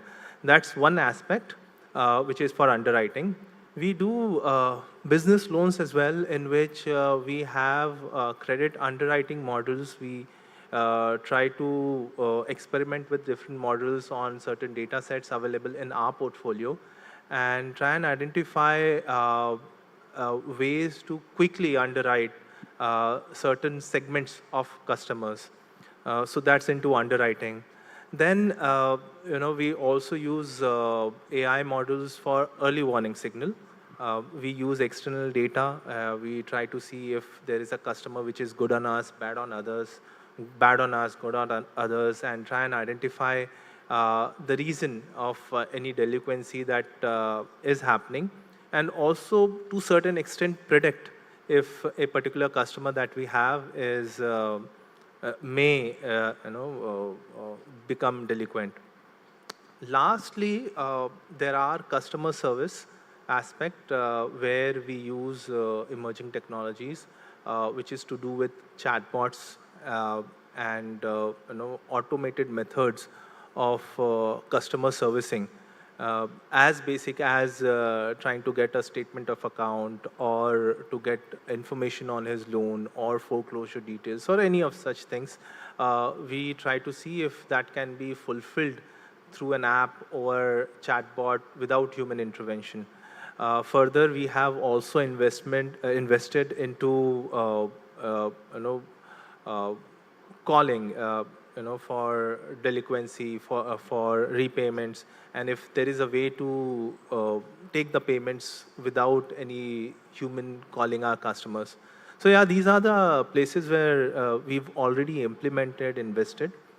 Coming to Gen AI, I think it is still new for NBFCs, but I feel there will be a lot of scope of improvement in terms of customer service only, which means that the ability to go through our technology stack, see what are the services that a customer may need, try to recommend upsell. These are the factors that we can think of. Absolutely, absolutely. Sir, I would like to hear your view as well, and obviously you can bring in your banking experience as well, how these technologies are enabling or are impacting the strategies for the technology. See, as a Canara Bank, we have blessed with 11 crore customers, which is a mix of Bharat and India. When I just add on the strategy part, so we have a 5-year roadmap strategy which is there, where every yearly we update the strategy. We see all the customer segments which are there of retail, MSME, SME, corporate, considering what they need, as per the compliance angle, where we are lacking, how we have to improve it. What is digital, what is STP there or not there yet, which is in the journey, and then plan the digital quotient where we are there and how to improve it. As of now, still 5 lakh people are still coming to the branches. So main focus is Bharat is still not digitally done other than the QR code. Still many customers are still coming to the branches to do the NEFT fund transfer or deposit. Maybe the awareness issue or the training issue, but that is there. That is the ground reality which is there. So our focus is firstly those Bharat customers, how to bring them into the digital quotient. Because unless until that happens, the Bharat will not come to the digital like urban is there. And that only will help us in do it yourself, or from their home or their offices, they can do the activity. What we are doing for the merchant is, we are building a reusable, simple solutions for them to use the digital product offering in the POS or in the terms of the payment gateway and all, so that they will be able to offer their customers multiple ways. Like recently we have launched the UPI 123 for archaeological, where the customer who does not have a smartphone, has a feature phone. If he has to put ticket, why he should stand in the queue? Why not he call and then get the archaeological part done? So there are 3 things what we are working mostly is on the activation of our customers who are there, how to bring them to the digital part. Another is how to acquire more and more customers by giving easy, reusable solutions across India. Third part is digital partnership to increase where the customer is going, how to bring our brand there and partner with those digital partners. Now, especially on the AI part, we have a dedicated team. We have 50 plus AI ML models which are there. So we are able to check if any of our customer is applying loan any other bank, we immediately get the alert, which helps us to ensure that the revenue leakage should not happen. That is our focus. Second is on the fraud. We have put in a lot of rules on the mule account, which is there a lot. how we know that these are the mule account where all this is happening. Third is, as a bank, we ensure that the pre-approved credit card or pre-approved loan we offer, where the customer has a credit history, which helps us, these analytic tools helps us in doing that. On the GenAI, what case we are building now is, we have 10,000 plus branches. So each of the branch where the pin codes are there, around to that 3-kilometer area with the Rural and Microsoft partnering with us, we are finding each of the merchants, each of the school, universities, colleges, all those which are there near to that, where we can offer as a source or a lead and offer them our solution. That is what we are focusing, so that we can work with those establishments and partner and give them that solution. Because physically it is not possible to approach all these places. Second, what we are doing is we have taken all the circulars, all our products, all our features, and put on the bot. Where any query is there, the customer can come and ask the query, and he'll get the answer. Otherwise, it's very difficult to drag and then find out what is there. These are the two cases in addition to what you mentioned on the customer service. These are the two unique cases which is helping us to use GenAI and able to give easy solution to our customers. Thank you very much for your view, Vishal. Kinjal, one question for you. See, we have so many emerging technologies coming up, impacting our technology strategy as well. What do you see are the challenges that banks and BFCs do face while adopting these technology or implementing these technologies for the innovation and how it impacts their tech strategy as well? So I think when you are taking a technology, there is a margin of error and some amount of learning and experimentation is involved. But by default, from a regulation point of view, there is no such allowance. So that I think is the biggest thing. So it's like, you know, how Google came out the first day. For several years, they were in beta. They never said that we are perfect. But what happens is when a customer gets onboarded, we start a 7-year cycle. I have to store his data, whether he continues his journey with us or no. I have to preserve his data and everything related to, as per regulation, with me. So with emerging technologies, if I'm doing something, right, I have to also look at the cost of it, because it's not like I'll plug and play, do some experiment and declare it as not useful and finish it off. I have to still store all that data. Plus, for a lot of the information that we are gathering, I think with the DPDP Act and Data Privacy Act, I also have to take customer consent. So it has all started with the cookies, but now it is going into in more detail, like what kind of customer data I can gather. Then there is also some amount of gray area in terms of regulation on whether I can work on the aggregate data.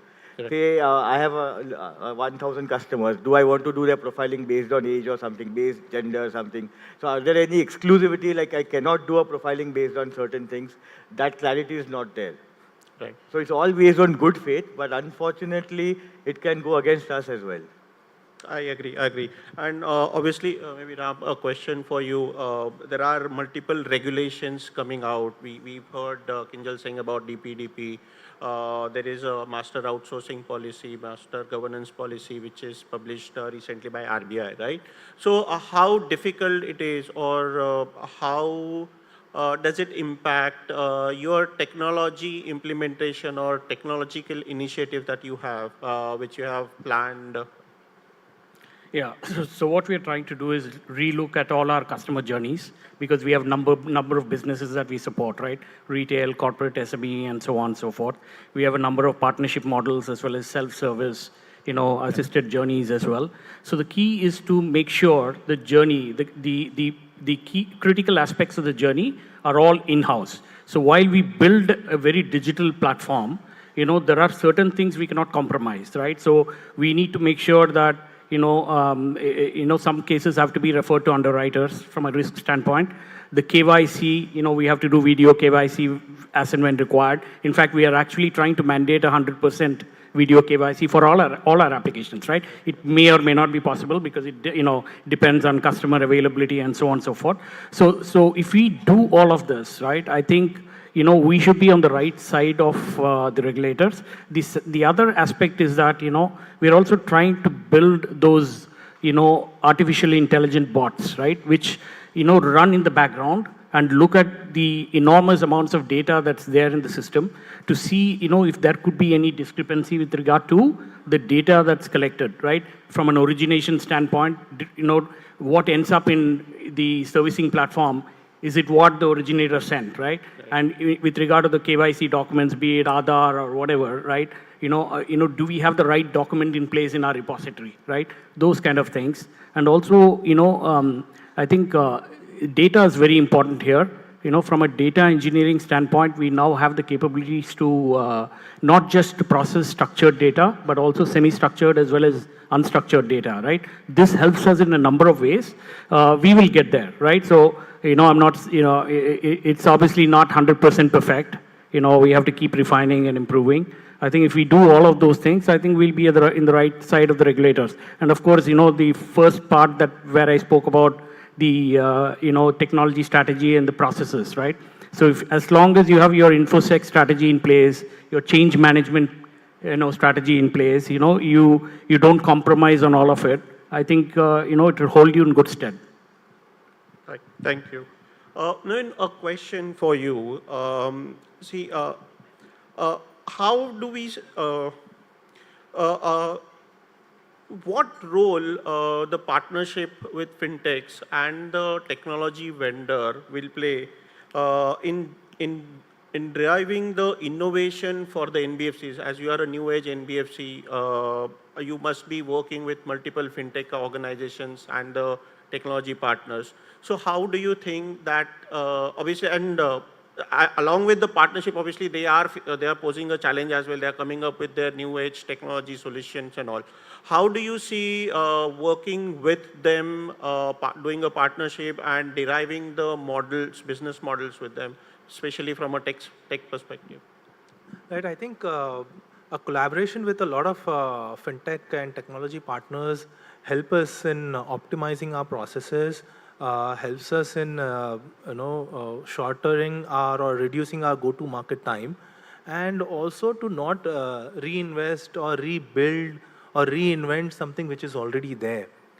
For example, there are several models or MI models which is already available. There are several data sets which is already available in the market. I'll start with account aggregation. One of the methods where we should not be rebuilding or reinventing. There is GST analysis that we do. So we do not we do not build our own model to determine or represent the data. We use collaboration, we use multiple partnerships, be it for e-signature or even to do things as basic as OCR. The partners definitely help us get things done quicker, much more refined and of top class, because it is also used by others. Now, these are something which is to do with an application. Coming to something which is more from a security layer, there's again services and partnerships that we leverage from fintech, to identify threat, to identify the correctness of document, to identify if a customer is of right value. So the partnership actually makes sure that not just our NBFC, but all NBFCs are able to leverage solutions which is there, and we are able to focus on things which will make us unique. I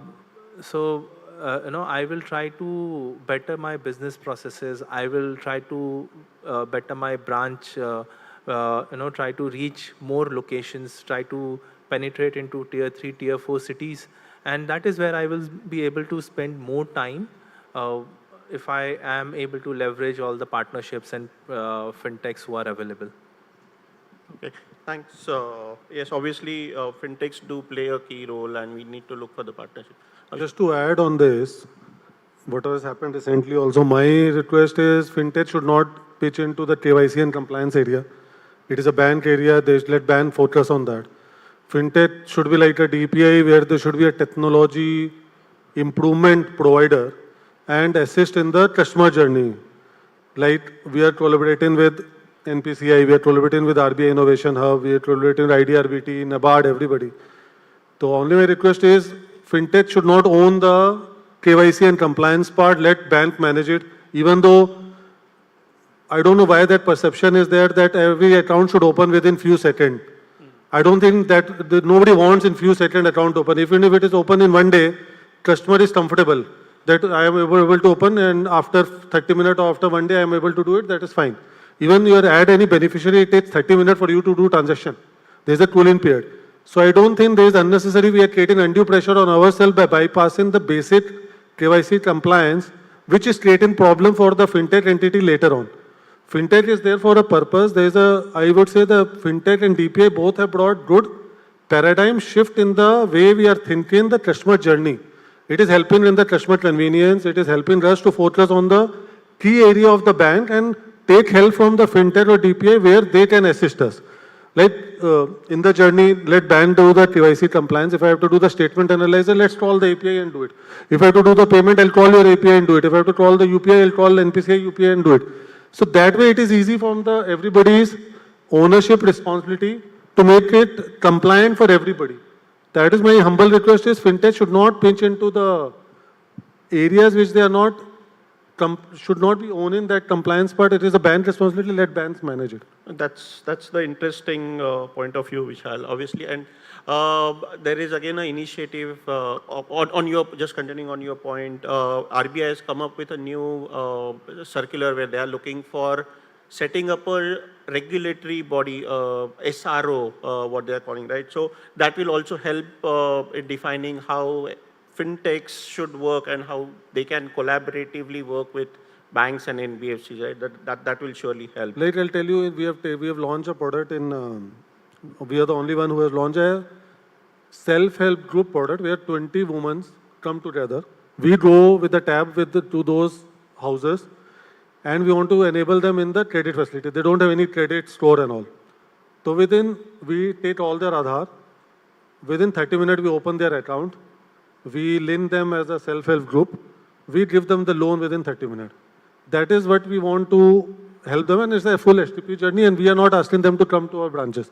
We are going to the customer place and doing it.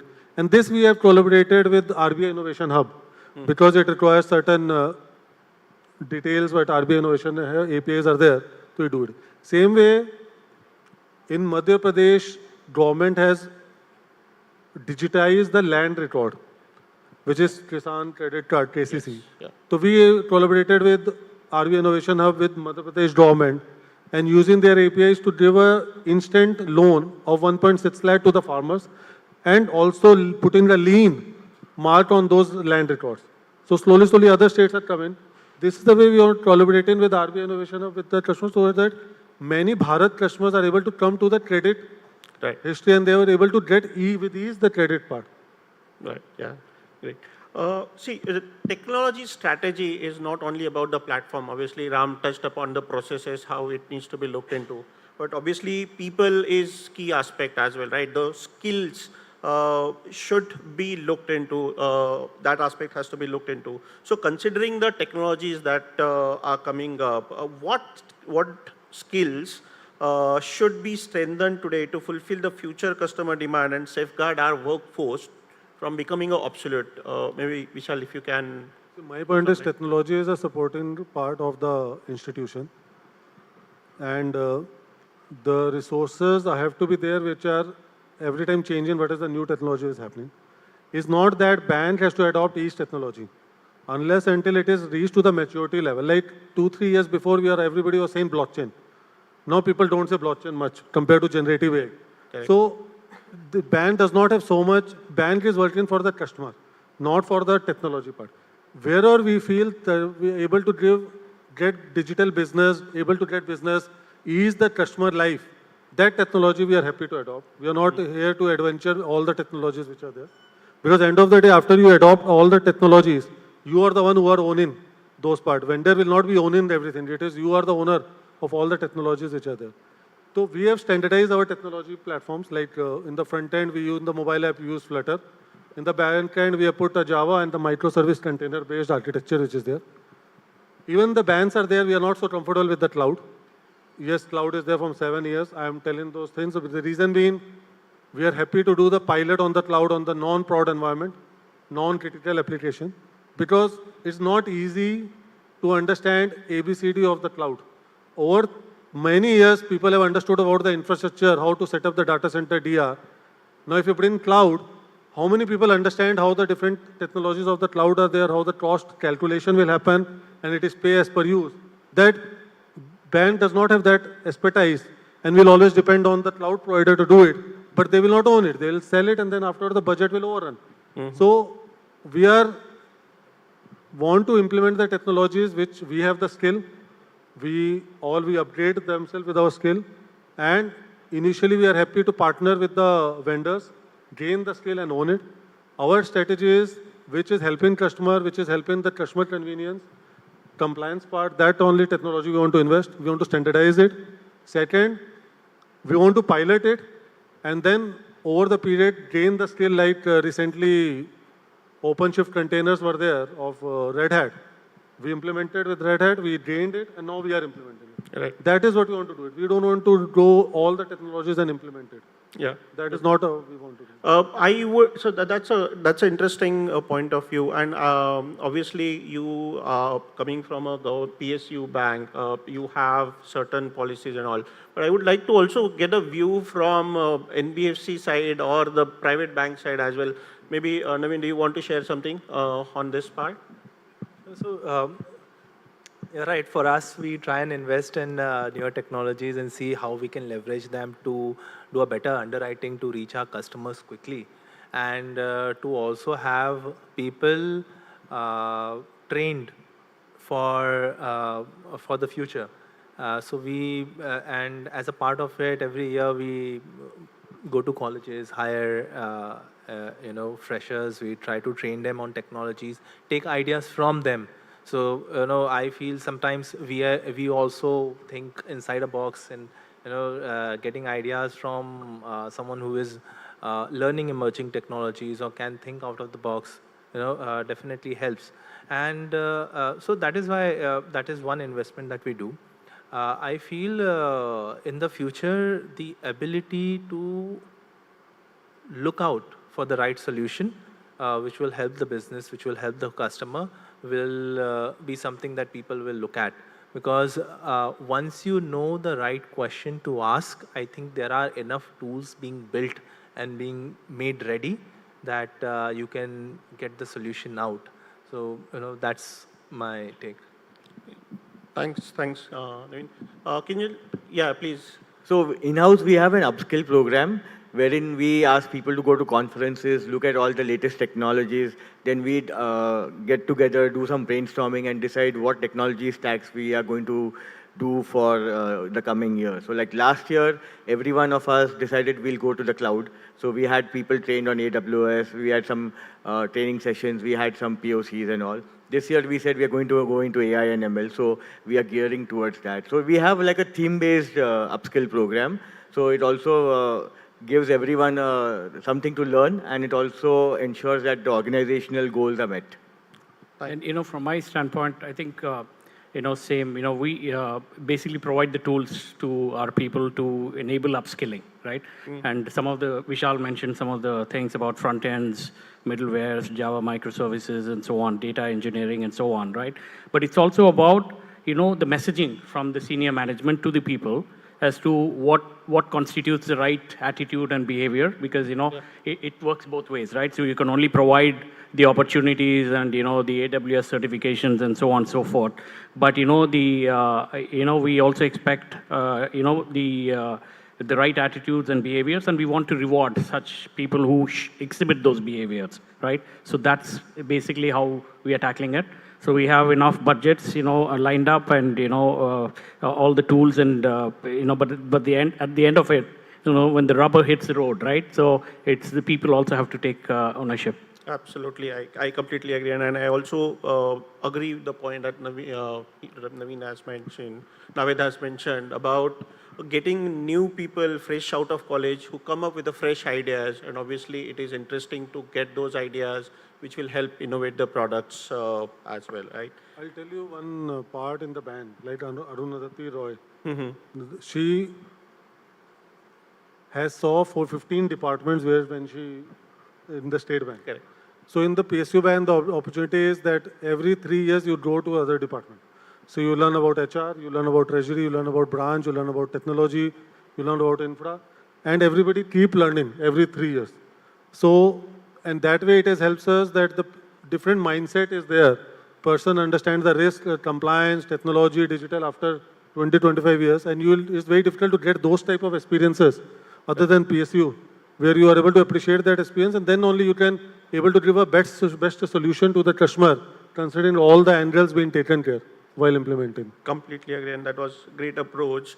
And obviously that will also motivate our team and help them identify what they like and where they want to excel as well. Absolutely great approach.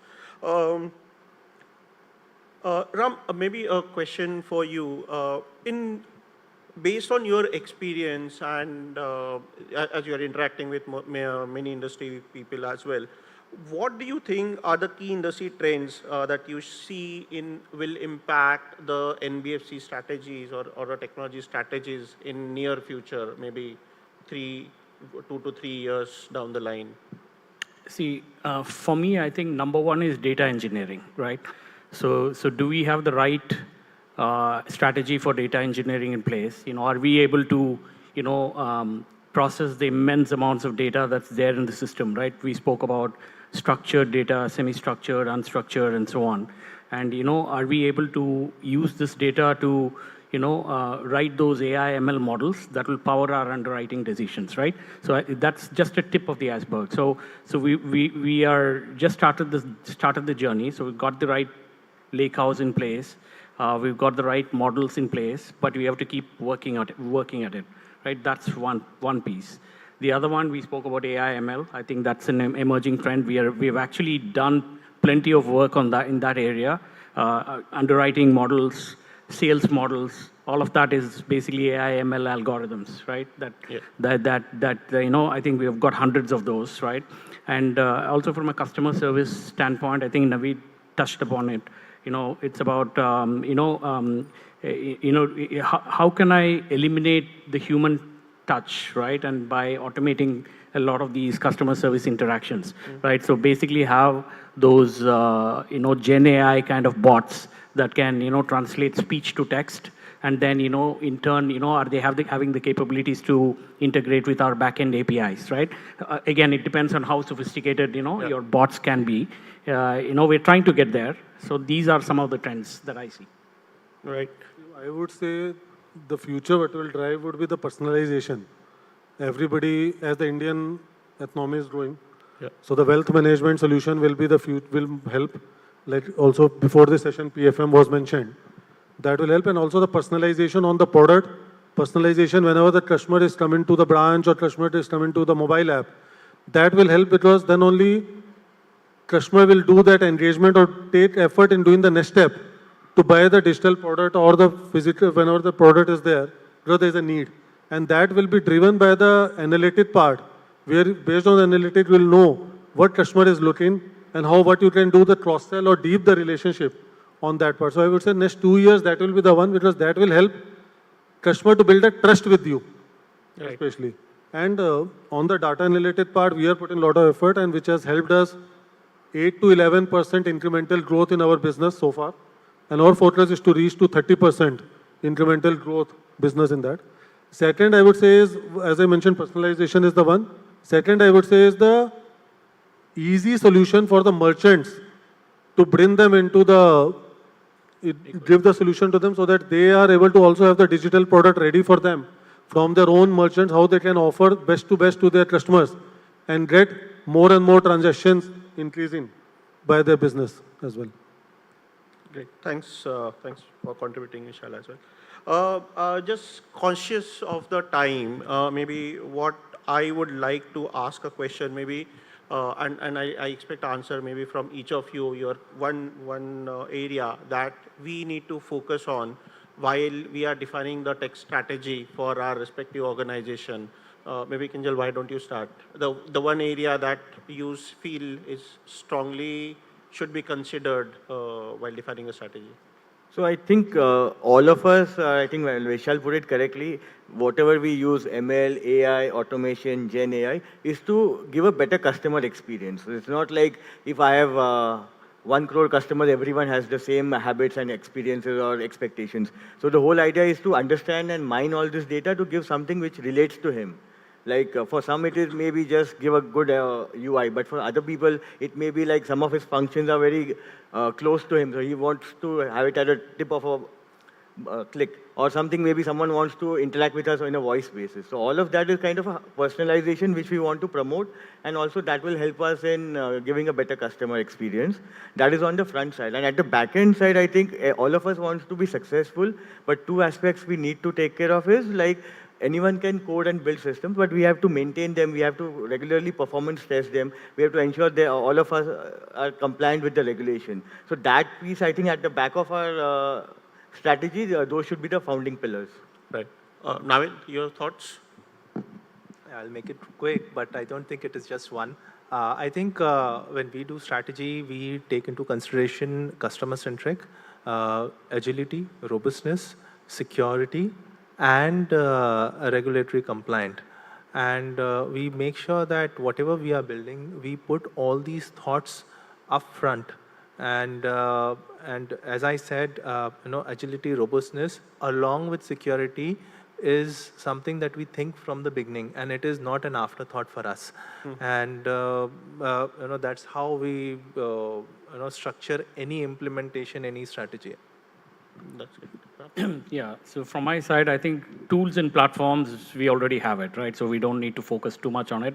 Of course, we have to keep working on it to improve the customer experience. The most important aspect would be for me, InfoSec and change management, right? I think these are things that you need to be really tight on, no compromise in both these areas. I think that would be my, two recommendations. Thanks, Vishal. In my view, would be the customer first, because for all what you are working is for the customer. So customer does not mean only ETB, the NTB customer and all, and how to make their life easy. Second, I would say the brand image, the organization which you are working, how to build up the brand image, and more people are aware about the brand which you are building. And third, I would say is the team, because end of the day, it is the team who delivers it. And so if the team is passionate enough, the skilled one, they'll be able to deliver it. Fourth is a collaboration with as many as possible with the stakeholders, partners, to achieve the best of best solutions to our customers and build the brand for the organization. Thank you, Vishal. And obviously the exciting time for all of us. A lot of new technology coming up. With that, lot of risk coming up, and we have discussed multiple points around InfoSec, how we need to govern the data, obviously the regulatory aspects coming around it, and all these aspects needs to be considered while defining the technology strategy. Along with the business pressure, obviously, that we have, we need to support the business. We cannot say no to the business. At the end of the day, that's giving us money, right? So we need to support them. So it was an interesting conversation, and Vishal, I'll add one thing, never take shortcut. It does not help anyone. My request is anything you call new launch, like in the band process, what is there is we put the product, it goes to at least 10 round for the approval, which is the right way. Over MC approval happens, security approval happens, the board approval happens, the MC approval happens, and all those approvals after or that only, the concept is approved. Yes, this is the concept, we want to do it. Then once you launch it, then you do the security part, ISG, compliance, risk, everybody do the VAPT, everything. And then you do only the CUG and see how it is working. So my view is we have already established ourselves in the journey. We are not a fintech player. We are an established organization where people are looking as a trusted brand with us. So we should never take any shortcut which will impact our brand. So always we should comply with the processes, rules. There is a purpose by which it is met, and we should always abide by them and be transparent as far as possible in all the processes or the new project or product we are launching, and let everybody buy in, get their feedback, and incorporate it, collaborate it. Then it is a better together product which is getting launched. It is not only one person who is launching the product, as a band we are launching the product. That way it helps us that nobody afterwards will raise question to any organization that have you done all these approvals or not before launching it. So it's better we take our view from the, our view from that is we don't want to take 8 steps and then come back 4 steps. We are happy to take 4 steps, but do right steps. That is more important from our point of view. We might be slow, but that is okay, but do the right 4 steps so that we are always on the right foot. I can't agree more, Vishal. And obviously, there are processes as one of the key pillar of the strategy as well, and has to be followed. There is no shortcut. It was interesting to hear your views, all of you. And I would like to thank everybody here. You take out the time and came here to share your thoughts. Thank you very much. Thank you.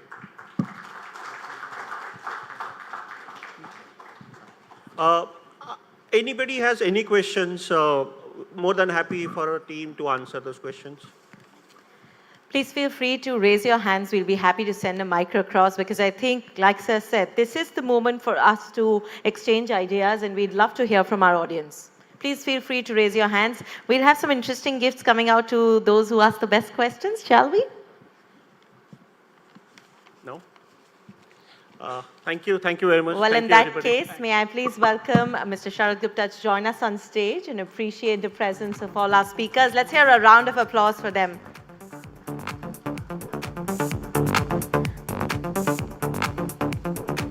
Thank you very much, sir.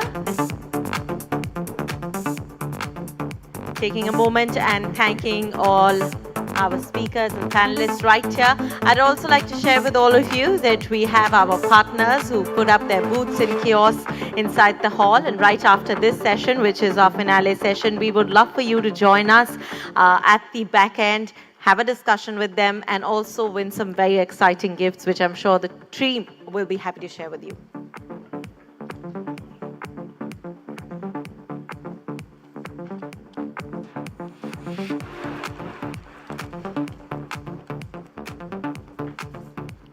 Thank you, sir.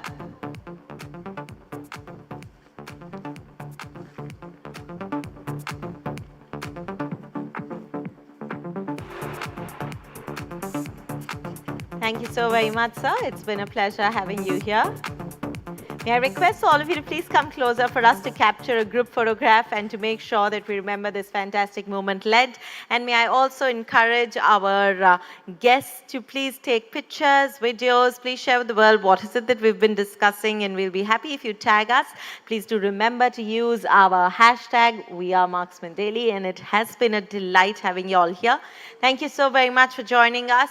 And as this edition has been such a success, thanks to our wonderful audience, let me also thank our partners. I'd like to thank our low-code partner, Asaya Technologies, our supporting partner, Evolving Systems, MacWise, our media partner, Daily Hunt, and our live webcast partner, 24 Frames Digital. It has been a fantastic journey with all of you joining us. So thank you so very much for being a part of BFSI Transformation Leaders Conclave 2024, brought to you by Team Marksmen and powered by Marksmen Daily. On behalf of the team, this is Isha Bhalla signing off and thanking you all for joining us. Please do enjoy the weekend, and here's wishing all of you a colorful Holi.